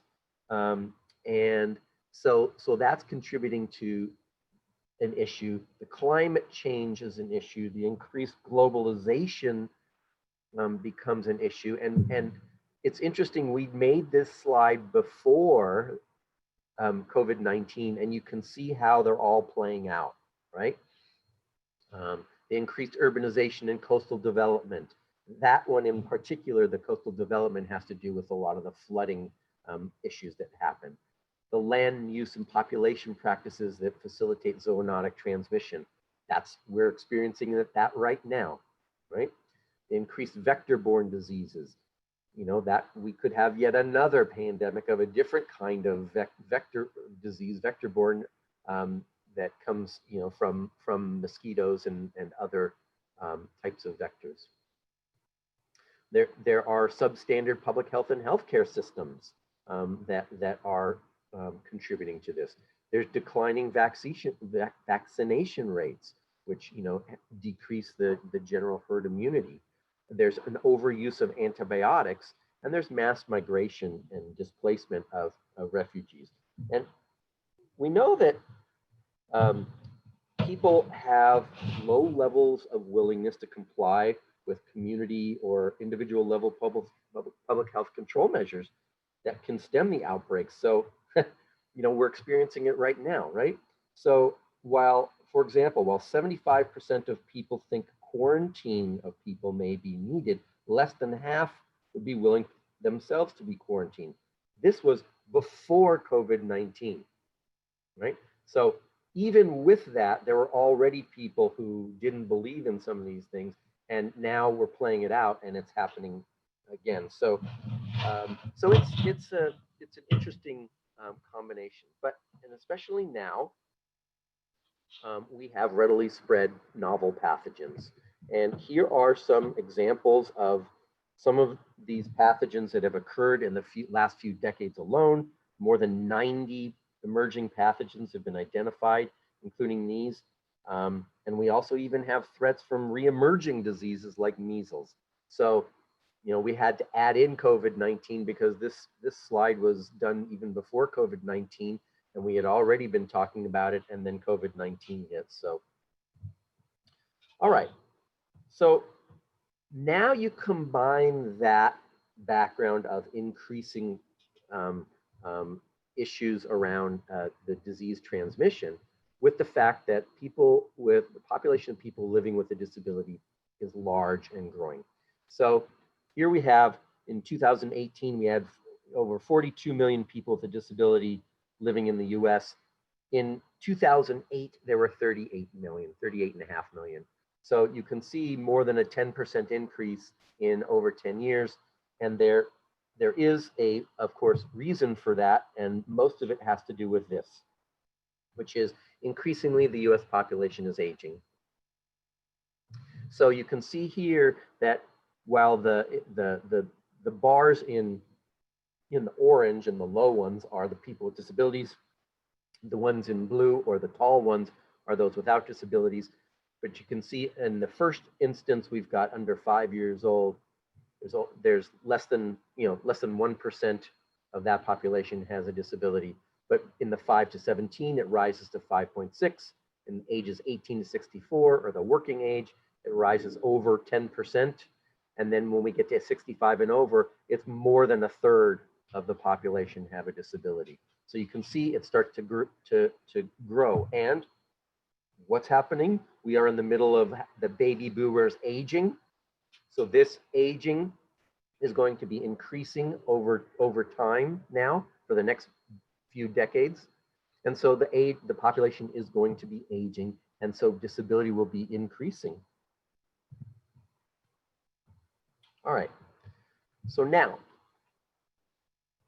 we've established that idea. Now, what we've gone to before, we have information on emergency preparedness planning of people with disabilities from a previous study that I did with Robin Gershon from, at the time she was at University of California, San Francisco, now at New York University. And in that study, we looked at people who had personal assistants, people with disabilities who had personal assistants. And we were especially interested to find out the role that the personal assistant played with respect to preparedness. And what we found was that people with disabilities are not generally well prepared for disasters. So we measured preparedness and through 7 items. They were having an personal emergency plan, having an evacuation plan, having an easy to carry go bag with critical items, having an emergency supply kit at home, having a communications plan for contacting the personal assistant, having an emergency contact list, and having a backup plan for personal assistance help. Okay? And so what we found, as you can see there, was out of those 7 items, which would be kind of basic preparedness elements, the mean score was 2, a little bit over 2. So out of 7 of those things, people only had done about 2. So they were really not generally that well prepared. A third of them had the emergency supplies at home. Less than a third could communicate with their personal assistant in an emergency. Only a quarter had backup personal assistance plans. So you can see that that was kind of an issue. So if ADA coordinators are going to meet the needs of people with disabilities in their community with respect to disaster preparedness and response, you have to think about that this population is growing. We've got the number of severity of disaster events is increasing, and very importantly, people with disabilities in particular are not ready It's not only people with disabilities, because other studies have shown that the entire population is not ready, but this is another element. So here's some more results of that plan. Maybe about half had an emergency plan. 2/3 had a personal assistant plan used the personal assistant in their plan creation. And some of them had these kinds of comments. My PA will be busy tending to the needs of their own family members. My PA is just not that dependable. I might not be with my PA when an emergency occurs. So you can see that this was going to be, a problem, for this population to be prepared for. Let me look and see. I'm seeing some. I can't really check the. Here we go. Let me see what the chat questions are. Let me see if there's any chats before I move on here. Okay.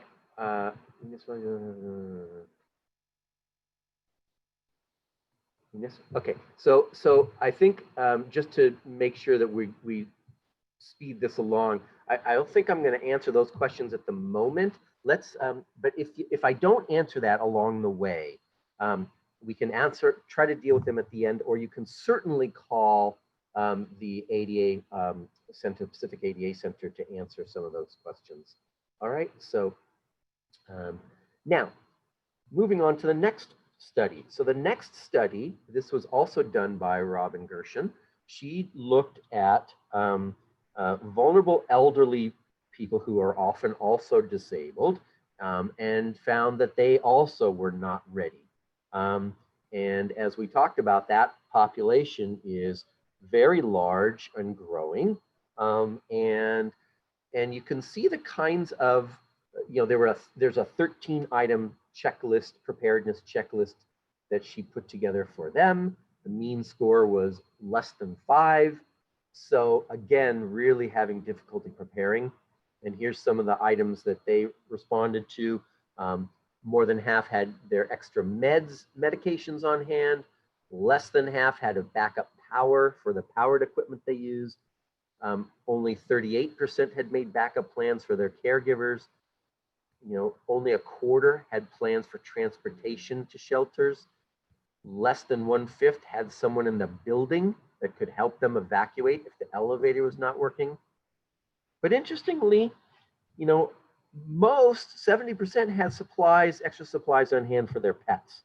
So they had this, they understood that there was an issue, but they kind of didn't think that it was necessarily related to them or whatnot. And even more so than that, let's see what's going on here. There we go. They had responses that fell into these categories. Lack of self-efficacy, which means they didn't really have any way to have any resources. There were no families, there was no friends. So they would say things like, I can't do those preparedness things. The government should help me. Or their risk awareness was high, but their relevance, but they didn't understand the relevance. Well, yes, they would say something like, well, I've lived a full life, actually, I'm ready to go. Or their sense of community was really low. Like they would say things like, they don't really care. I've been sick right in here and no one came and knocked at the door. That's just the way it is. Or there's a lack of trust in the authorities. There's going to be a big mess up between the police and the firemen, or you can't depend on the police, the fire, the army, the National Guard. You can't depend on the city or the county. So you can see there was a lack of what we would call fatalism to the lack of preparedness in this circumstance. Okay, so now on following that, FEMA had their own report called Preparedness in America. And in that one, they discovered in the general population how they were prepared for an emergency under using the National Preparedness Surveys. And they found again that people in general are not ready. And so Here you've got 21% of the sample were not planning to do for any disaster or to do any disaster preparation. Less than half said that preparedness was even on their radar at all. The cost and not knowing how to prepare were the barriers they described, as we heard about from someone earlier today. However, people who thought they were at risk, thought they might be able to prepare, they could do something prepared, thought preparing would help them, and felt more confident in their ability, those people were more likely to be prepared. So this is what Robin says in a researchy way, which I don't like to say, but I'll say it anyway, that denial is a, quote, maladaptive response to fear. Okay, so in a lot of these cases, people will be responding thinking, you know, I'm scared of this, I don't want to do this, I'm afraid I'm gonna bring this on, or I can't do it, I don't know how to do it, I don't know, whatever it is. That whole part connects poorly with the fact that there's only 1% of all people of the population are first responders. So if you're expecting that the first responder is going to come for you, that's probably not going to happen. So you have to prepare for yourself. So that's how this kind of plays into to all this research. And you'll note the last line there, which was interesting in the FEMA report, was that there were only small differences noted for participants with and without a disability. So this is not necessarily just a disability issue. Okay, so why is it important to know if disability or ADA coordinators are ready to help ensure the needs of people with disabilities are met with respect to the ADA? Well, okay, so disasters are increasing in frequency and severity. The vulnerable population is large and growing. Individual level preparedness is low, and people with disabilities are disproportionately affected by disaster events.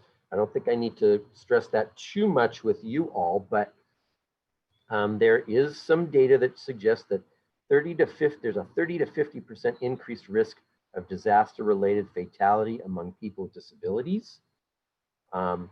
In Hurricane Maria, they believe that 1/3 of the fatalities were resulted from interrupted care.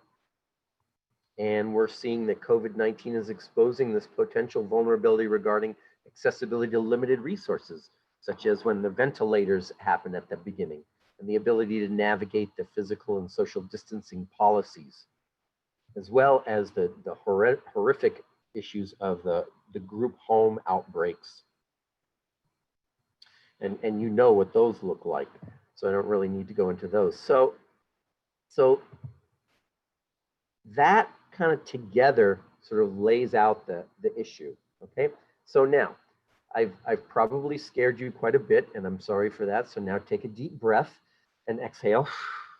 Okay, we're over with the scary part. So now let's talk, well, we may not be over with the scary part, but we're over with that scary part.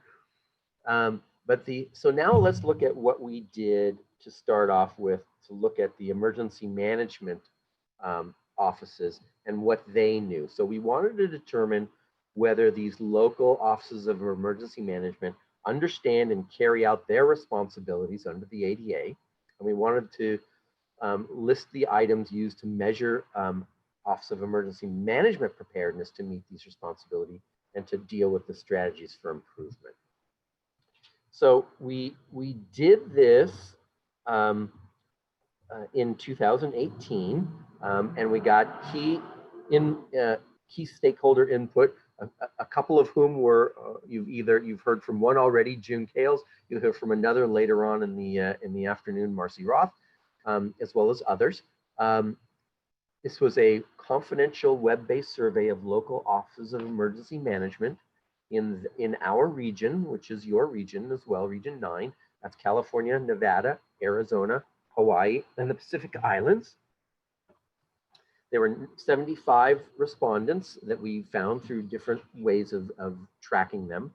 And we had questions on inclusiveness during mitigation, planning, response, and recovery. And we really looked at we emphasized the AEA checklist and other available materials that should have been something that they would have known about. So looking briefly at the results, 35% have access to estimates of the number of people with disabilities in their jurisdiction, okay? Now, I like to reinforce, and if you don't hear it, just put it yourself when I say it, that should be only 35% have access to estimates. So if you're thinking about how an emergency management office plans for the needs of people with disabilities, and like only a third of them even know how many people with disabilities there are in their area, how do you effectively plan? This is not unknowable. It is knowable. So that was something they needed. And then furthermore, only a third of those people use those estimates in their planning. So clearly that wasn't even showing up on their radar of something to do. About half only maintained up-to-date lists of local disability agencies and caregiver groups. So if you're an emergency manager in the audience there and you don't have these data or these resources, please go and get them. The disability agencies are easily found. There's an independent living center in most every county. Easily connect with them. There's DD agencies as well. You can find these pretty simply and get them into your planning process, like the people at the beginning were talking about. This is what we need to have. It's easily doable. 3/4 of them prepare plans that address people with disabilities, they said. But 52% had they thought had ADA coordinator in their jurisdiction. So think about that. Here's the person who is supposed to be helping make things accessible in the programs of the jurisdiction, and in the minds of these emergency managers who we spoke to anyway, only about half of them even thought that their jurisdiction had an ADA coordinator. And about half thought that they involved the ADA coordinator in their plan preparation. Or about half also involved disability organizations, and about half had detailed operating procedures in the plan. So again, it's about half as good as it should be. Really, those should all say 100%. When we look at their preparedness then, similar to what we told you before, and Robin likes to do these scales, so she gets 11 items for what we call Office of Emergency Management preparedness. Okay, so the preparedness of that agency to be able to meet the needs of people with disabilities. So here's their average score was about 5, which is a little bit less than 50%, although it says 50%, 5 out of 11. Here's the 11. Involve disability organizations or people with disabilities in plan preparation. Involve local ADA coordinators in the plan preparation. Have the plan that has detailed operating procedures for the Americans with Disabilities Act. Consider the needs of people with disabilities in evacuation planning. Pre-identify accessible transportation. Pre-identify accessible shelters. Have shelter staff and volunteers trained and monitored. Consider the needs of people with disabilities who may have to shelter in place at work. Accessibility is considered for engaging people with disabilities in drills. Ensure proper equipment available to ensure access to benefit information. And work with an ADA coordinator on emergency preparedness for people with disabilities. So out of those 11, they were averaging about 5 out of those 11. So it's not quite, up to snuff for what we would like to see.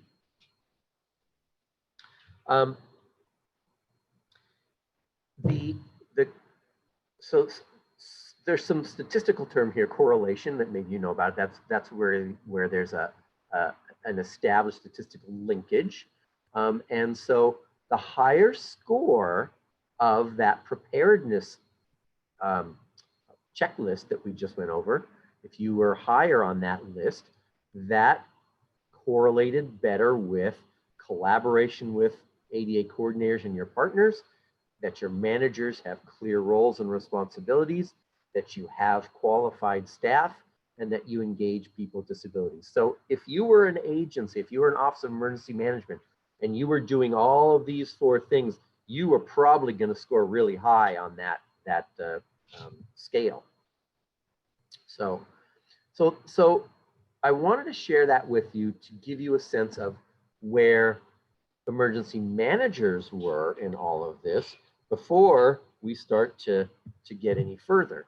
So what do they need for ADA improvement? They felt, most of them felt like they needed more training on the ADA requirements, better community outreach to people with disabilities, more drills involving people with disabilities, better communication systems, more planning with local partners and volunteer organizations, more backup power, more accessible transportation.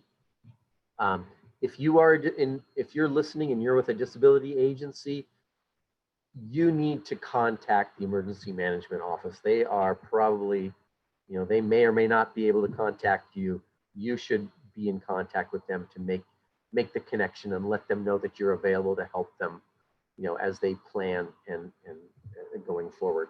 So what we discovered in that project was that there was what we call suboptimal preparedness of the Offices of Emergency Management. And that if they engaged with ADA coordinators and people with disabilities, that was beneficial. They have an interest in improving, especially getting more information on the ADA, as we just saw. They wanted these more training and whatnot, but they probably feel quite limited in resources. So now this is really a small study. It was only in our region. There may be some issues around how people might have responded to try and be acceptable, what they call social desirability response. But anyway, but still, those are the responses. And I wanted to do that so that we can now see if they really need to connect with ADA coordinators, now what's going on with ADA coordinators. Okay, so we did another study this past year on ADA coordinators, and we got input from our key stakeholders from 3 different regions, ADA coordinators who advised us on things that we could ask or that would make sense. This was similar to the other one, a confidential web-based survey of the ADA coordinators in our region, recruited from all over the place. We asked them questions on their roles, their responsibilities, their influence, their training, their knowledge. And it took about 15 minutes for them to complete, and we had about 131 respondents to this. So first of all, most of the respondents came from California, but also followed by Arizona. About a quarter had an estimated jurisdiction size of more than 1 million residents.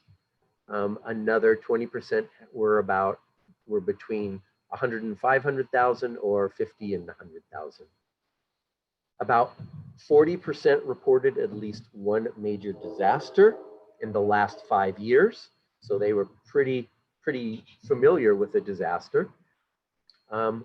And amazingly enough, only 18% know the approximate number of people with disabilities in their jurisdiction. So again, this is almost a lower level than the Offices of Emergency Management in terms of knowing the number of people in the jurisdiction. So that disability data is really critical for all of these groups going forward to understand how to move and understand how to plan.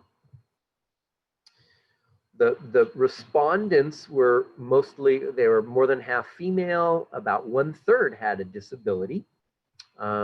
More than half were 50 years or older. A large percentage had a college degree or higher. And there's some information about their income, which is not that important. But anyway, there it is. 44% of them worked full-time as ADA coordinator. More than half has worked as an ADA coordinator for less than 3 years. 20% had worked less than a year. This is not uncommon for ADA coordinators. ADA coordinators get jurisdictions sometimes just sort of without knowing really the importance of an ADA coordinator, just assign anyone to do it without the knowledge, without the experience, without any things, and the person is kind of like scurrying around trying to find something. So it's not unusual for there to be people with not much experience on this job. Most of them are based out of either the ADA coordinator's office or a public works office, and they tend to report to the city manager or their assistant or the director of planning or even the emergency management office. A third had held an ADA related job prior to this job. So that's a small number. 28% previously held an emergency planning type job. A majority hold other titles or have other job duties. So that's an important element about what you want to know about ADA coordinators. They tend to have, this is not their only job. This is not their only responsibility. So that's part of the reason why things don't always get done to the satisfaction of what everyone would like to have happen, is they basically have more other jobs to be doing. More than half of them work alone in their role. Less than half have any backup to their emergency management duties if they are not at work. And 70% spend less than 10% of their job on ensuring ADA compliance and emergency management. So that's a pretty stunning number. But again, they have a lot to do to make sure that all the programs and services of the jurisdiction are accessible to people with disabilities. So this is an important one to remember when we think about how jurisdictions are making sure that they're accessible in emergency management. We asked them what they thought their qualifications or special needs training was for the job, and a quarter of them said nothing. There's none, you don't need any special qualifications. About 1/5 completed an ADA basics course. About 11% completed 40 training credits for a certification program, and a few others said they didn't really know.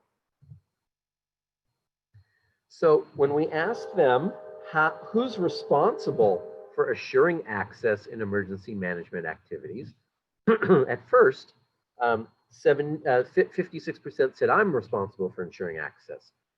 But later on in the survey, when we repeated the question, they said, they sort of assigned it differently. They said, oh, the OEMs, 45% said that, 11% said, oh, it was the first responders, and 9% were for the ADA coordinators, and 8% said no one was responsible. So they kind of changed their minds once they saw the specifics of what we were asking. In terms of their capabilities with respect to the ADA requirements for emergency management, 22% said that they felt knowledgeable. And again, I'll go back to what I said before, only 22% feel knowledgeable. Only 16% feel influential. So that's an important one we wanted to ask, because you could be knowledgeable, but we realized that this ADA coordinator does not come with a lot of power. And so we wanted to see how much influence they had in getting other agencies and people within the jurisdiction to move in the direction of better ADA access. And here's what you're seeing, a very small percentage feel that they are even influential. And only 1/3, a little bit more than 1/3 feel like they've had adequate training. So again, here's a correlation here. The ADA coordinators who feel they have had adequate knowledge are significantly more likely to feel influential and have had adequate training. All right. Now, turning to, okay, how do you now ensure ADA access with respect to emergency management planning and response? A little over 1/5 said I do it myself. 13% said I oversee others. About 1/4 said I provide technical assistance. 15% say I serve on the emergency operations center. 18% said I just make sure it's in the plan, and 8% says I do not ensure ADA access.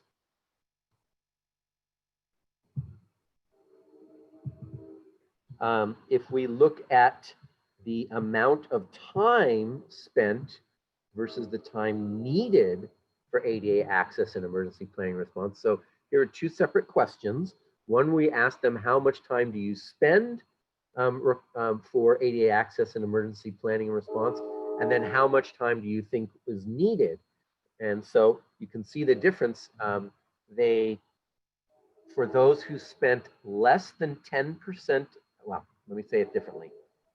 69% said they spent less than 10% of their time on ADA access for emergency planning and response. But 18% said it was 10 to 20% of their time. 5% said 20 to 35%. 6% said 35 to 50%. Only 2% said 65% or more of their time was spent on this. But when you look at the amount they thought was needed, it was also, they mostly thought it didn't need lots of time, but it was much more than the less than 10% that most of them were spending.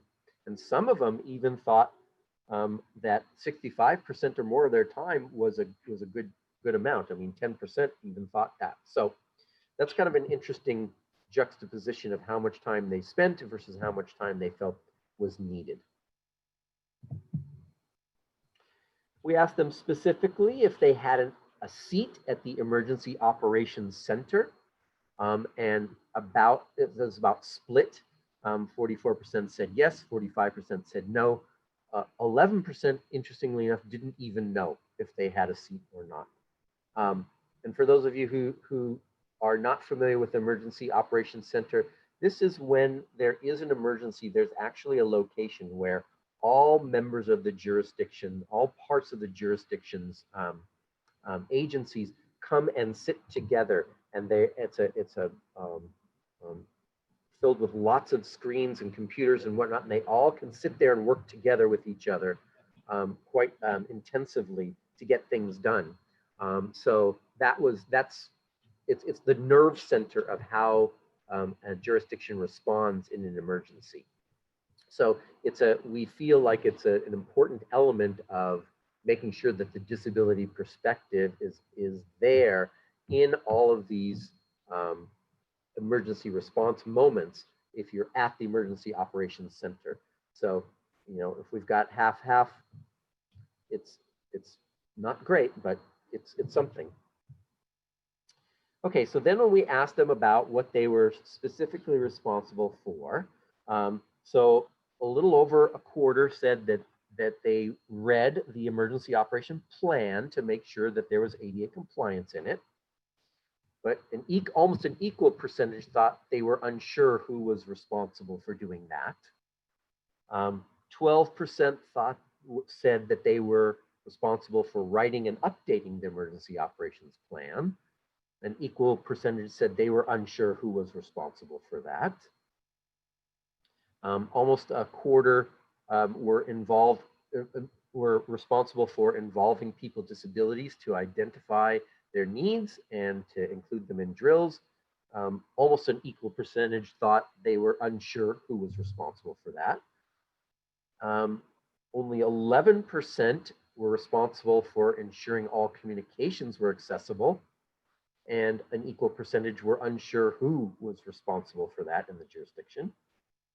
And 9%, only 9% were ensuring that transportation was accessible, and a little bit more than that were unsure who was responsible. The major number here that they responded to was someone else is responsible. So that's kind of an interesting thing, but it's So there's not much in the way of responsibility for all of these things situated with the ADA coordinators. If we look at the shelters and their specific responsibility in the shelters, the numbers are even lower. Only 13% had the responsibility to ensure that shelters were accessible, but 16% were ensure who was supposed to do it. Only 6% were there to ensure that refrigerators for medications were available, and 20% were unsure who was responsible. Only 4% were there could ensure that they were ensuring that oxygen was available at shelters, but 16% were unsure who was responsible. 5% ensured backup power at the shelters. 9% ensured access to service animals.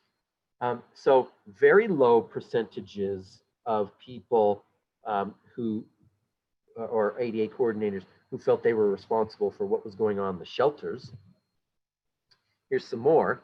18% ensured that people with disabilities were not sent to medical shelters unless indicated. This is an important element. This used to be, if you don't know the history of these shelters, there used to be what were called special needs shelters, and when people with disabilities would show up, they might, the person who was intaking them would just say, oh, you have too many medical needs, you go to a medical shelter, and we'll just send you over there.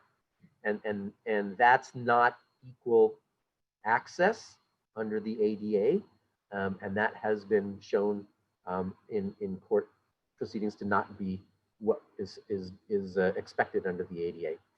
So that was an important one to see. Only 5% of the ADA coordinators ensured that personal assistants had access to shelters. Only 8% ensured that people with disabilities were not turned away from the shelters if their personal assistants were not with them. Sometimes that's an issue.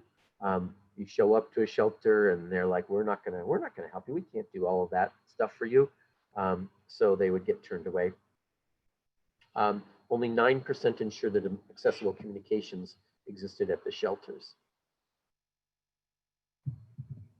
And in recovery, 28, they seem to have much more of a role here in recovery.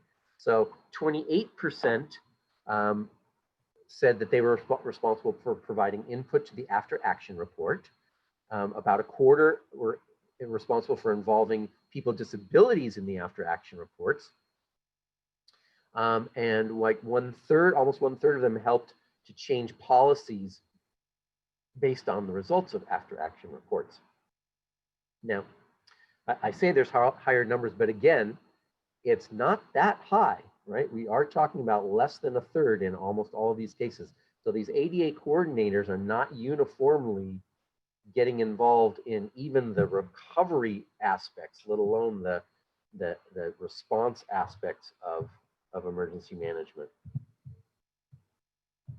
We asked them if they regularly met with entities in their jurisdiction regarding disaster planning, and only, well, 36% said yes, 49% said no. The most common responses were first, they met with first responders, they met with hospitals and other healthcare agencies, they met with other other governmental agencies and health departments and the faith-based communities.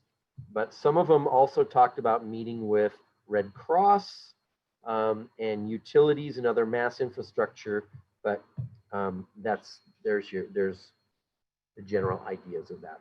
So we asked them what limits your effectiveness, and here's the kinds of things that they said. They talked about lack of time, and we saw that in the percentage of how much time they spent on this. Lack of awareness, so this is a whole element of ADA and emergency management. Lack of resources, lack of staff and competent staff, and that's in some cases they were all by themselves, so there's a lack of staff.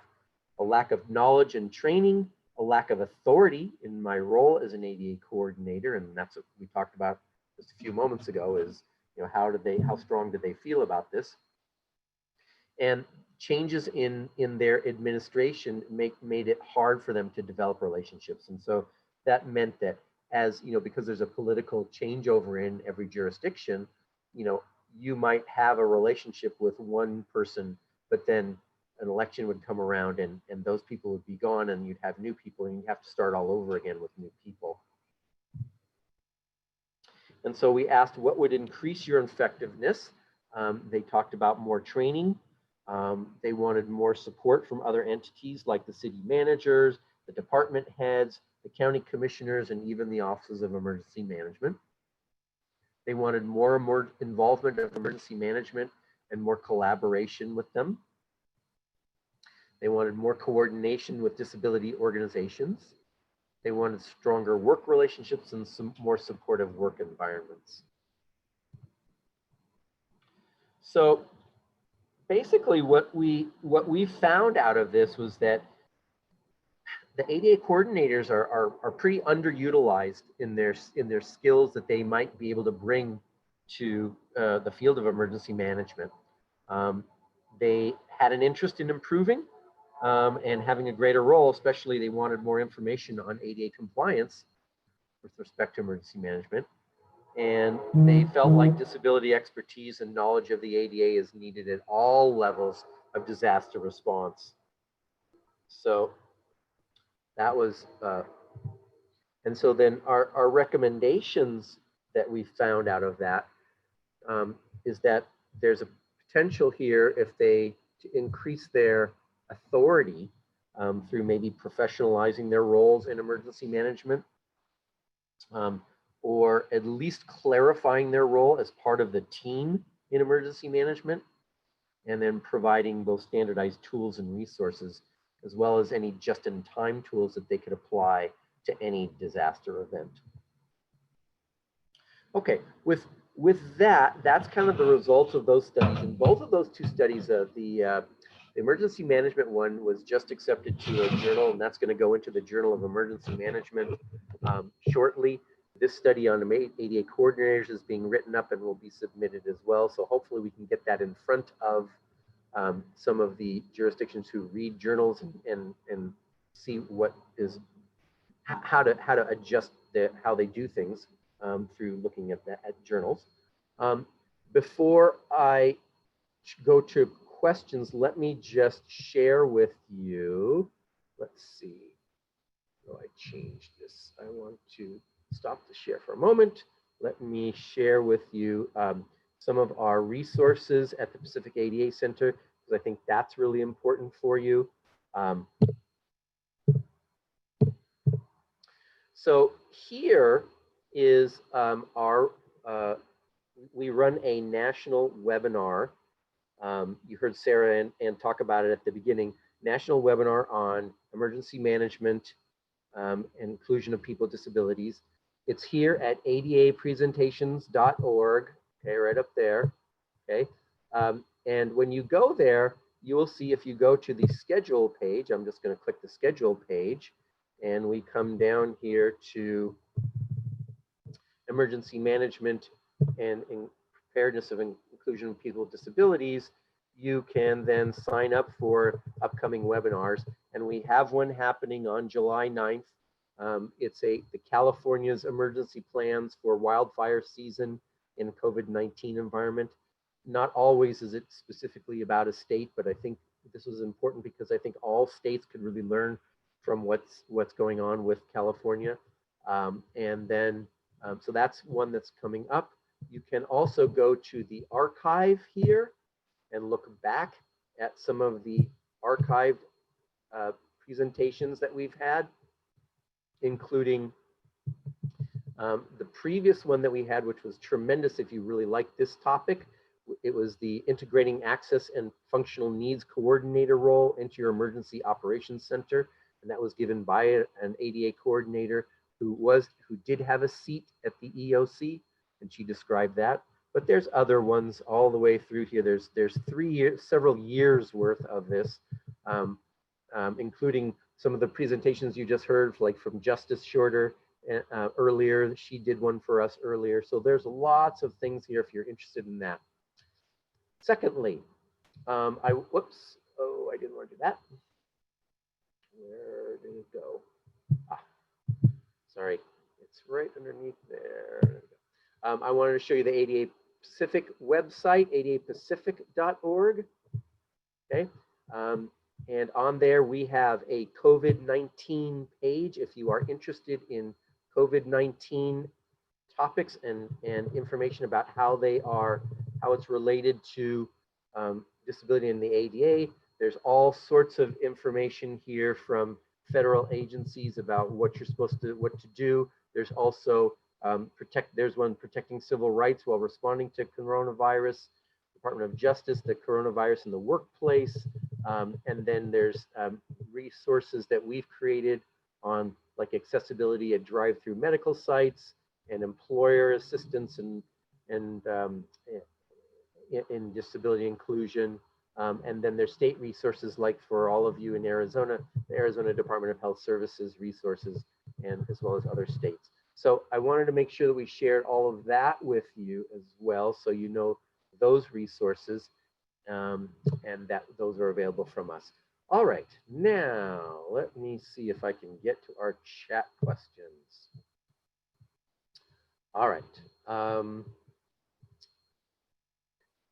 let's go. Let me scroll back up here. Okay, so Ruthie's original question was, municipalities who do not have an ADA 504 compliance officer by choice or by political views are supposed to ensure access to functional needs in all emergency management. How exactly? What role would you see the people with disability community taking to drive AFN compliance for programs and services? So again, I would say, you know, there is a requirement for, as we looked at, a requirement for agencies jurisdictions to have that ADA coordinator, or they don't call it the ADA coordinator in the ADA, they just call it an ADA, a person with ADA knowledge, excuse me. But this compliance officer is fine, whatever you call it. If they do not have it, that needs to be something, if you're talking about being an advocate, you probably have resources to get to their agency and ask them and ask for that. As with anything with the ADA, if you're not getting satisfaction, you can certainly always go to the point of a lawsuit on it. But you know, I would think that you should try to work within the system as much as you can.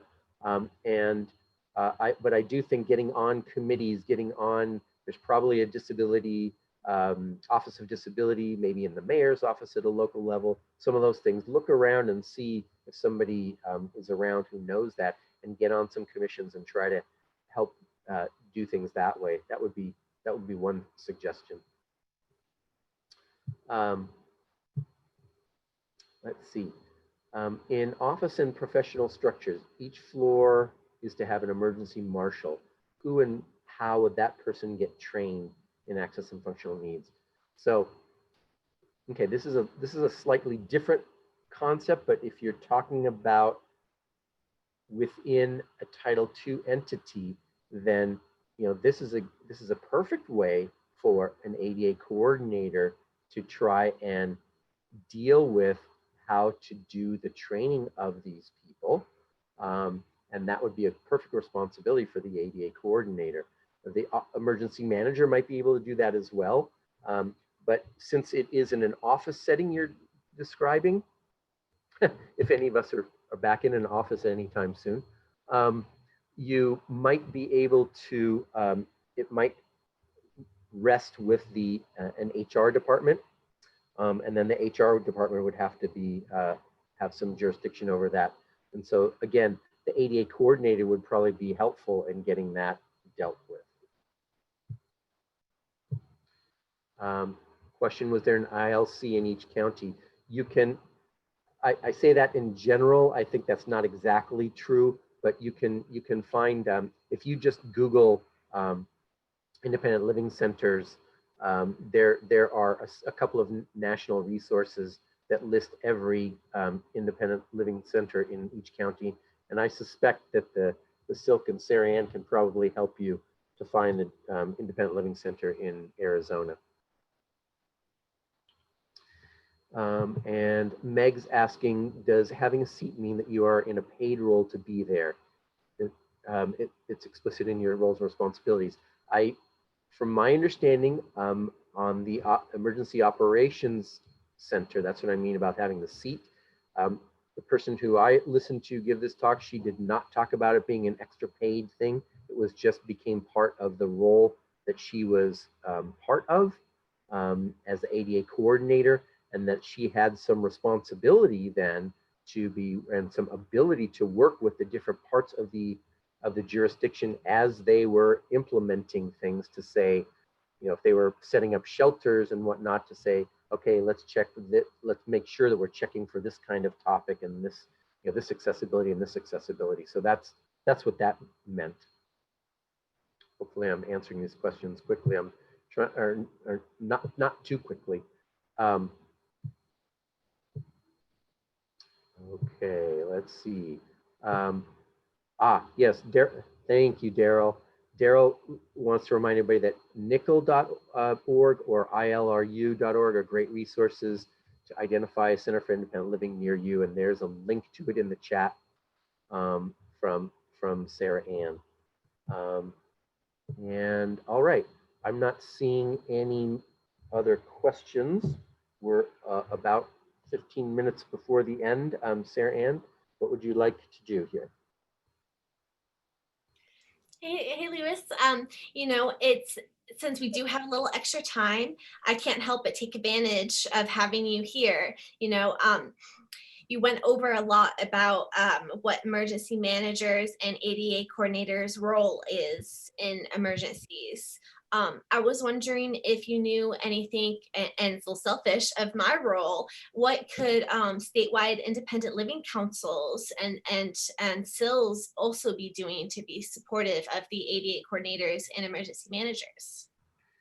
So what's interesting, I mean, your question is really good, because there's a whole nother structure to be aware of. And again, I'm familiar with this from California, and I don't think it's in every state, but I think you could probably try to advocate for it. In California, the Office of Emergency Management, the state office, has an office within it of the Access and Functional Needs Office.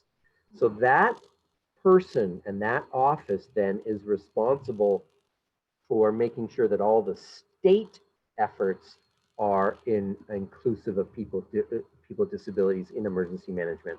That would be, if you have that in your state, that would be a way that you could make an inroad as a silk, and you would probably know about that. Even if not, I think the silk should absolutely feel free to contact the Office of Emergency Management and talk about the needs of people with disabilities and how they can help with advice and feedback and input on plans and programs that the state is providing. I think that would be one thing. I think also as a state office, because all of the independent living centers, you're in contact with all of them, I would say you might want to consider having a training, a discussion, something to help the local independent living centers understand how they can make connections with their local emergency management offices, because that is the connection that really matters, right? I mean, that's the connection where emergency managers are needing some help. They are not going to be experts on disability or needs. And as we heard earlier today, it's not, even if they thought they were an expert, it's not same as having people with disabilities being in the role of advisor and somebody who knows specifically what the issues are. So that's a role to get involved in. And I think that emergency managers are starting to learn that this is needed. And I think that it's a place where all disability agencies can really make the connection there and try to help them out to understand how all the plans and whatnot that they're working on can be assisted by the input of these different agencies. Okay, now we're getting all sorts of questions. Let me go back up. They're coming up quickly. Hold on, let me go backwards. Okay.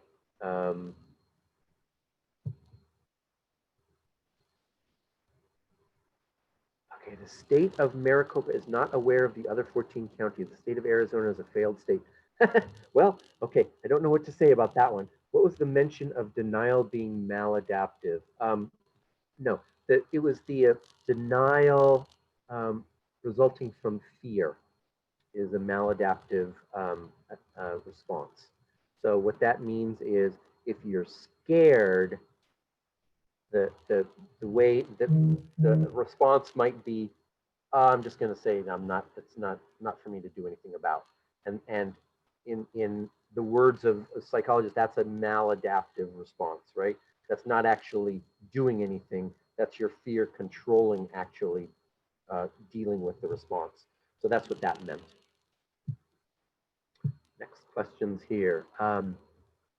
In my area, emergency managers and Red Cross have a list of approved shelters, but they would not allow us to do a site visit to any of the facilities.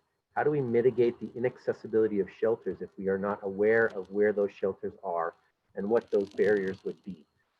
Okay, so you got a couple of issues here, and this was Marley Saad's question. I'm sorry, Marley, if I mispronounced your last name. Part of the issue comes down to whether whether you're talking about a jurisdiction, and if the jurisdiction has the responsibility for the shelter, or whether they've farmed it out to American Red Cross. So they, in the best of all worlds, they have checked. Here's what is the best practice, and that would be that ahead of time, there's a list of shelters. The agency has gone and checked the shelters and looked at them and determined that they're accessible. Okay. Then when the event occurs, you don't ever know if those shelters are going to be available or not, and if you need other ones. So you need to go quickly again and double check those shelters again to make sure of their accessibility. So that's the best practice model. Now, if you are with a disability agency, I don't know, Marley, if you're that, but if you're with a disability agency, you might be able to ask them if you can help do that, but there are specific, they would need to make sure that you know what the accessibility issues are under the ADA, which are very specific, detailed items. So that might be where their hesitation is. If you are an ADA coordinator, this would be particularly problematic if they're not letting you help on that. I hope that that's not the case. And if you don't mind, Louis, I have just one final question. I'm one of the people who, I work at a disability organization, Silk, and work in emergency management, and have had the opportunity to be at emergency operations centers. And I was surprised with COVID-19 how quickly the I guess those big circles got smaller. And that was natural because it was a pandemic and we had to stop the spread. And so people were coming home. But I felt like also the decision making became smaller, not just our actual social distance. And I wasn't sure if that was something you experienced. And if so, if you had any advice to prevent it, because I just never had prepared for it when thinking about pandemic. So clarify for me what you're talking about, the circle of within your agency, within what?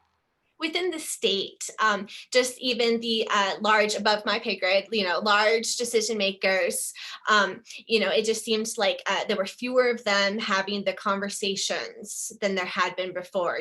Before there would be like long email chains and lots of people involved in formulating an opinion, and suddenly those conversations got really small.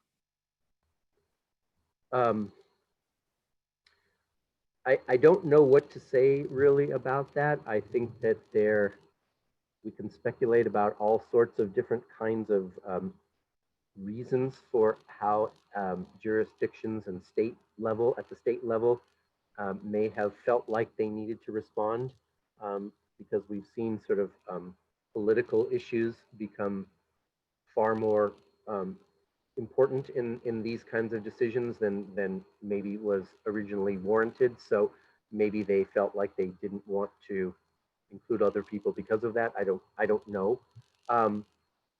But I do think that to the extent that you can build those relationships, I think what we're learning, and it's both good and bad, is that the development of those relationships over time, if other parts of the agency or other parts of the jurisdiction know that they can depend on you for information, and you have their best interest at heart, and they can trust you, and they believe in the concept of including everyone, then they will turn to you. If they are circling the wagons, as it were, they probably have other concerns. I don't know what to tell you about that. That's unfortunate to hear that was going on. I appreciate the advice, though. That really helps. And thank you so much, Louis, for doing this web conference today. And I hope it gives everyone a preview about the Pacific ADA Center webinars and how you should be joining them. So thank you so much, Louis. All right, thank you. And allow me just to transition over to our next guest.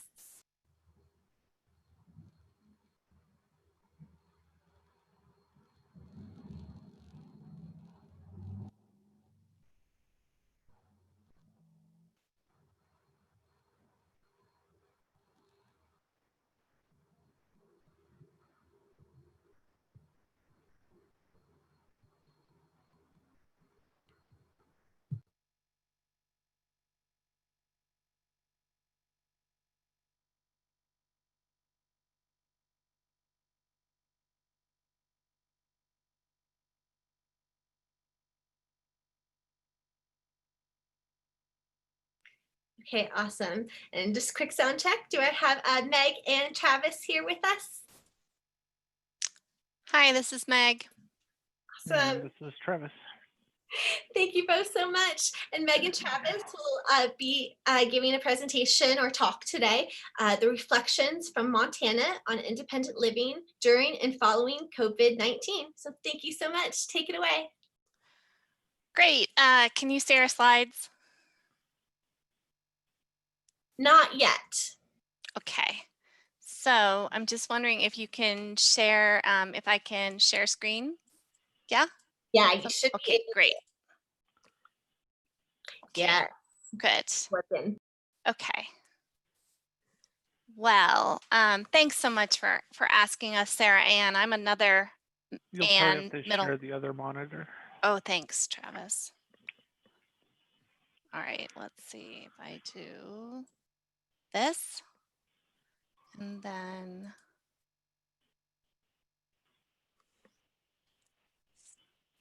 stop share, and then I'm going to share again. Is this better, Travis? So it says desktop 1 or desktop 2. Yeah. Just share the opposite one from whatever you just shared. This happens all day long, everyone, just so you know. Travis is always needing to help my technical skills. Okay, so if I share, I'm going to share this one. It looks like, oh, you know what it is when I expand it, so I have to go opposite. Exactly. Uh-huh, thanks. How's this gonna work? No? Yep, there you go. Oh, great. Thanks, Travis. Okay. Oop, this is the wrong presentation though. I stuck in this slide really quickly. I don't know. It's this one that we want. Just to see. Is that it? Yep. We good? Okay. Right, Travis? Are we good? Looks good to me. Okay, good. Okay, so I'm Meg Tracy, and I'm at the University of Montana Rural Institute for Inclusive Communities. And Travis, you want to say hello? So my name is Travis Hoffman. I am the advocacy coordinator at Summit Independent Living, which is one of 4 centers for independent living in the state of Montana. I've been in this position for 16 years. I got involved in the disability rights movement 2001 or 2002 when I was a part of what used to be known as the National Youth Leadership Network. So yeah, it's a little bit about me. Thanks, Travis. I stuck this slide in while Lewis was talking. It's a map showing where many of the centers for independent living are around the country, and a link to the ILRU directory page to find your center for your independent living. I represent one of the 19 states funded by the CDC to work on disability and health issues. And this is a web page screenshot to the CDC State Disability and Health Program. So this allows you to see that we have kind of different levels of funding and different levels of experience doing this work. And Montana is one of the core implementation programs with enhanced activities. And we also have partners who I hope are on the call from some of the other core implementation programs who are working in this space, as well as our capacity building programs. I think Travis and I have a goal to reflect a little bit today on what we had the opportunity to work on together with partners in Montana, but also create some space for others to share on some of the topics and maybe topics we didn't plan for. So this is a screen shot of a starry night. It looks like potentially someone's got a campfire going, but it's mostly an emphasis to show this is a very clear sky day and lots of stars. I think I gravitated towards a nighttime because of the stars indicate for me a metaphor of how many people are involved in this work. And I think Travis and I will do our best to represent what is happening in this really huge horizon of emergency management during COVID and concurrent issues. Oh, good, I see Karen Corb's on the call. And Chris Mackey, terrific. They're in Alabama, everyone. So, but the other thing is this work that we're describing, we've been really working in the space that many of you guys have just discussed. There are blue sky days and we are at the table, either at the local level in the Missoula City County Access and Functional Needs Committee that reports up to that LEPC that Lewis mentioned. We're there working every day. Oh, Justice just said it's easier to watch on YouTube. Okay, that's Justice Ender here at the Rural Institute. So we're working every day on these issues, and I just want to go back, Sarah Ann, to I think an observation that you made that there has been a shift.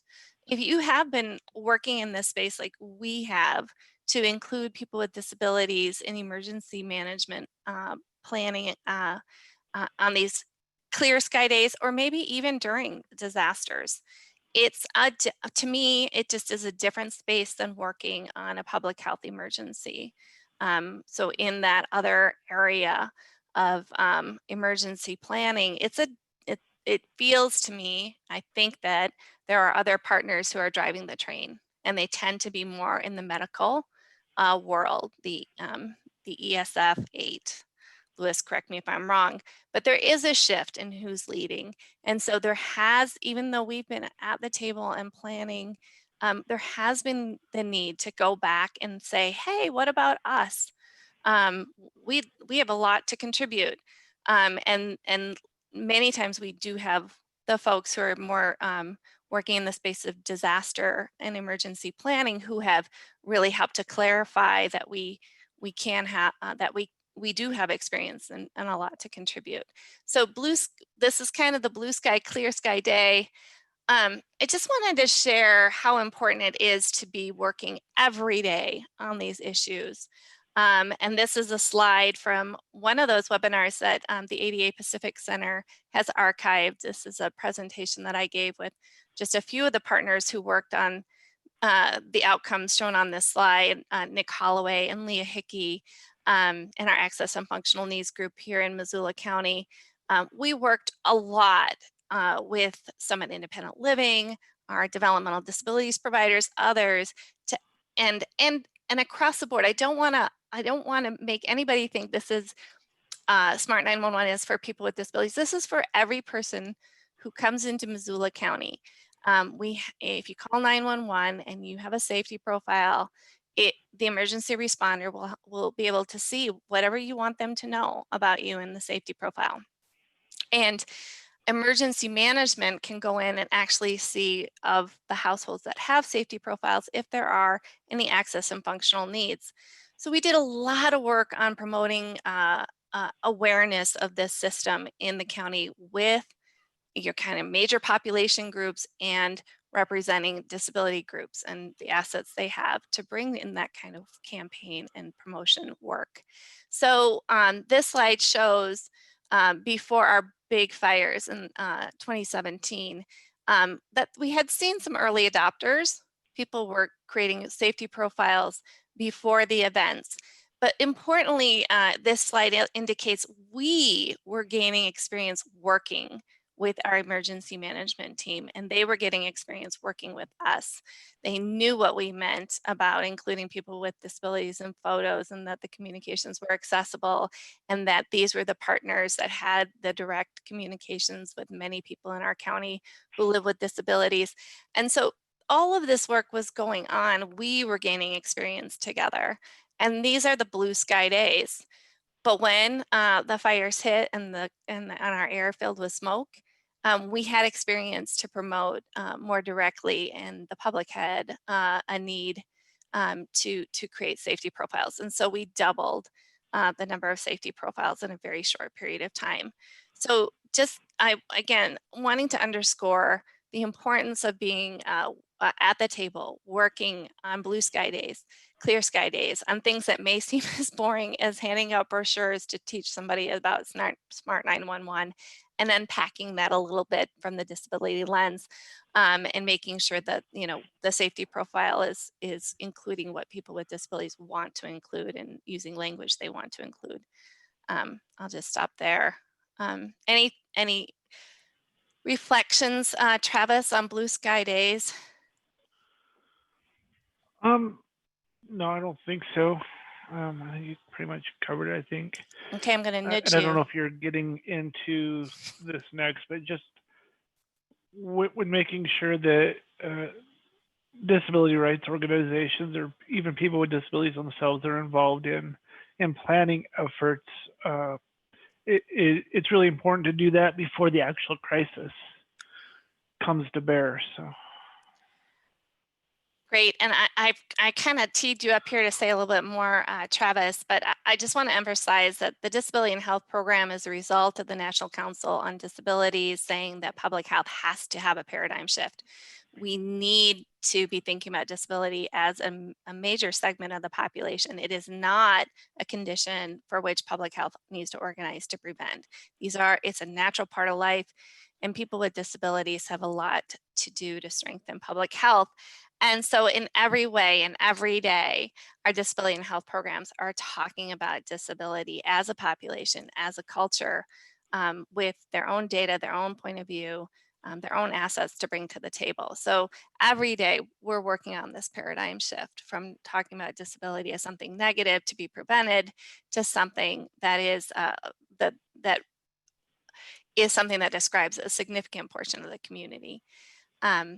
And then Travis, I teed you up just to talk about the importance of having an independent living advocacy network and the ability to reach and communicate as a trusted source in blue sky days, and how that carries over. Well, I think Montana has a pretty strong network of centers that work together routinely doing systems advocacy, and I'm sure other states have similar working relationships amongst their SILs when doing a lot of their systems advocacy, legislative advocacy, those types of things. But where Montana, I mean, we have barely over 1 million people. So when we do advocacy statewide, we often do in partnership amongst all the SILs here. So we're fairly well known. And I think that those relationships that we've been able to form with people in the governor's office and our Department of Public Health and Human Services agency and other agencies have contributed to them reaching out to us for participating in a lot of planning that goes on.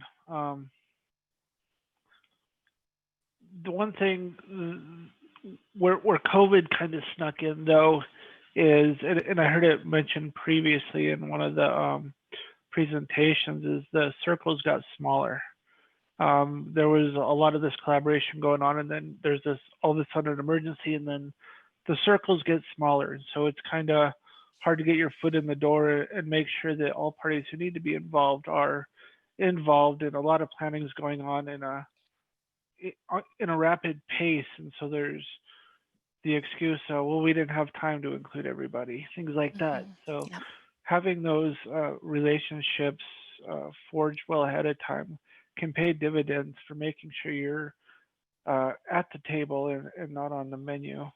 But still things happen. So a good example of that here in Montana is a lot of these groups got together planning how medical services are going to be provided and what essential workers are going to be included in PPE distribution and emergency preparedness planning. And a lot of the things that were included in the planning were hospitals and nursing homes and these larger congregate care settings or emergency service settings. And home and community-based service workers were completely left out of the planning and not really initially thought of as essential healthcare workers, which anybody who receives home and community-based services or knows somebody who receives home and community-based services to be able to live independently in the community knows otherwise. So having that ability to do that advocacy, no matter how minute or how far in the door you are or at the table you are, is vitally important. And just to continue that, Travis, can you reflect on the importance of having consumer-driven councils that are meeting regularly with Medicaid to make sure programs are performing in blue sky and emergencies? So one thing that Montana has, and I think maybe only 5 or 6 other states might have, and I don't know if Arizona is one of them. I know California is, I believe, but community first choice option for in-home personal assistance services. And so one of the requirements of that program is that the state has basically it has to be 51% people with disabilities or family members or advocates for people with disabilities. It's called a Development and Implementation Council. And while it's a requirement of the CFC, I think it would be a great tool for any state to have for any in-home personal assistance program or even waiver program that they may be running. And so basically that just is an ongoing council or group. It's unfortunately just advisory in nature. So obviously the state doesn't have to listen if they don't want, but it's a great place for consumers, other stakeholders, family members to have their say on programs that provide services for people with disabilities in the home. And so having that here in Montana, I think also just gives one more avenue for providers of home and community-based services, as well as recipients and family members to voice their opinions, their concerns, their needs when it comes to not only COVID, but other emergency or situations that might arise, and helping the state be prepared for different things like that. Thanks, Travis. And I want to just talk about the whole community approach, and you know, to really look that up on FEMA. And I'm just going to mention it because, you know, it does take translation across agencies at the federal government. It's well understood within FEMA. We work hard to make sure it's being interpreted and applied within the Forest Service and its incident management of our wildfires. I've mentioned the Access and Functional Needs Committee, but again, we've been working on planning for accessible emergency shelters here for many years. And I just want to mention that's, you know, that is something that it has moved from a kind of a understanding of one facility and whether it's accessible, or one event and whether the shelters were accessible, to that it is a public health infrastructure. And I think Travis and other Centers for Independent Living who did really look at the Red Cross shelter assessment, the DOJ, crosswalk it, apply it, show some of the differences in terms of some of the identified shelters. All of that was respected and understood, and became a part of a much more comprehensive approach and proactive approach during our Blue Sky Days to planning for the accessibility of emergency shelters. Anything to add there, Travis? No, I don't think so. I just wanted people to know that you're kind of a go-to guy on that. So we've been working on communications, leveraging the existing council and meetings. We've been participating in new meetings in Missoula City County Health. They have a weekly call with long-term and home care providers. And this is where we said, gosh, it doesn't seem like the usual people in the Access and Functional Needs Committees are on this call. And initially it was, it did grow through those kinds of questions and education to not just include some of the long-term care providers, but to include pretty much all the providers of long-term services and supports, whether it's Community First Choice, HCBS, home care, and some of the long-term care facilities. So that's a weekly call that's backed off a little bit as we've gone into phase 2 of reopening. But that has been weekly conversations with the incident command here in our county, and has really, if you are a communication studies person, you could go back and really see how the exchange of information, the situational awareness really got to be more sophisticated in that space. And then we, you know, part of the CFC was that we were able to ask our Medicaid director, and Marie Matthews, and she responded, and her team has been having regular calls with all providers in the state. And then Travis and I have been working with the hospital preparedness group to expand their distribution of the SITREP, and which is situational report, and the HAN, which I'm never gonna be able to spell out, but it's more, has more resources for emergencies. We've been distributing that through that advocacy network, and to the providers who participate in these calls who are interested. And then I just have to underscore how important it's been to have the partnership and inclusive disaster preparedness calls. And in particular, because there's so much to do. And I have had this thing in my head where sometimes I'll go, oh, it's too late. It's too late. We'll never get enough PPE out, personal protective equipment. We can't even get people to understand that, you know, their personal care attendants don't just exist in nursing homes. They exist in people's homes. We'll never do it. It's too late. And I just have to, those calls, those daily calls with the DART group, it's not too late. And in that space, I think we've gotten really educated early about what some of the threats are. And So we heard early from those calls about the 1135 waivers and what the threats were for institutionalization to people with disabilities. And so in those communications that we mentioned, we were able to push forward and push out the National Council on Disabilities report, Preserving Our Freedom, Ending Institutionalization of People with Disabilities During and After Disasters, and say, this is real. We're not, we're not Chicken Little. The sky isn't, it may be falling, but you should pay attention. It could be falling.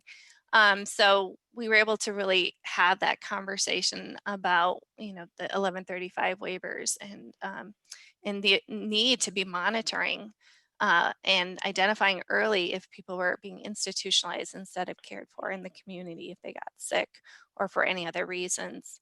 And we were able to advocate early about the importance of visitation to protecting the rights of people living in nursing homes and assisted living. And our governor opened with a directive to do this in a safe way this week. So it's never too late. Something that there are things that we've been leaning in on from the beginning of the public health emergency, where that as testing was limited, that it was made available to direct care workers, that they were seen as essential healthcare workers, as well as essential workers when we were in shelter in place. But having access to testing was really important. So expanding what people think about as healthcare providers. I'm using the word hardening here. I'm playing with that. And I mean to be making home and community-based services, community first choice, personal assistance services robust to emergencies. And then we got to see into that the PPE distribution supplies were being assessed and planned for long-term care, but not for HCBS. Travis, do you want to say a little bit about what you were able to do to make other providers aware of how PPE was being planned for and distributed? Sure. We also have a question to clarify community first choice. So if you can type in what you mean by that, I'm not sure. I can get to that. So basic, what I did, so Meg forwards me, she somehow got on a mailing list that sends out a daily situation report that provides I don't know how, a lot of resources, and then it gives a daily update on testing updates, positive testing updates, just basically what every state's puts numbers out every day. And so a big part of what was in this daily report is practices and procedures of contacting county health departments, how to request PPE such as masks and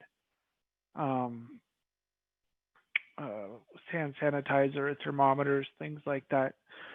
And so basically from previous emails that went around from the state, I just compiled a list of probably 230, 240 emails for provider agencies and started forwarding everything. So whatever you can do to get the word out, I guess you have to do what you got to do. Obviously, if people want to be taken off the list, it's courtesy to do so. But so the question is, what is community first choice? So community first choice program that was included in the Affordable Care Act. So there used to be a bill called I don't remember what it was called, Community First Choice, that was kind of taken out, and one of it was an attendant program, which became known as Community First Choice. And so it is a state plan amendment that states can apply for through CMS that provides in-home personal care assistance, so assistance with activities of daily living and instrumental activities of daily living.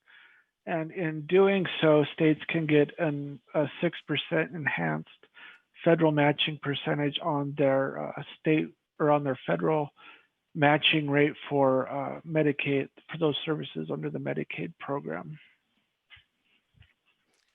I think that's a great segue, Travis, to Appendix K and state plan amendments. Do you want to say something about those? You want me to? I'll start and you can clean it up. So we talked about relationships earlier, and over the past, I don't know, 6, 7, maybe even a few more years than that, like there had been a real disconnect between consumers and advocates and our state agencies, and communication hadn't always been what it needs to be. But as soon as COVID hit and things started moving and people started emergency or planning for how to best respond to this healthcare emergency, our state agency, the Department of Public Health and Human Services, that runs our home and community-based service programs, really stepped up to the plate and started communicating with providers and consumers and family members, and making sure that they were moving forward in a transparent and inclusive way to make sure that they were implementing these programs and providing enough flexibilities in these programs that would allow the people who use them to have their needs met at home and not have to be placed in a institutional setting. So they provided flexibilities on the procedures where people can become eligible for these programs, the intake procedures, things like that, who can be paid caregivers, like such as traditionally spouses, parents of children under 18, and guardians are not allowed to be paid caregivers. So they relaxed that rule during this public health emergency. They lifted some of the service caps that have been put in place, things like that, really to make it easier for people to remain living at home and avoid needing to move into a congregate care setting such as assisted living or nursing homes, things like that. So. Thanks, Travis. I'll just add, how important it is to be, for me, and I think, Travis, that we were on the call with DART, and that I had access to resources like Clark Ross at the American Association on Health and Disability, so that we could see what other states were doing, and we knew how far we could be pushing for flexibilities in conversations that Medicaid was having with advocates. So we were able to forward those promising practices, those emerging policies, and ask the questions, if it's going to happen in Appendix K, which covers HCBS providers, what would be needed to have those flexibilities in the state plan, which covers community first choice and personal care attendant services covered under CFC. So asking those questions leads to, I think, better outcomes even for a rural state like ours. I want to say, I'm going to say a little bit about this telework assistance program, and then Travis, maybe you can talk about the CARES Act funding. The governor put out a bunch of relief programs. One is called the Montana Telework Assistance Program, and this has been a really successful program. People with disabilities are being supported to stay at home and telework. So there are grants up to $1,000 to get the equipment that you need to work at home. Travis, do you want to say anything about the CARES Act? There's probably a lot of SIL folks on here. As you're mostly probably all aware, in the CARES Act, Centers for Independent Living who receive Part C monies received an additional $85 million through that program to meet the needs of people with disabilities who are impacted by COVID, the COVID pandemic. And so the amount that each SIL received is different according to how much Part C funds they traditionally receive anyways. Some of the things that we have done here in Montana, and I'm sure many of you have done it on a much larger scale, just judging by the size of our still compared to a lot of others,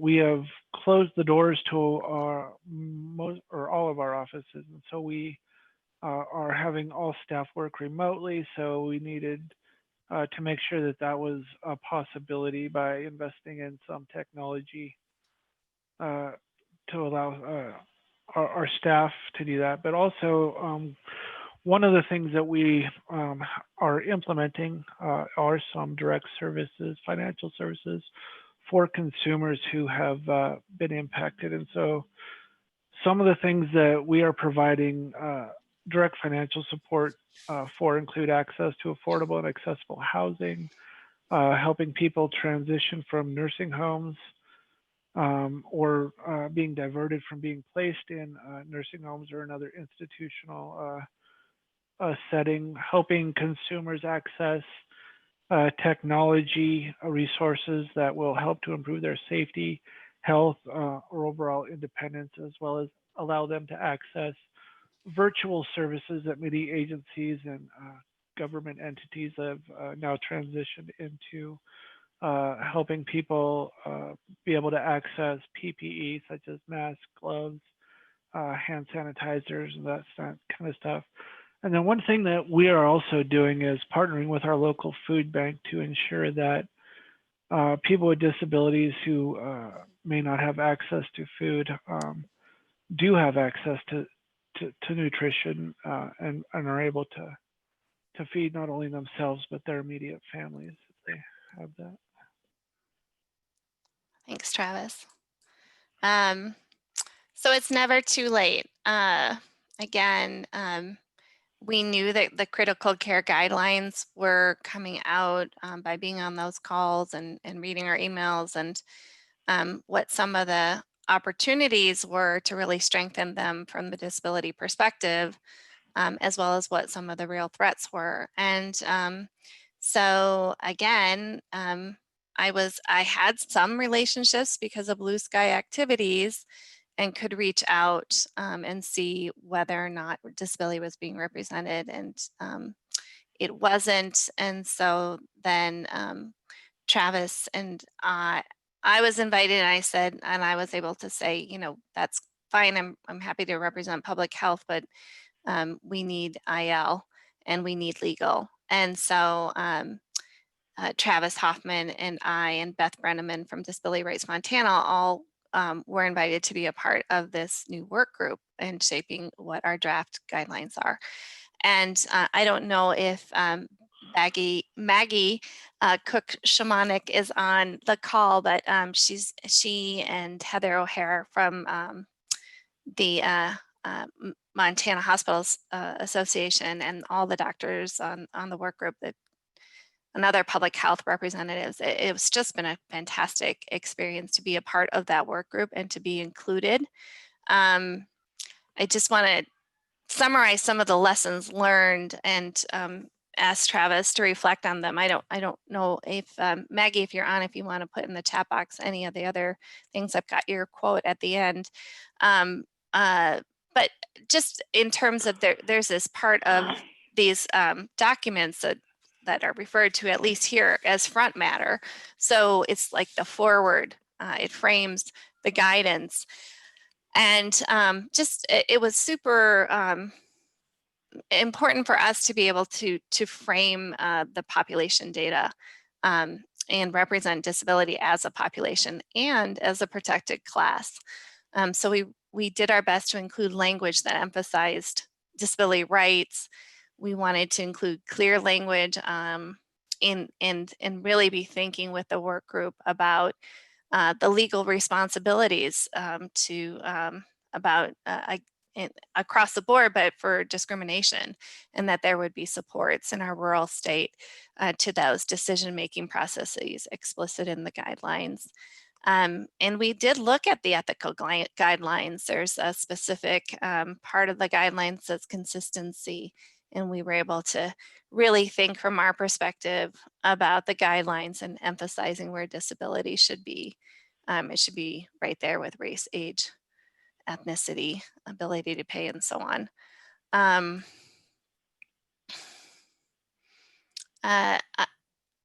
When we look at the risk profile in the front matter in Montana, having the ability to work with a group who's really shaping that up, Maggie and others, that the disability data, even though the census kind of presents it down under kind of social economic characteristics, it in terms of planning and emphasizing who is really at risk, or in the critical care circumstances, in terms of health equity and health disparities, making sure that disability is represented with age groups, racial ethnic groups, and so on. And so pulling the data up, even though sometimes the census spits it out as if it's a social economic kind of variable, and pulling it up and saying from a public health point of view, we're really talking about a percentage of Montanans who may be discriminated against in these, and we have to really work hard to protect them. And then as we define terms in the plan, terms like health disparities, making sure that it includes people with disabilities explicitly. And again, this is a work in progress. I think that overall, this work group has realized and has said that by including the disability perspective, there's a really greater awareness about the need to be inclusive across the board. Every time there was the opportunity to elevate patient-centeredness and advocacy and decision points, we were able to do that. And when reviewing medical services and needing to make explicit ADA accessibility, we did that. We try to identify with the doctors who really unpacked how they assess for survivability with us.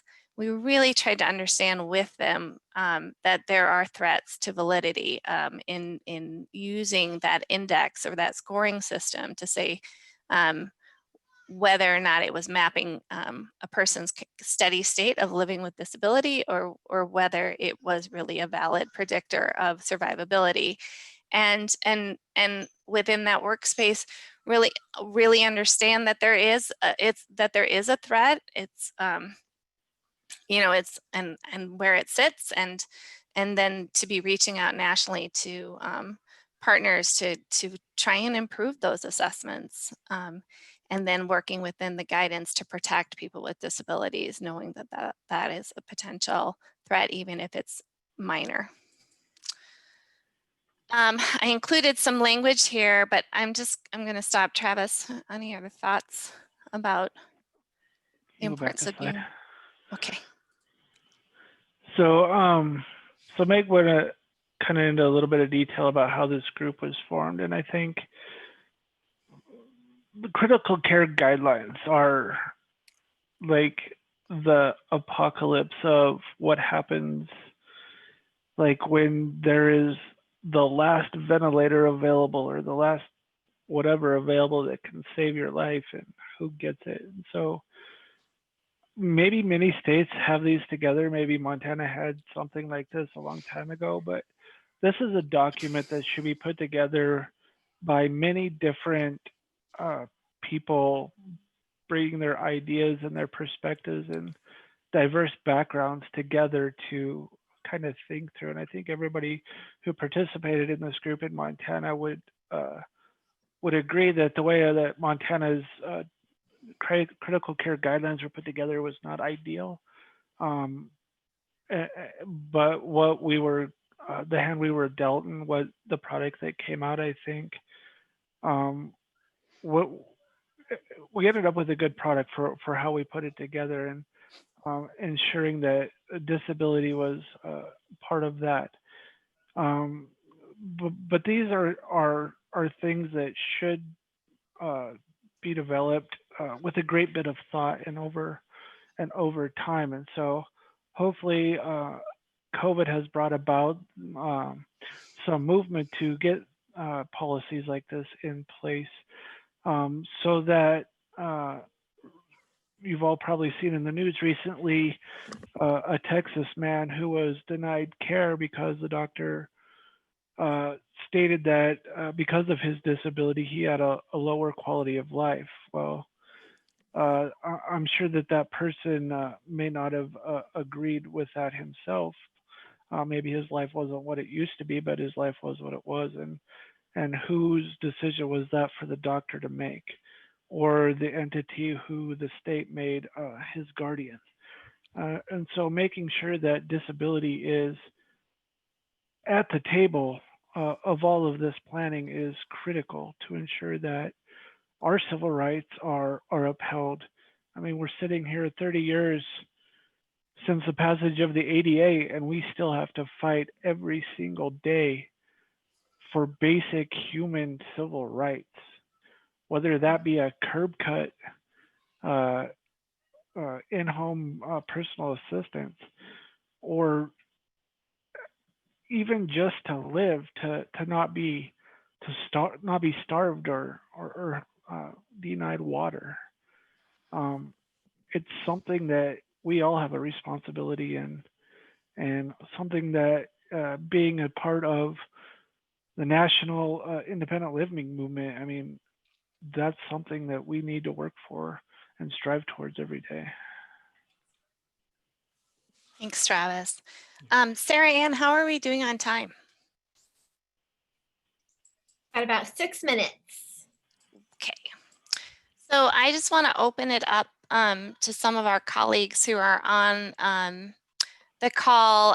I'll quickly finish up by saying, again, it's never too late, but really emphasizing that doing this planning for me said how important it is to harden our HCBS and other settings where people with disabilities live, our communities. Long-term care, you know, we don't have a lot of healthcare in Montana. And so flattening the curve was very real within this space, and really, I think, energized us to be working on getting PPE and interpreting the guidance from CDC so that people and doing telehealth, people had what they needed to be safe, people with and without disabilities, and to really mitigate the risk. So I just wanted to emphasize that. These are some of the quotes from our current draft about the importance of disability rights stakeholders, and emphasizing the rights even in disasters. Importantly in disasters. Some of the resources that are being assessed right now in this scarcity situation, and emphasizing that as we're assessing them, we also have opportunities to improve their accessibility. So these are scarce resource strategies that are part of the guidance. And so really combing those and inserting ADA accessibility as part of understanding whether or not we had enough. And then making explicit the ADA Access Board guidelines for accessible diagnostic equipment in the special considerations of those strategies. This is Beth Brenneman, who couldn't be on the call today, but just emphasizing from her perspective with disability rights, the importance of this collaborative process over the other OCR complaints, which have been very important and helpful, but it's been, you know, again, she covers a broad range of issues in Montana, and so she hasn't been leveraged in that way. Here, she's been part of a proactive collaborative process, and though I think that is echoed by Maggie Cook Shamanic, who's led this group and done a beautiful job with that. I did a couple RTC blogs early on, just very anxious and channeling that all towards understanding what data we have about where institutions are, and showing that, you know, the institutionalized population is higher in rural areas, and what some of the threats are to the people in rural areas where we don't have as much to respond with infection, communicable disease response with those settings, and protecting the people who live there. And then did a similar piece on skilled nursing facilities, using the HRSA data to show where skilled nursing facilities are nationally, and just really making the point that we need to do a better job in rebalancing the institutional bias and do more response than we have done. for people in long-term care settings and skilled nursing and in other institutional settings and other congregate settings, and to where people with disabilities live, which is in their homes with their family and friends. So that's all I want to say about that. And then I want to open it up. Meg, there's a question in the chat. Good. So the sharing. crisis management of restricted medical systems include a so-called state of war medical triage system, meaning based on outcomes and how much care is going to be required for a positive outcome. People with disabilities are presumed to be high risk and high failure. Assessments are severely biased towards people with disabilities being a waste of resources. How are you addressing this in your working group? You want to take a run at that? Go for it. No. Okay. Well, I think really emphasizing that disability is not associated with the survivability of COVID-19. These indices are really trying to assess whether or not somebody will survive COVID, and their survivability with intervention. So, we really tried to emphasize within the guidelines that having a disability does not necessarily, it does not, period, does not mean we have a higher or lower chance of survivability of COVID-19. And so I hope that's helpful. The way that survivability is scored I think, I'm not the doctor, Maggie, I don't know if you can back me up, but the way that we score it here, it was really important to understand the importance of having an objective index that all medical facilities were trained on, the SOPA, and that was a transparent process, and that while people with disabilities, some people with some disabilities might lose a point in a specific area of the SOPA, the physicians assured us that that would not come into play in what's called a tiebreaker situation, where you're choosing to give an intervention to one patient over another. And then we tried to emphasize, again, in that decision, and all the decision points, that could be questioned. And then set up a triage team that worked objectively to pull apart the decisions that were made based on those assessments and or other clinical information. That team works, the triage team works apart from that group. So they're able to look at that, and then they're able to go and leverage those legal supports from the governor's office if they know that disability is part of the picture, and the plan was activating that. So I hope that's helpful. Well, I think a large part of that was taking out the functional, like taking out of the equation, like the disability is not really considered, but it's more of what are the underlying health issues, like, for example, somebody with advanced stage renal disease or some other health affliction that may have, that anybody can have, that may lower their chance of survivability, is what would mainly be looked at when scoring, and not just because this person needs personal assistance, or this person is nonverbal, or whatever it may be, that it's an objective, actual medical evaluation that occurs, and it's no way based on someone's assumption of quality of life or things like that are very objective. Yeah, and I would say the other thing we did was try to elevate the understanding that there are pulse, and in no way should anybody be determining or direct directives that people will say whether or not they are in that that they are terminal, and what they want to happen. And so it's, I don't know, I see Todd's on the call and has some things in the chat box, but in the plan, it was in the guidance, I think it was just really important to emphasize the legal rights of people with disabilities, that having a disability means you're in a steady state of some kind of physiology, and that that physiology should not be interpreted as a symptom of COVID in your survivability. And the other thing that we really did was, trying to emphasize that, again, people have rights in their care plan and decision making, and elevate that in all the decision points.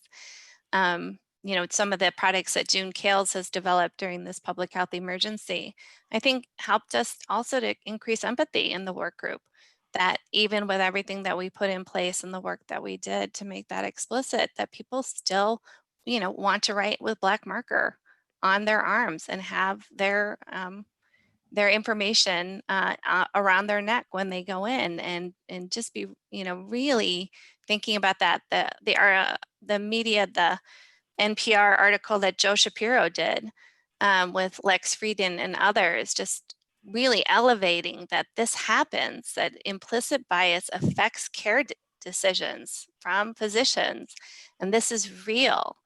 And that it isn't based on any clinical evidence or precision medicine decisions, that it was based on quality of life assumptions by the provider. And that those stories have been really important to share with the work group and with others.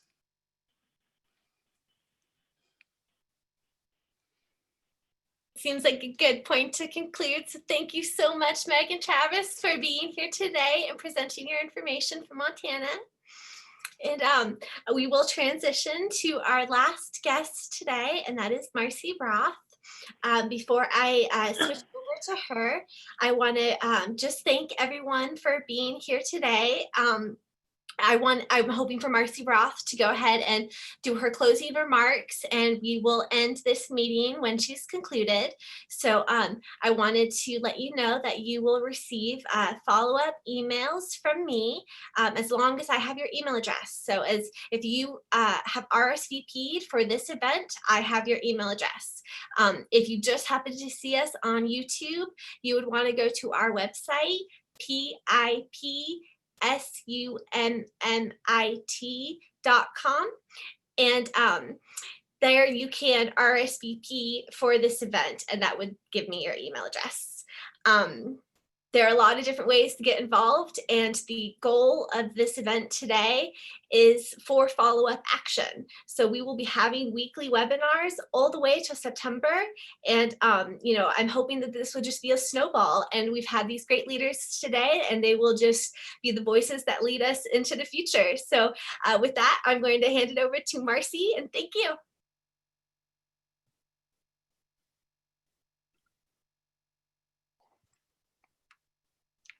Hi, everybody.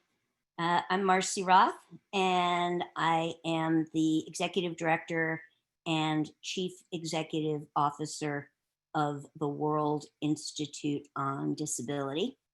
I know through the day-to-day, sometimes we've had slides and sometimes we haven't. So I'm just going to check with Sarah Ann real quick. Are we going with slides or we're not? If you have slides available, let's go ahead and put them up. I think we got that figured out. So you have permission to screen share. Wonderful. Very good. Bear with me for a minute, and I will take us there.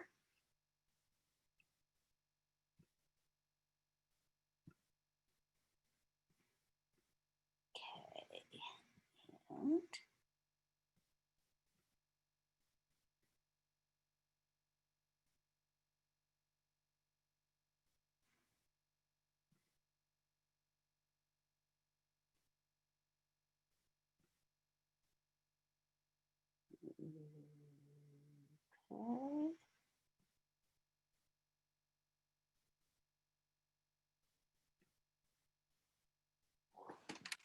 Super. Okay, and are you seeing my slides? And are we all set, Sarah Ann? We are seeing them in the presenter view. So we get like a little extra information. I don't know. That's okay. I will, yep, I will give it to you in the, hang on one second. Not that I don't want you to see what I'm going to talk about, but I don't want it to be so distracting. So I will put it in the alternative view. Okay, let's try that again.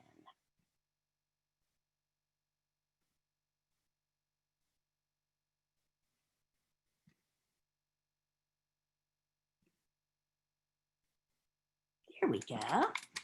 Okay, wonderful. So I have the wonderful opportunity to close out the day, and I want to begin by giving just a huge shout out to Sarah Ann and everyone who put this amazing event together. And obviously today is just the beginning, but you know, I can't imagine that I'm going to have a whole lot to add today, but there are a couple of things I do want to talk about, and hopefully, you know, provide some information that you all haven't heard already.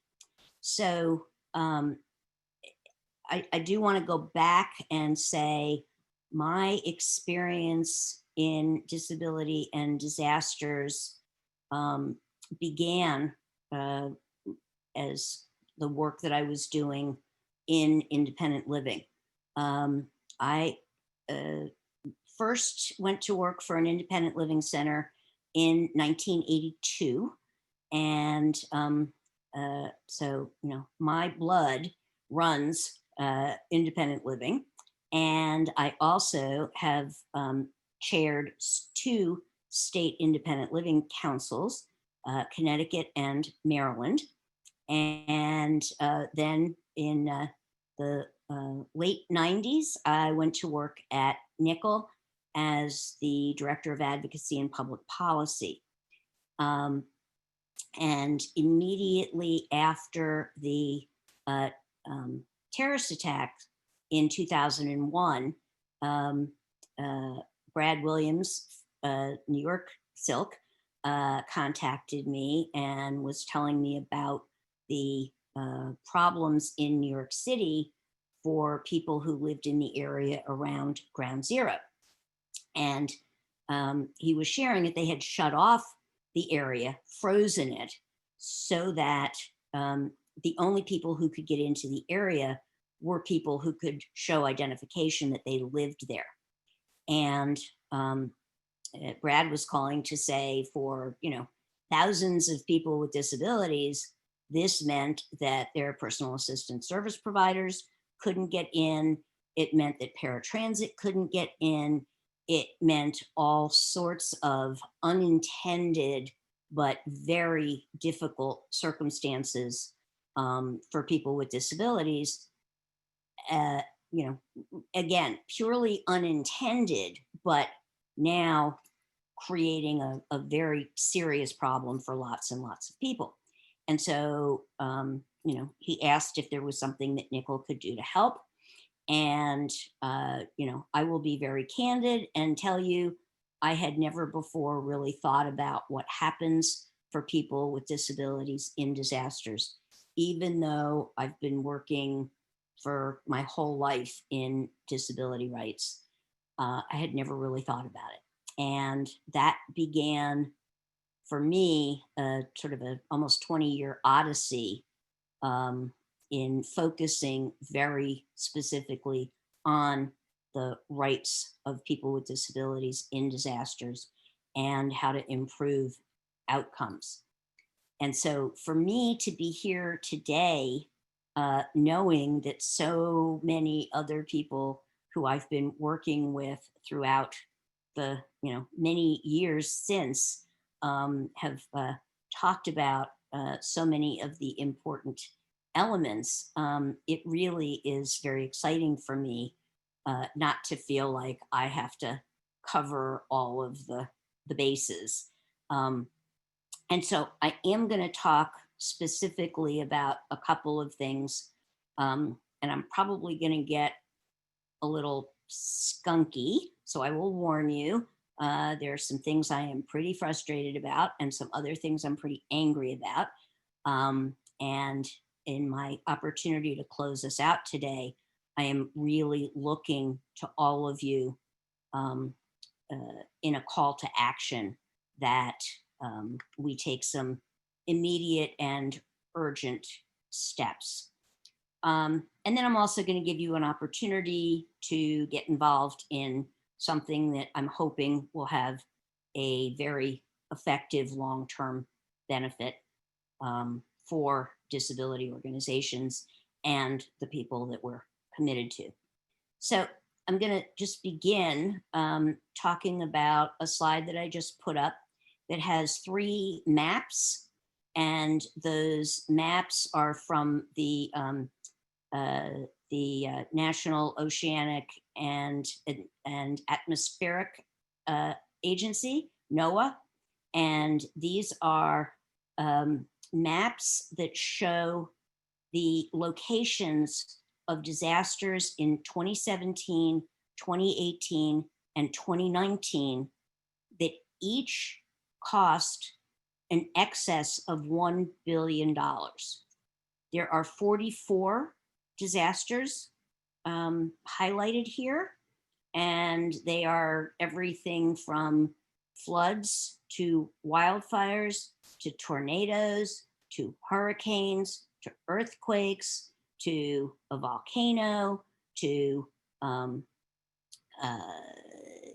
extreme cold weather and snow. Really just, lots and lots of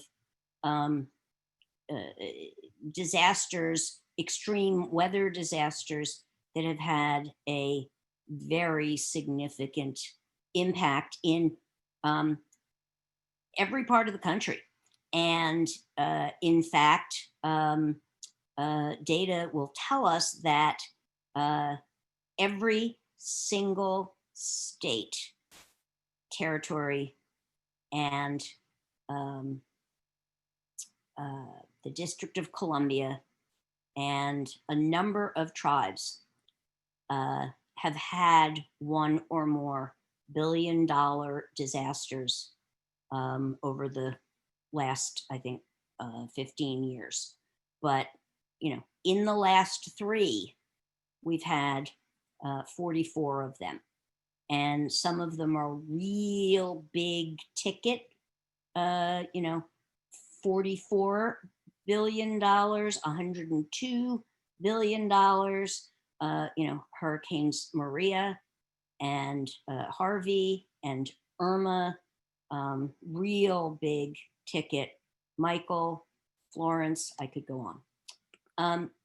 But in my next slide, I'm sharing a picture that we are all so familiar with, and that is a picture of the COVID-19 virus. And I want to spend some time talking about something that I know we're talking about, but almost nobody else is. And that is that over 43% of the 125 COVID deaths in the US, and I actually think we're up closer to 127, 128 today, but we'll just go with 125,000 deaths. 43% of those, of the ones that are counted, have been among people in, quote, congregate settings. And most of those people are being referred to as old, elderly, having underlying conditions, fragile, vulnerable, frail, and almost no one is talking about who those 50,000 people are who've died in the last 110 days, those are all people with disabilities. Almost every single one of them is a person with disability who was living in a congregate setting, who had civil rights, whose right was in fact to live in the most integrated setting appropriate to their needs, thanks to our 21-year-old Olmstead decision and our 30-year-old Americans with Disabilities Act and our almost 50-year-old Rehabilitation Act. All of these folks had civil rights. All of them are dead, and their rights, they didn't even have the respect of being called as people with disabilities. Our siblings died without being given a label that we all wear with pride, a label that we've all fought very hard to have rights because of, that, you know, we are celebrating Disability Pride this month. We're celebrating the 30th anniversary of a very hard fought law. And it hasn't mattered one bit for tens of thousands of people who are institutionalized. And most of these people, many of these people, have lived in poverty. Many of them are Black and brown and people who are LGBTQ, Indigenous, people who have continually been left out, left behind, excluded, and ended up in nursing homes and other congregate care facilities where their rights haven't mattered a bit. The good news is, if you can find good news in this, not everybody's dead yet. So it's not too late for us to demand that people are moved to a safer environment in the community with the supports and services that they need. A number of independent living centers are doing a great job. I'm trying to get rid of some stuff that's in the way here. Let's see if we can get rid of all of that. Sorry.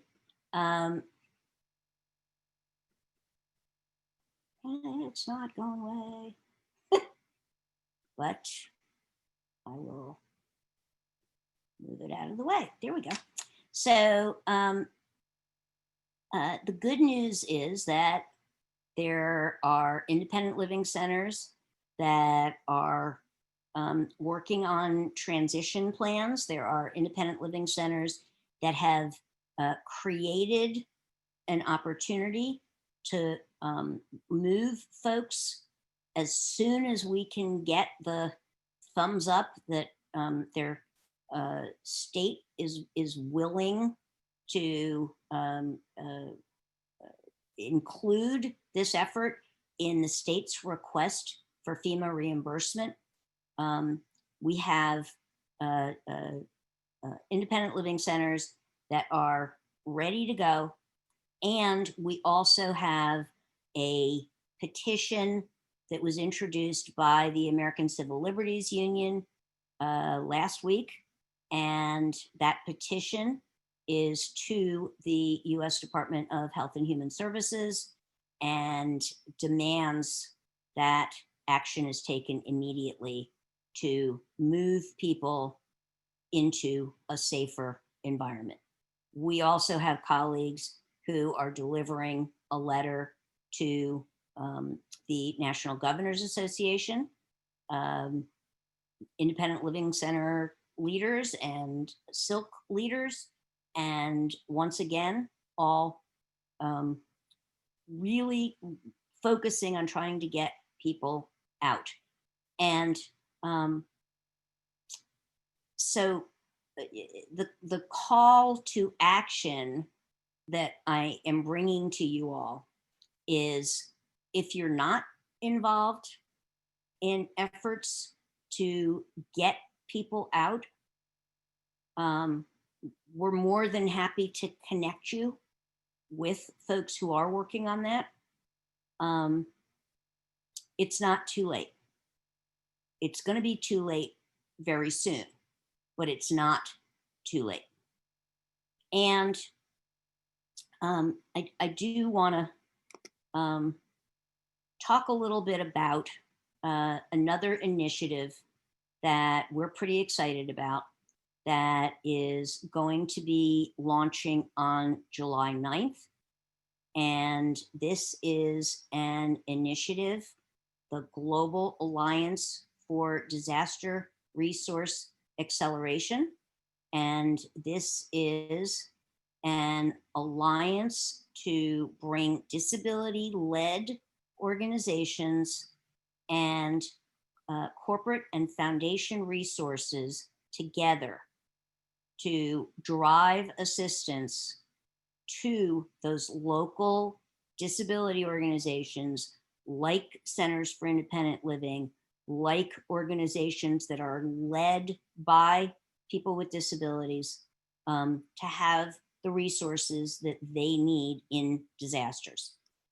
This initiative happens to be starting during COVID, but this is an initiative that was absolutely born long before COVID, because those of us who've been working on disability and disaster already know very well that local disability-led organizations do not get the kind of access to humanitarian relief funding, government grants, corporate giving. You all don't get access to those funds. And we are going to be bringing corporate and foundation funders together with disability-led organizations to get this right and improve outcomes for people in our local communities. So what is it? Well, I'll begin by saying we didn't just dream this up. We have hosted 2 town hall meetings where we've been listening to folks tell us about how they're experiencing COVID-19 and other disasters, and inviting those local organizations to talk about their experiences. So we've had a total of 27 countries who've participated. And if you go to the WID website, wid.org, you can learn more about both of those listening sessions. And we have the recordings from both of those. Here is a map of the example of all of the countries that participated. And interesting. So the combined says 29 countries, and I thought that's what the number was, but it says the first town hall was 22 countries, the second town hall was 25. So I need to fix this slide, but it was 6 continents, all of the continents that are inhabited. If we could get folks from Antarctica, that would be great. And we asked some questions about what folks' experiences were. We asked, during this pandemic, do disability-led organizations have the resources they need to serve their local communities? Only 2% said yes. Do you believe that disability-led organizations are left out of traditional disaster relief funding? Nobody said no. Some people said yes, 64%, 36% said sometimes, nobody said no. Then we asked, would you find it useful to continue participating in discussions for disaster relief funding for disability-led organizations? 96% said yes. And then we asked, would you like to be part of an alliance between disability-led organizations and funders that could accelerate resources? And 93% said yes. So that seemed to us to be a pretty good mandate. And we asked folks what sorts of resources they need. And, we were told funding and monetary assistance, disability equipment and services, training in preparedness, capacity building, bias and rights, personal protective equipment, personal care attendant services. Again, these are funding and resource needs. Technical assistance for remote work, legal assistance, and communication or equipment for remote work. We had speakers from a number of countries. We had this speaker from Bangladesh talked about 21,000 families who've lost their income and their property and lack of food during the COVID crisis. These are folks who they had been working with where one or more family member had a disability. That family member was working and unfortunately because of COVID, not working. Another speaker from the Commonwealth of the Bahamas talked about the remaining challenges from Hurricane Dorian and lack of healthcare and access to deliveries, lack of PPE. We had one of our own Independent Living Center spokespeople, Misty Dion from the Pennsylvania Council on Independent Living. And she's from the Roads to Freedom Center for Independent Living.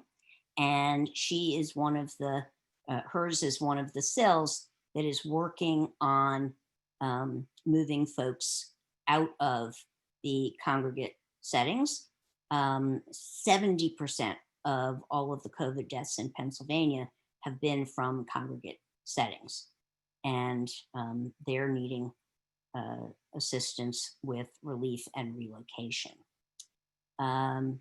Another a speaker from India talked about the difficulty with shutting down and issues with women with disabilities having lack of access to food and security, inaccessible telehealth, and homelessness and sexual abuse. And they're asking for a campaign for people to write to the Secretary General and states parties for issues against disabled women and also funding for accessible quarantine services. Another of our speakers, Rachel Inegbedion, who is with the Special Needs Initiative for Growth in Africa.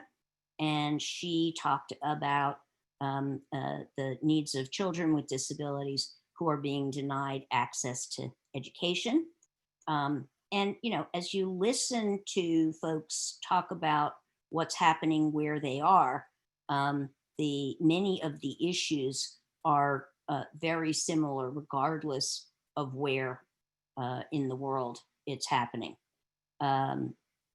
Robert Nikwangu from Uganda talked about the challenges of people who are deaf not getting the information that they need. Other people with disabilities also not able to access food, and lack of employment. People are losing their housing and their electricity. Very, very complex challenges, all over the world. These are not unfamiliar challenges with those we've experienced in, name your disaster over the past 20 years. I frankly can't think of a single disaster in which people with disabilities fared well. And this is in the US and globally. Eric Rosenthal from Disability Rights International talked about the death rates in institutions in countries around the world, 10 million children. He talked about people who are incarcerated, abuse of women with disabilities, and we all talked about the things that we need to do, including immediate action to protect people, remove them from facilities, and to adopt deinstitutionalization strategies. So there were many other organizations who also shared their concerns. Another independent living center, Able, South Carolina, talked about some of the work that they're doing. Others recommended things that we could be doing to be helpful. And the bottom line is that no one, you will remember the data that I showed you a few minutes ago, no one felt as though there was adequate access to resources for disability organizations. So we are launching the Global Alliance for Disaster Resource Acceleration and the Partnership for Inclusive Disaster Strategies, who you heard Herman and Shaylin speaking earlier today, and Valerie, and some of our other active partnership leaders. Another of our launch partners is Ang Inclusiva, and the partnership and Inclusiva are the only two full-time disability and disaster organizations in the world. And they have joined with WID as we launch the Global Alliance for Disaster Resource Acceleration. And we have a saying, I probably should make a separate slide for it because I kind of like it, but to describe what the Alliance is, we're building an alliance to disrupt exclusion and accelerate radical inclusion. We would love folks to join us. I'm going to be sharing these slides around, and the link for registration is in a couple of places here. You can always go to the WID website or the partnership website to find more information. Very simply, we've identified the need. We know that we need donated resources from foundations and corporations because unfortunately, systems are failing us. And so much as we hate to rely on charity and donations, right now, this is what disability organizations need in order to be able to meet the needs of the millions of people, 1 billion globally, who need us to be getting this right so that we survive whatever the next disaster or public health emergency is. And we disability-led organizations, corporations, and foundations who are committed to disability inclusion are joining forces, sharing unmet needs, matching available resources, accelerating relief, and most importantly, solving problems. very simply, what we're doing is, we're not raising money and then handing it out. We're matching local organizations with funders that want to see an impact from their work on the local level. And we will be optimizing collaboration. Decisions will be made collaboratively by those disability-led organizations who become active with the Alliance. And we will be bringing the corporate and foundation partners who very much want to be hearing directly from folks about what those needs are.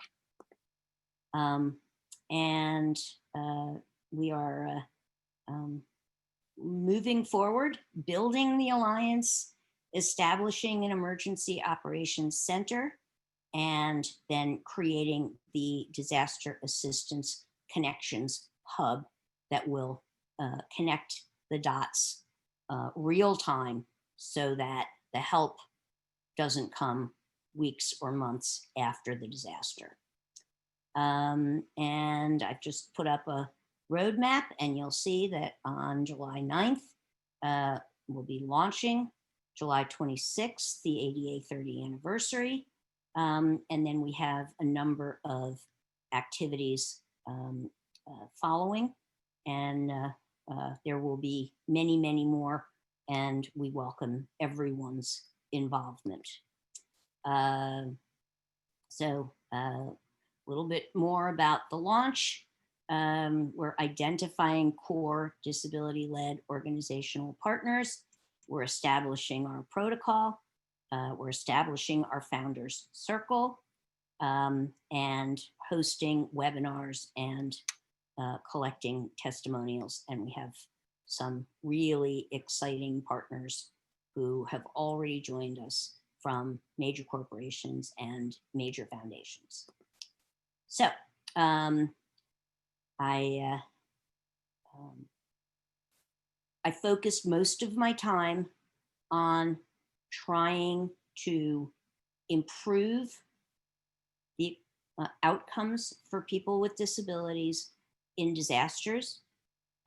WID is also very committed to US and global initiatives that are rooted in the rights of people with disabilities.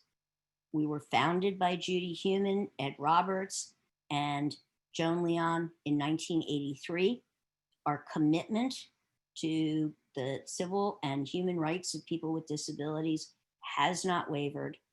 And in these times, we're focusing on 4 key areas: disasters being one, accessibility solutions, research and policy into action, and digital tools and systems. And the Global Alliance for Disaster Resource Acceleration really fits with all of them. And we're hoping that it will bring the kind of resources to disability-led organizations that will enable you all to continue to do the work to get people out of institutions, close the front door, help your community to become more resilient, and the work that needs to be done on disability inclusion before, during, and after disasters is work that you all have the resources you need to play an even bigger role and a better funded role.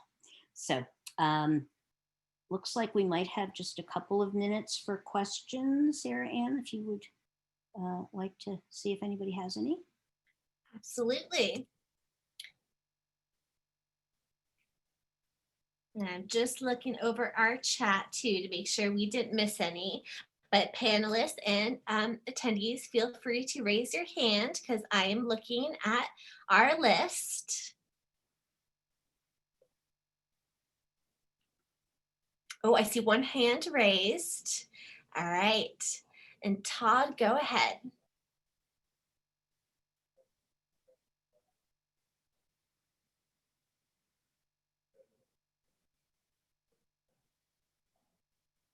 And I'm going to give him just a second to unmute his mic.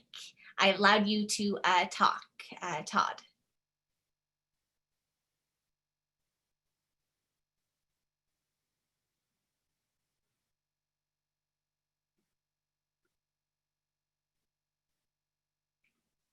And maybe we lost him. Maybe. Let's see. Anyone else wanted to put up their hands and give that a try? While we're talking about Todd and he can't say anything, Todd's leadership with the Nickel Emergency Planning Subcommittee. I have to get the name right. I've been a member of the subcommittee for many years. Todd's leadership has been transformative. His partnership has been amazing. And Sarah Ann, you as well have been a very wonderful and active member. And the collaboration that the Partnership for Inclusive Disaster Strategies and the Nickel subcommittee are leading has been just an amazing force to be reckoned with. June Kales and I have been doing work together for a long time. June and I used to lament the fact that nobody else was interested in this work. We really couldn't get people involved. Slowly, we started to volunteer people that they needed to be involved. And I'm happy to say that June and I can probably head on our way before too long, because lots of folks have got it. And it's absolutely wonderful. You're very kind. And then Todd, I did promote you to panelist. Oh, and we're just switching our interpreter screens. 1 second, spotlight. Okay. And so Todd, did you want to give that another shot?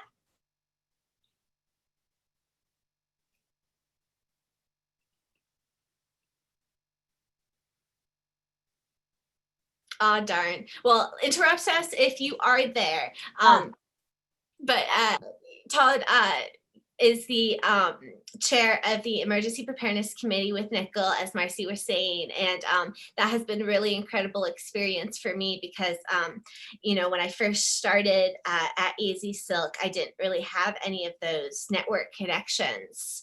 And, you know, Todd was one of those first people to open the door for me and invite me in. And so it was a great experience and working with him and the committee. And so Todd, any chance you can unmute? Darn, I see he's trying, but we just won't catch him. Marcy, I'm just going to let you finish up, and I'm going to go ahead and close my screen. Thanks. I'm noticing that Susan has raised some very legitimate concerns about corporations, and I want to say in no uncertain terms that these corporations are giving millions and millions and millions of dollars to the humanitarian industrial complex. And when I'm talking about the humanitarian industrial complex, I'm talking about Red Cross and many of the religious voluntary groups that are not serving our community at all. And I'm really wanting to be very clear that the corporations are not, will not co-opt what we're doing. We will be directing the funds that they are currently giving to these corporate humanitarian groups. We will be directing those funds to the disability organizations who want to participate. If an organization doesn't want to, that's entirely their choice. And I appreciate the perspective about making those corporations pay their taxes. I will say FEMA has an unlimited purse. There is no shortage of money. Not one dime is currently going to independent living centers and other disability-led organizations to support people with disabilities in disasters. This initiative is going to direct those funds to the folks who do the real work. So I get it, and I appreciate what you raised, Susan. And we've not made the kind of progress that needs to be made on behalf of our siblings. And this is the strategy that we're going to try. And if they try to co-opt, we'll back out. So I think that's just about, I know we are past the hour.